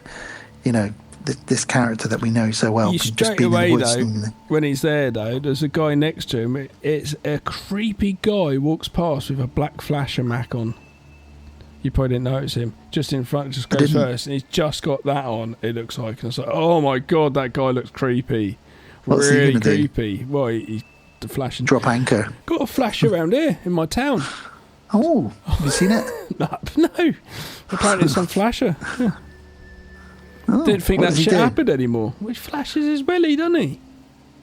When I was a kid, we in the UK, schools have a lollipop lady, which is a lady in a sort of fluorescent coat that stands with a big lollipop that says "Stop Children Crossing" on it, and we call them the lollipop ladies. They probably have them in the US or in other countries, probably called something different, like a crossing guard, I think, or something. But anyway, they stop and they let the kids cross the road near the school with their parents or whatever. When I was a kid, when I was about, must have been like 8 or 9, primary school, like first school, as we were waiting to cross the road after school, a man came over and he had his willy sticking out of his trousers and he was waving it at me and all the girls that we were with crossing the road. And my mum sort of pulled me away and all the other mums were going crazy. And then the lollipop lady... Did she get a smack his She dick? got her lollipops there and she smacked him on the back. I mean, you dirty old git, get out of here. And she started smacking him with it really hard. And he ran off sort of giggling. And I'd have smacked his dick. she didn't. But she hit that thing. It's a big metal disc, you know, on the end of a pole. He's getting his dick slapped, but... She could have chopped it off with that thing. Tough. Have it out. It's one of those things that stuck in my head. I think that was my first old man's cock, actually. Probably. Not that sounds wrong. It does a little. let me just move away from that. Have you had Go back to multiple old Jason. man cock since? Because I've not. There's not been much of an old cock man experience myself. There is another incident, but probably won't go into it now. A real one, where a man tried to entice me and some friends into a public bathroom. Have I ever told you that story? You've told the story, I think, on before. Yeah. He said, "Will you come inside?" And we were like, "No." And he went, I think we were about 12 years old. We said, "Why?" And he went, "Because I think you're really juicy." Yeah, you told us. We didn't know what that meant. I still don't know to this day what that means. But that's enough about that. Back to Jason Voorhees. Give me nightmares, you will. I don't know how we got onto that, to be honest. Anyway, Jason's on Times Square. He chases them. Oh, because you mentioned a flasher. That was all. Yeah. So he chases them through Times Square, and on his way over to them, he kicks over a boombox of a gang of punks. "You're dead meat, slime bag," they say. And they pull out their flick knives and their butterfly knives. And this is that great moment where Jason, from behind, we don't see his face, he just lifts up his mask and shows them what's underneath. And they all just run off. Yeah. Another fun moment from this film that I really like. So that's good. Jason. So they then enter the diner. Jason enters it through the wall, and because he smashed the place up, the chef, a huge chef, goes up to him and goes, "Hey, buddy, you shouldn't have done that." Now that guy went on to play Jason in Jason vs. Freddy. Okay. And he's also Kane Hodder's stunt double occasionally. All right. That's why he's such a big guy. Jason, though, picks him up, throws him into a mirror. He is a big guy, yeah. Just throws him into a mirror. And we get a brilliant reflection, quite arty now, of Jason walking past the broken mirror, and it sort of reflects it, all broken up into different pieces. It looks really cool. They go into the sewer system, don't they? Why? Don't know. Head to a How police did they get station. there? I hope there's no chuds or alligators down there, though. I hope that there's Ninja Turtles down there, Gav. True. Because if you're going to fight Jason, and that's what I sent you the other night, this is what got me thinking. I sent Gav a load of Teenage Mutant Ninja Turtle versus Jason artwork. It's great, isn't it? Yeah. It'd be a good crossover. Jason follows them. Yeah, they find a worker down there, and he's just like, "Well, how are you doing down there?" And like, "Oh, we're trying to get away." And he says, "Well, in 10 minutes, toxic waste floods this 2 place. minutes? In It 2 says 2 minutes, minutes. toxic waste floods. So come with me now." He's He leaving tells it a bit them short as well. He says every Every midnight night. in New York, we flood the sewers with toxic waste. They don't fucking do that. Like RoboCop. Yeah. What the hell? Why would they do that? Don't know. But they realise they have to get out of here. So off they go. But Jason, at speed, fucking rugby tackles like the guy, just fucking boom, out of nowhere, just at speed. It's like Jason doesn't move that fast. Why all of a sudden is he moving so fast? Okay. And then we see him kill him in the Kills him shadow. off screen. Yes. It's a shadow of him smashing his head in with a wrench. Rubbish. So Rennie tries to talk to him. She says, "You won't get me, Jason. I know you. I saw you in the lake when I was a little girl." And he's like, "What? I'm just going to kill you." So he starts following her anyway. She grabs a bucket of random toxic waste that's lying around, because it's New York in the 80s and it's got to be toxic waste lying around, which takes his mask off and we get to see his face. And he's basically like Emil from RoboCop. Yeah. He's like screaming. Like, and he sounds a bit like an elephant when he's... It's really weird. And the bit where he throws up all the liquid, that was real throw up from Kane Hodder. Lovely. Apparently he drank like 6 jugs of water, and then as soon as they said action, he just threw up on command because he had so much liquid in him. Oh my god. Kane Hodder, you a legend. So Sean and Rennie start climbing a ladder. Jason tries to grab them, but of course it's midnight. The toxic waste floods the sewer tunnel. Jason gets He's killed. dragged But then we underneath it. have the flashbacks to the sadness of Jason when it comes down to a child drowning, which is actually a really sad situation. If it goes back I to thought the same. I thought the same of him. It's the way you hear him say, "Mummy, yeah, help me." every time you ever see it though, the kid that just drowned at the lake, it's sort of when the camp counsellor should have been looking after him. It is quite a sad thing, you know. It doesn't mean his mum should have gone around killing everyone, but No. weirdly, For the first movie, it gives it before it turned into like the evil superhero of Jason. The first movie, it gives it that more substance, I suppose is the word. A bit like Psycho or something where there's a reason. A bit more class to it as well, almost. So it definitely gives it a reason, like a mother's love for her child and do whatever. And that people have done that. That does almost happen. Like Pamela Voorhees is almost like John Wick. They killed his dog. He went on a rampage. There's a dude in the 80s, it was live on TV, because the news reporters were there, turned up to the sentencing, or he'd been sentenced. I've seen that, yeah. Yeah, to the dude who basically raped his son, and he turned up and just shot him and killed him. You know, yeah, it's on camera, isn't it? Yeah, that's crazy, but it will happen, you know. Yeah, and he'll go to prison, but they'll let him off lightly, because... Yeah. Now, the original ending of this film was supposed to have Jason melt away, catch fire, and melt into a puddle of nothing. But the studio said, but what if we want to make a Jason 9? Let's make it, have a little Jason. So they got a little So boy instead, there, haven't they? Jason boy. He melts down back into a child who's shivering away on the floor. So weird. It's like, what? And Is there a child there or not? It's so weird. And then he melts away again to nothing, and then we just see a toxic waste mask, a hockey mask floating along on the toxic waste. Yeah. And then it's dawn, and Sean and Rennie come out of the sewer. They come out totally dry and look like nothing. It's like, hang on, you haven't slept for a long time. You must be hungry. You must want to just go and have a nice shit. There's so much stuff you must want to go. Nice shit. Well, just like you've not had any time for yourself for a long time. Like you've been smacked up on heroin, almost gang raped, got in fights, lost at sea. 30 people escaped have died to that ship. you know. A lot of people have died that you know, but they look fine. They look and alright. they kiss. In fact, they kiss. His dad was dead, but it's like that's alright. But Gav, we got one final jump scare. Something, a POV. Something is heading towards them. Oh my God, what's it going to be? It's the dog. Ace is alive. Quite obvious, but you had to bring the dog back. It's Hollywood rules. Apart from when he gets John Wick movies. We do get a nice crane shot as they walk off, as the camera just cranes up, and you see them walk off into Times Square. The most scariest thing is that song comes back again. Yay! The darker side of the night. Do, do, do, do, do, do, do. And that's it. Jason is no more until part 9, 10, and the remake. And Freddy versus Jason. So we've still got another 4 films to cover of Jason's, which is brilliant. Which is funny, really. Yeah. But this is a really fun one, in my opinion.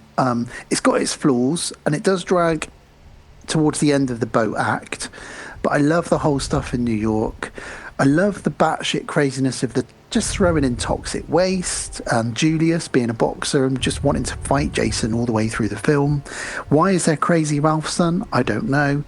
Why is Tina seeing visions? Not Tina, that's the other girl. But why is Rennie seeing visions of baby Jason? I don't know. It doesn't make sense to me. But Halloween 3 Season of the Witch doesn't really make sense, and that's a beloved film. So I really like this film.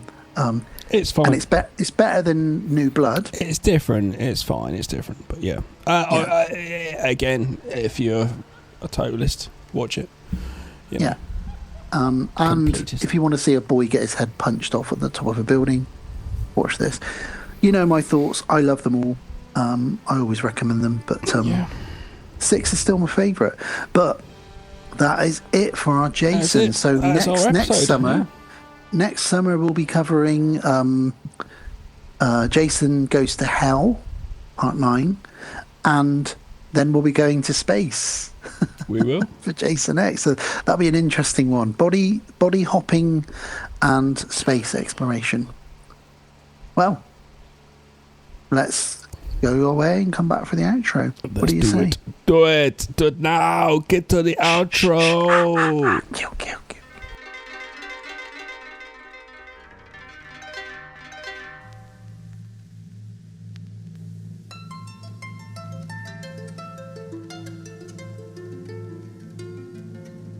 And we're back again. Oh, well, we're back again. Say goodbye. Thank you for coming along, listening. Stop.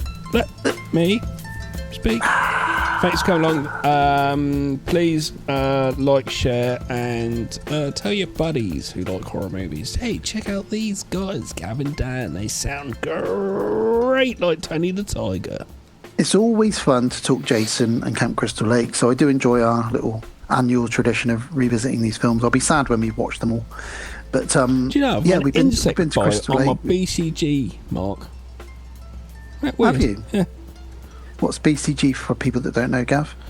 Don't know what it actually fucking stands for, but it was an injection that I got, and most people got, and you probably got one in the sort of early 90s. In the early 80s, I think it was. No, early 80s. It'd been like late 80s, early 90s. I don't know what it's for. We had ours. Yeah, we all got We had ours at big needle.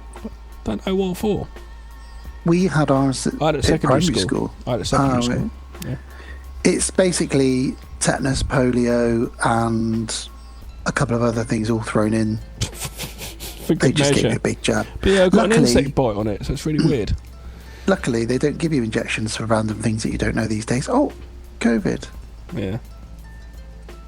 I've had my COVID jabs, obviously, but I'm starting to question now what the fuck was going on with all of that. Well, when you start seeing people dying of blood clots, I've got a friend who's a couple of years younger than me, very fit, very exercised, very fit. He had a stroke recently. Jesus Christ. He's like, why have you had a stroke? That's really weird. He's like, okay. Well, Joe Rogan. And blood clots, anyway. people getting blood clots and stuff. It's more common now. Well, that was episode 180. In the brain, that is. Podcast on Haunted Hill. Yes. In the brain. Insane in the membrane. I knew you were going to do that. So, what's coming up next? What's up next, Daniel? Episode 181. Our next episode, we'll be visiting another franchise that we've been working our way through. We're going to the world of Chucky. Oh, is that next? We'll be doing Child's Play 5, The Seed of Chucky, from 2004. Mm-hmm. And Child's Play 6, which is called The Curse of Chucky, from 2013. Okay. So we'll be covering 2 Chucky movies next, and there'll only be 2 left after that as well, so that's another franchise we'll be finishing up at some point. And after that, we've talked about Sheila already, our patron, and it's her patron. So episode 182, Sheila has picked The Ninth Gate. Excellent. From 1999. Polanski, we won't talk too much about him, but we will talk about the film, of course. And she's also picked a more new film from 2023, The Pope's Exorcist with Russell Crowe. Russell Crowe. The gladiator himself. Yeah. Doesn't really talk like that. Well, he does a bit. No. So that's going to be her episode 182.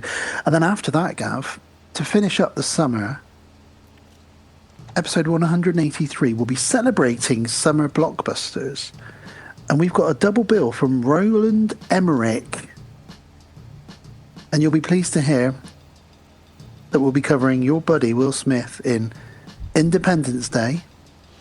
Yep. From 1996. Which I don't mind the film. It's okay, and I like aliens, and I like the whole idea. And it's kind of like if it actually happened, it's a quite a good one for that scenario type thing, isn't it? There isn't that many like that. And we can do some impressions of Jeff Goldblum. The second one's not very good, so don't bother watching it. It wasn't very good at all. No, it wasn't very good. But because it's summer blockbusters, 2 years after that, Roland Emmerich then made Godzilla. And I cannot wait for us to I like that. People both like that film. People don't like that movie. I really love it. I have no problem with it, and I've seen it many times. Yeah, apart from Godzilla -1, it is one of my favourite Western Godzilla movies. I literally don't mind it. Yeah. I don't know why people diss it, actually. I prefer it to all of the MonsterVerse stuff that's been coming out recently. Yeah. I like -1 is amazing, don't get me wrong, but that's Japanese. Yeah. This was brilliant to me. I really liked it, so I don't know. We have to look into why people don't like it, because I don't know why. because they didn't like the design of Godzilla. They didn't like Matthew Broderick as a lead. It went on too long. I really like it. I really like it. It gets to that point, and it's almost like Velociraptors. I know it's got little Godzillas. Chasing them in that football stadium they're stuck in, stuff. And like it's got Puff Daddy on the soundtrack as well, and Jamiroquai, hasn't it? So that's what's coming up next. We've got a couple of Chucky movies. And one's got a big hat, and one's a big knob. I don't know about that actually, but I'm saying he's a dickhead. Brilliant. Not Jamiroquai. No, he's all right. So we're covering a couple of Chucky movies. We're covering Sheila's patron picks, and we'll be doing Independence Day and Godzilla. Roland Emmerich just loved doing he did all the sort of 2012 and The Day After Tomorrow. He loves all of those kind of end of the world movies, doesn't he? Yeah. Big disaster movies. It's good. Like that. So that's what's coming up. So before we say our goodbyes, I was going to say before we say our Godzillas. That's not right. Godzilla. Imagine if that was the word for goodbye. Sarah says that instead of God bless you. Godzilla. I still say, what is it you told me to say when I get on the bus? Think it's cheese? No, it's I still say it now, and I can't remember what it is. I haven't said it. I haven't been on a bus for ages. I don't know what that would be. Instead of thank you or instead of cheers, you always told me to say jizz. Cheers. So sometimes when I get in a taxi or on a bus, I'm like jizz, because you could make it sound like cheers, and I still say cheers to people sometimes. Yeah, they don't know. They're not going to look at you and go, "What? Did you say jizz?" No, I said cheers. Why would you think I said cheers, you weirdo? Yeah, that's what you can do. So before we say our Godzillas, I'll quickly do our admin. And thank everybody that needs to be thanked. So, go for it. We are the podcast on Haunted Hill. Thank you, everybody, as Gab said, for listening, following, subscribing, liking, sharing, whatever it is you do. We are a proud member of Legion Podcast Network and also of Deadbolt Media. You can find out more about Legion Podcast if you go to the website, legionpodcast.com. That's where you can find out all the other shows on the network, as well as all of our historical shows, back catalogue. Yep. As we like to say.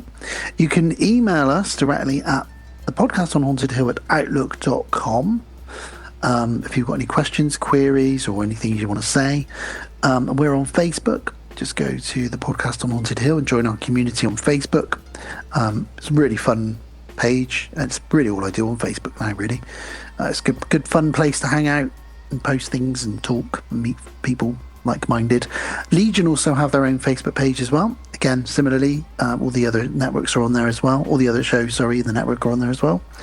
Wherever you listen to us now, you hopefully can always continue to listen to us. We're on Spotify, YouTube, Podknife, Podbean, Apple, Podcast Addict, and all the usual places. Just Google the podcast on Haunted Hill and you should find us. Yep. When we're on Instagram, our handle is the podcast on Haunted Hill Insta. All one word. We use that just really to promote the episodes as they come out, with a link directly to the episode. I mentioned Deadbolt Media. That is our production company. We have our website, which is deadboltfilms.com. You can go there to find out all the short films, all the features, the comic books, this podcast, the other podcast that Cav does, which is called Podcast, the High Strangeness podcast with me and Sarah. Jesus Christ. Sorry, doing true crime and weird stuff and things. To apologise. Recently you covered I only listened to it the other day. What did you cover the other day? It was I don't know. Jesus, I can't remember what I it was. can't remember what it was either. As soon as I record stuff, it's just out of my mind. Oh, Jesus. Sorry, Sarah. I did listen to it and I can't remember what it was. I'm a host, so I can't remember. I listened to your extra on the same day, and you did the sewer crocodile, sewer alligator. Oh, I'm going to have a look. Yeah, because it's going to really annoy me. Sarah's shouting at the podcast now. She is. It was 4chan. Oh, yeah, it was, yeah. You delved into the dark underbelly of 4chan. I remember now. Yeah, it's good. Yeah, that was creepy and weird. So yeah, go to deadboltfilms.com. You can find out we've got loads of stuff bubbling away in the loads of irons on the fire, as they say. And we have a YouTube channel. go to Deadbolt Films on YouTube and you'll find that on there. You can watch things like Sanctuary Moon, our Star Wars horror film. You can watch Amanda, which is our latest found footage movie. Loads of stuff that we've done over the years. There's quite a few bits and bobs. Please check out Amanda, still there. Feature film, found footage. And it's definitely worth following us on Instagram. It's just Deadbolt Films, or one word, Deadbolt Films, and you'll get little snippets of things that have been worked on. We're constantly doing stuff. It's been a little bit slow recently. It's just takes a moment to make all these things. It's not. We could bang stuff out. I know filmmakers that bang out 2-3 feature films a year. I'm not going to say they're probably that great quality though. So it takes a while to do stuff. So, but yes, are you talking about Canon Pictures though? Are you from the 80s? No. And finally, we are also part of Patreon. So if you want to become a patron and support the show in a monetary fashion, thank you. It would be greatly appreciated. You don't need to do it, but for as little as $1 or £1 a month, you can become a patron supporter and help support the show and keep things ticking over, because it does cost for us to do the show. We do need equipment and other bits and bobs. Sometimes we need to rent or buy films. Yeah. So all of that kind of stuff does help. If you become a patron, you will not only will you get a free t-shirt in one of 3 colours sent out to wherever you are in the world, you will also get to have your name shouted out at the end of every episode. You'll get exclusive content that we do put up occasionally, bonus content, access to all of our entire back catalogue, and you'll get to, every 3 episodes, be one of our controllers. So every 3 episodes, one of our patrons in a sort of rota gets to pick the 2 films that we'll be reviewing. Thank you to the patron that came on recently, then went off, which was obviously just to give us a donation, which we appreciate. Yes. Sorry we didn't get a t-shirt to you. It would have been a thing we would have got to, but obviously you came and gave a donation and left. So appreciate that. So thank you very much for that. Thank you. And that's absolutely fine. That is another way to do it, honestly. If you just wanted to sign up and donate £1, then that's up to you. I'm not sat here begging. You don't have to do it. We would do this regardless. But we greatly appreciate all of our patrons. So thank you, guys. And as mentioned, I will now say thank you to all of you by name. So thank you ever so much to Sheila, Dante, Don Collier, Matthew Godley, Jamie Jenkins, Kevin S. Fife, Sarah Kay, Rachel, RJ McCready, and Lex Boo. Thank you, guys. Thank you so much. We massively appreciate it, honestly. We really do. It's really, really does help things. So yeah, there we go, Gav. That is episode 180 in the can, done and dusted. Done. Jason. Again, another episode done. Thank you for coming along and listening to us. If you've made it this far, congratulations. One more AI thing for you that we could do. Jason takes his mask off and it's Jason Statham underneath. Oh, that'd be great. I actually thought when I watched it earlier, what if Jason Statham could play Jason? I thought that when watching the movie today. Weird. He's not big enough. He's not tall enough. He's not. He's big, but he's not tall enough. No, yeah. Who would play a good Jason these days? Let's sign off with a little quick. You need not just tones. You kind of need a little bit of fat, so to speak. You know what I mean? You're sort of Gunnar Hansen type sort of size. So who would it be? I'm thinking. I don't know nowadays. The Rock's too big. I don't know. Let's just say Nicolas Cage, because he could do anything. Ah, yes. Well, he's Spider-Man suit, so Christian Bale could just put the weight on, I suppose. Yeah, he'd probably go a bit meta though. Might do. Well, actually kill people. Yeah. No, that's the other guy, Skeletor. He'd do that. Anyway, what's his name? Everybody, anyway, doesn't have Jared Leto. Right, that's everyone, when you go to bed now, well, hopefully it's not daytime. Well, it could be. Go to bed whenever you want, I suppose. Look under the bed for Jason. If you go to bed, don't have sex, don't smoke weed, don't drink beer. Oh, you're so boring. Because Jason gets fucking cross he with gets all annoyed, of those activities. But really, he likes to do it. So it's what he wants. So come on, Jason. He does it to himself. You're basically just moaning on social media, but so really you like it. He's basically Karen. He is Karen, yeah. All right, there we go. Jason is Karen. There you go, guys. So it's a good night from a headless boxer on a roof. It is. It's a good night from a tent.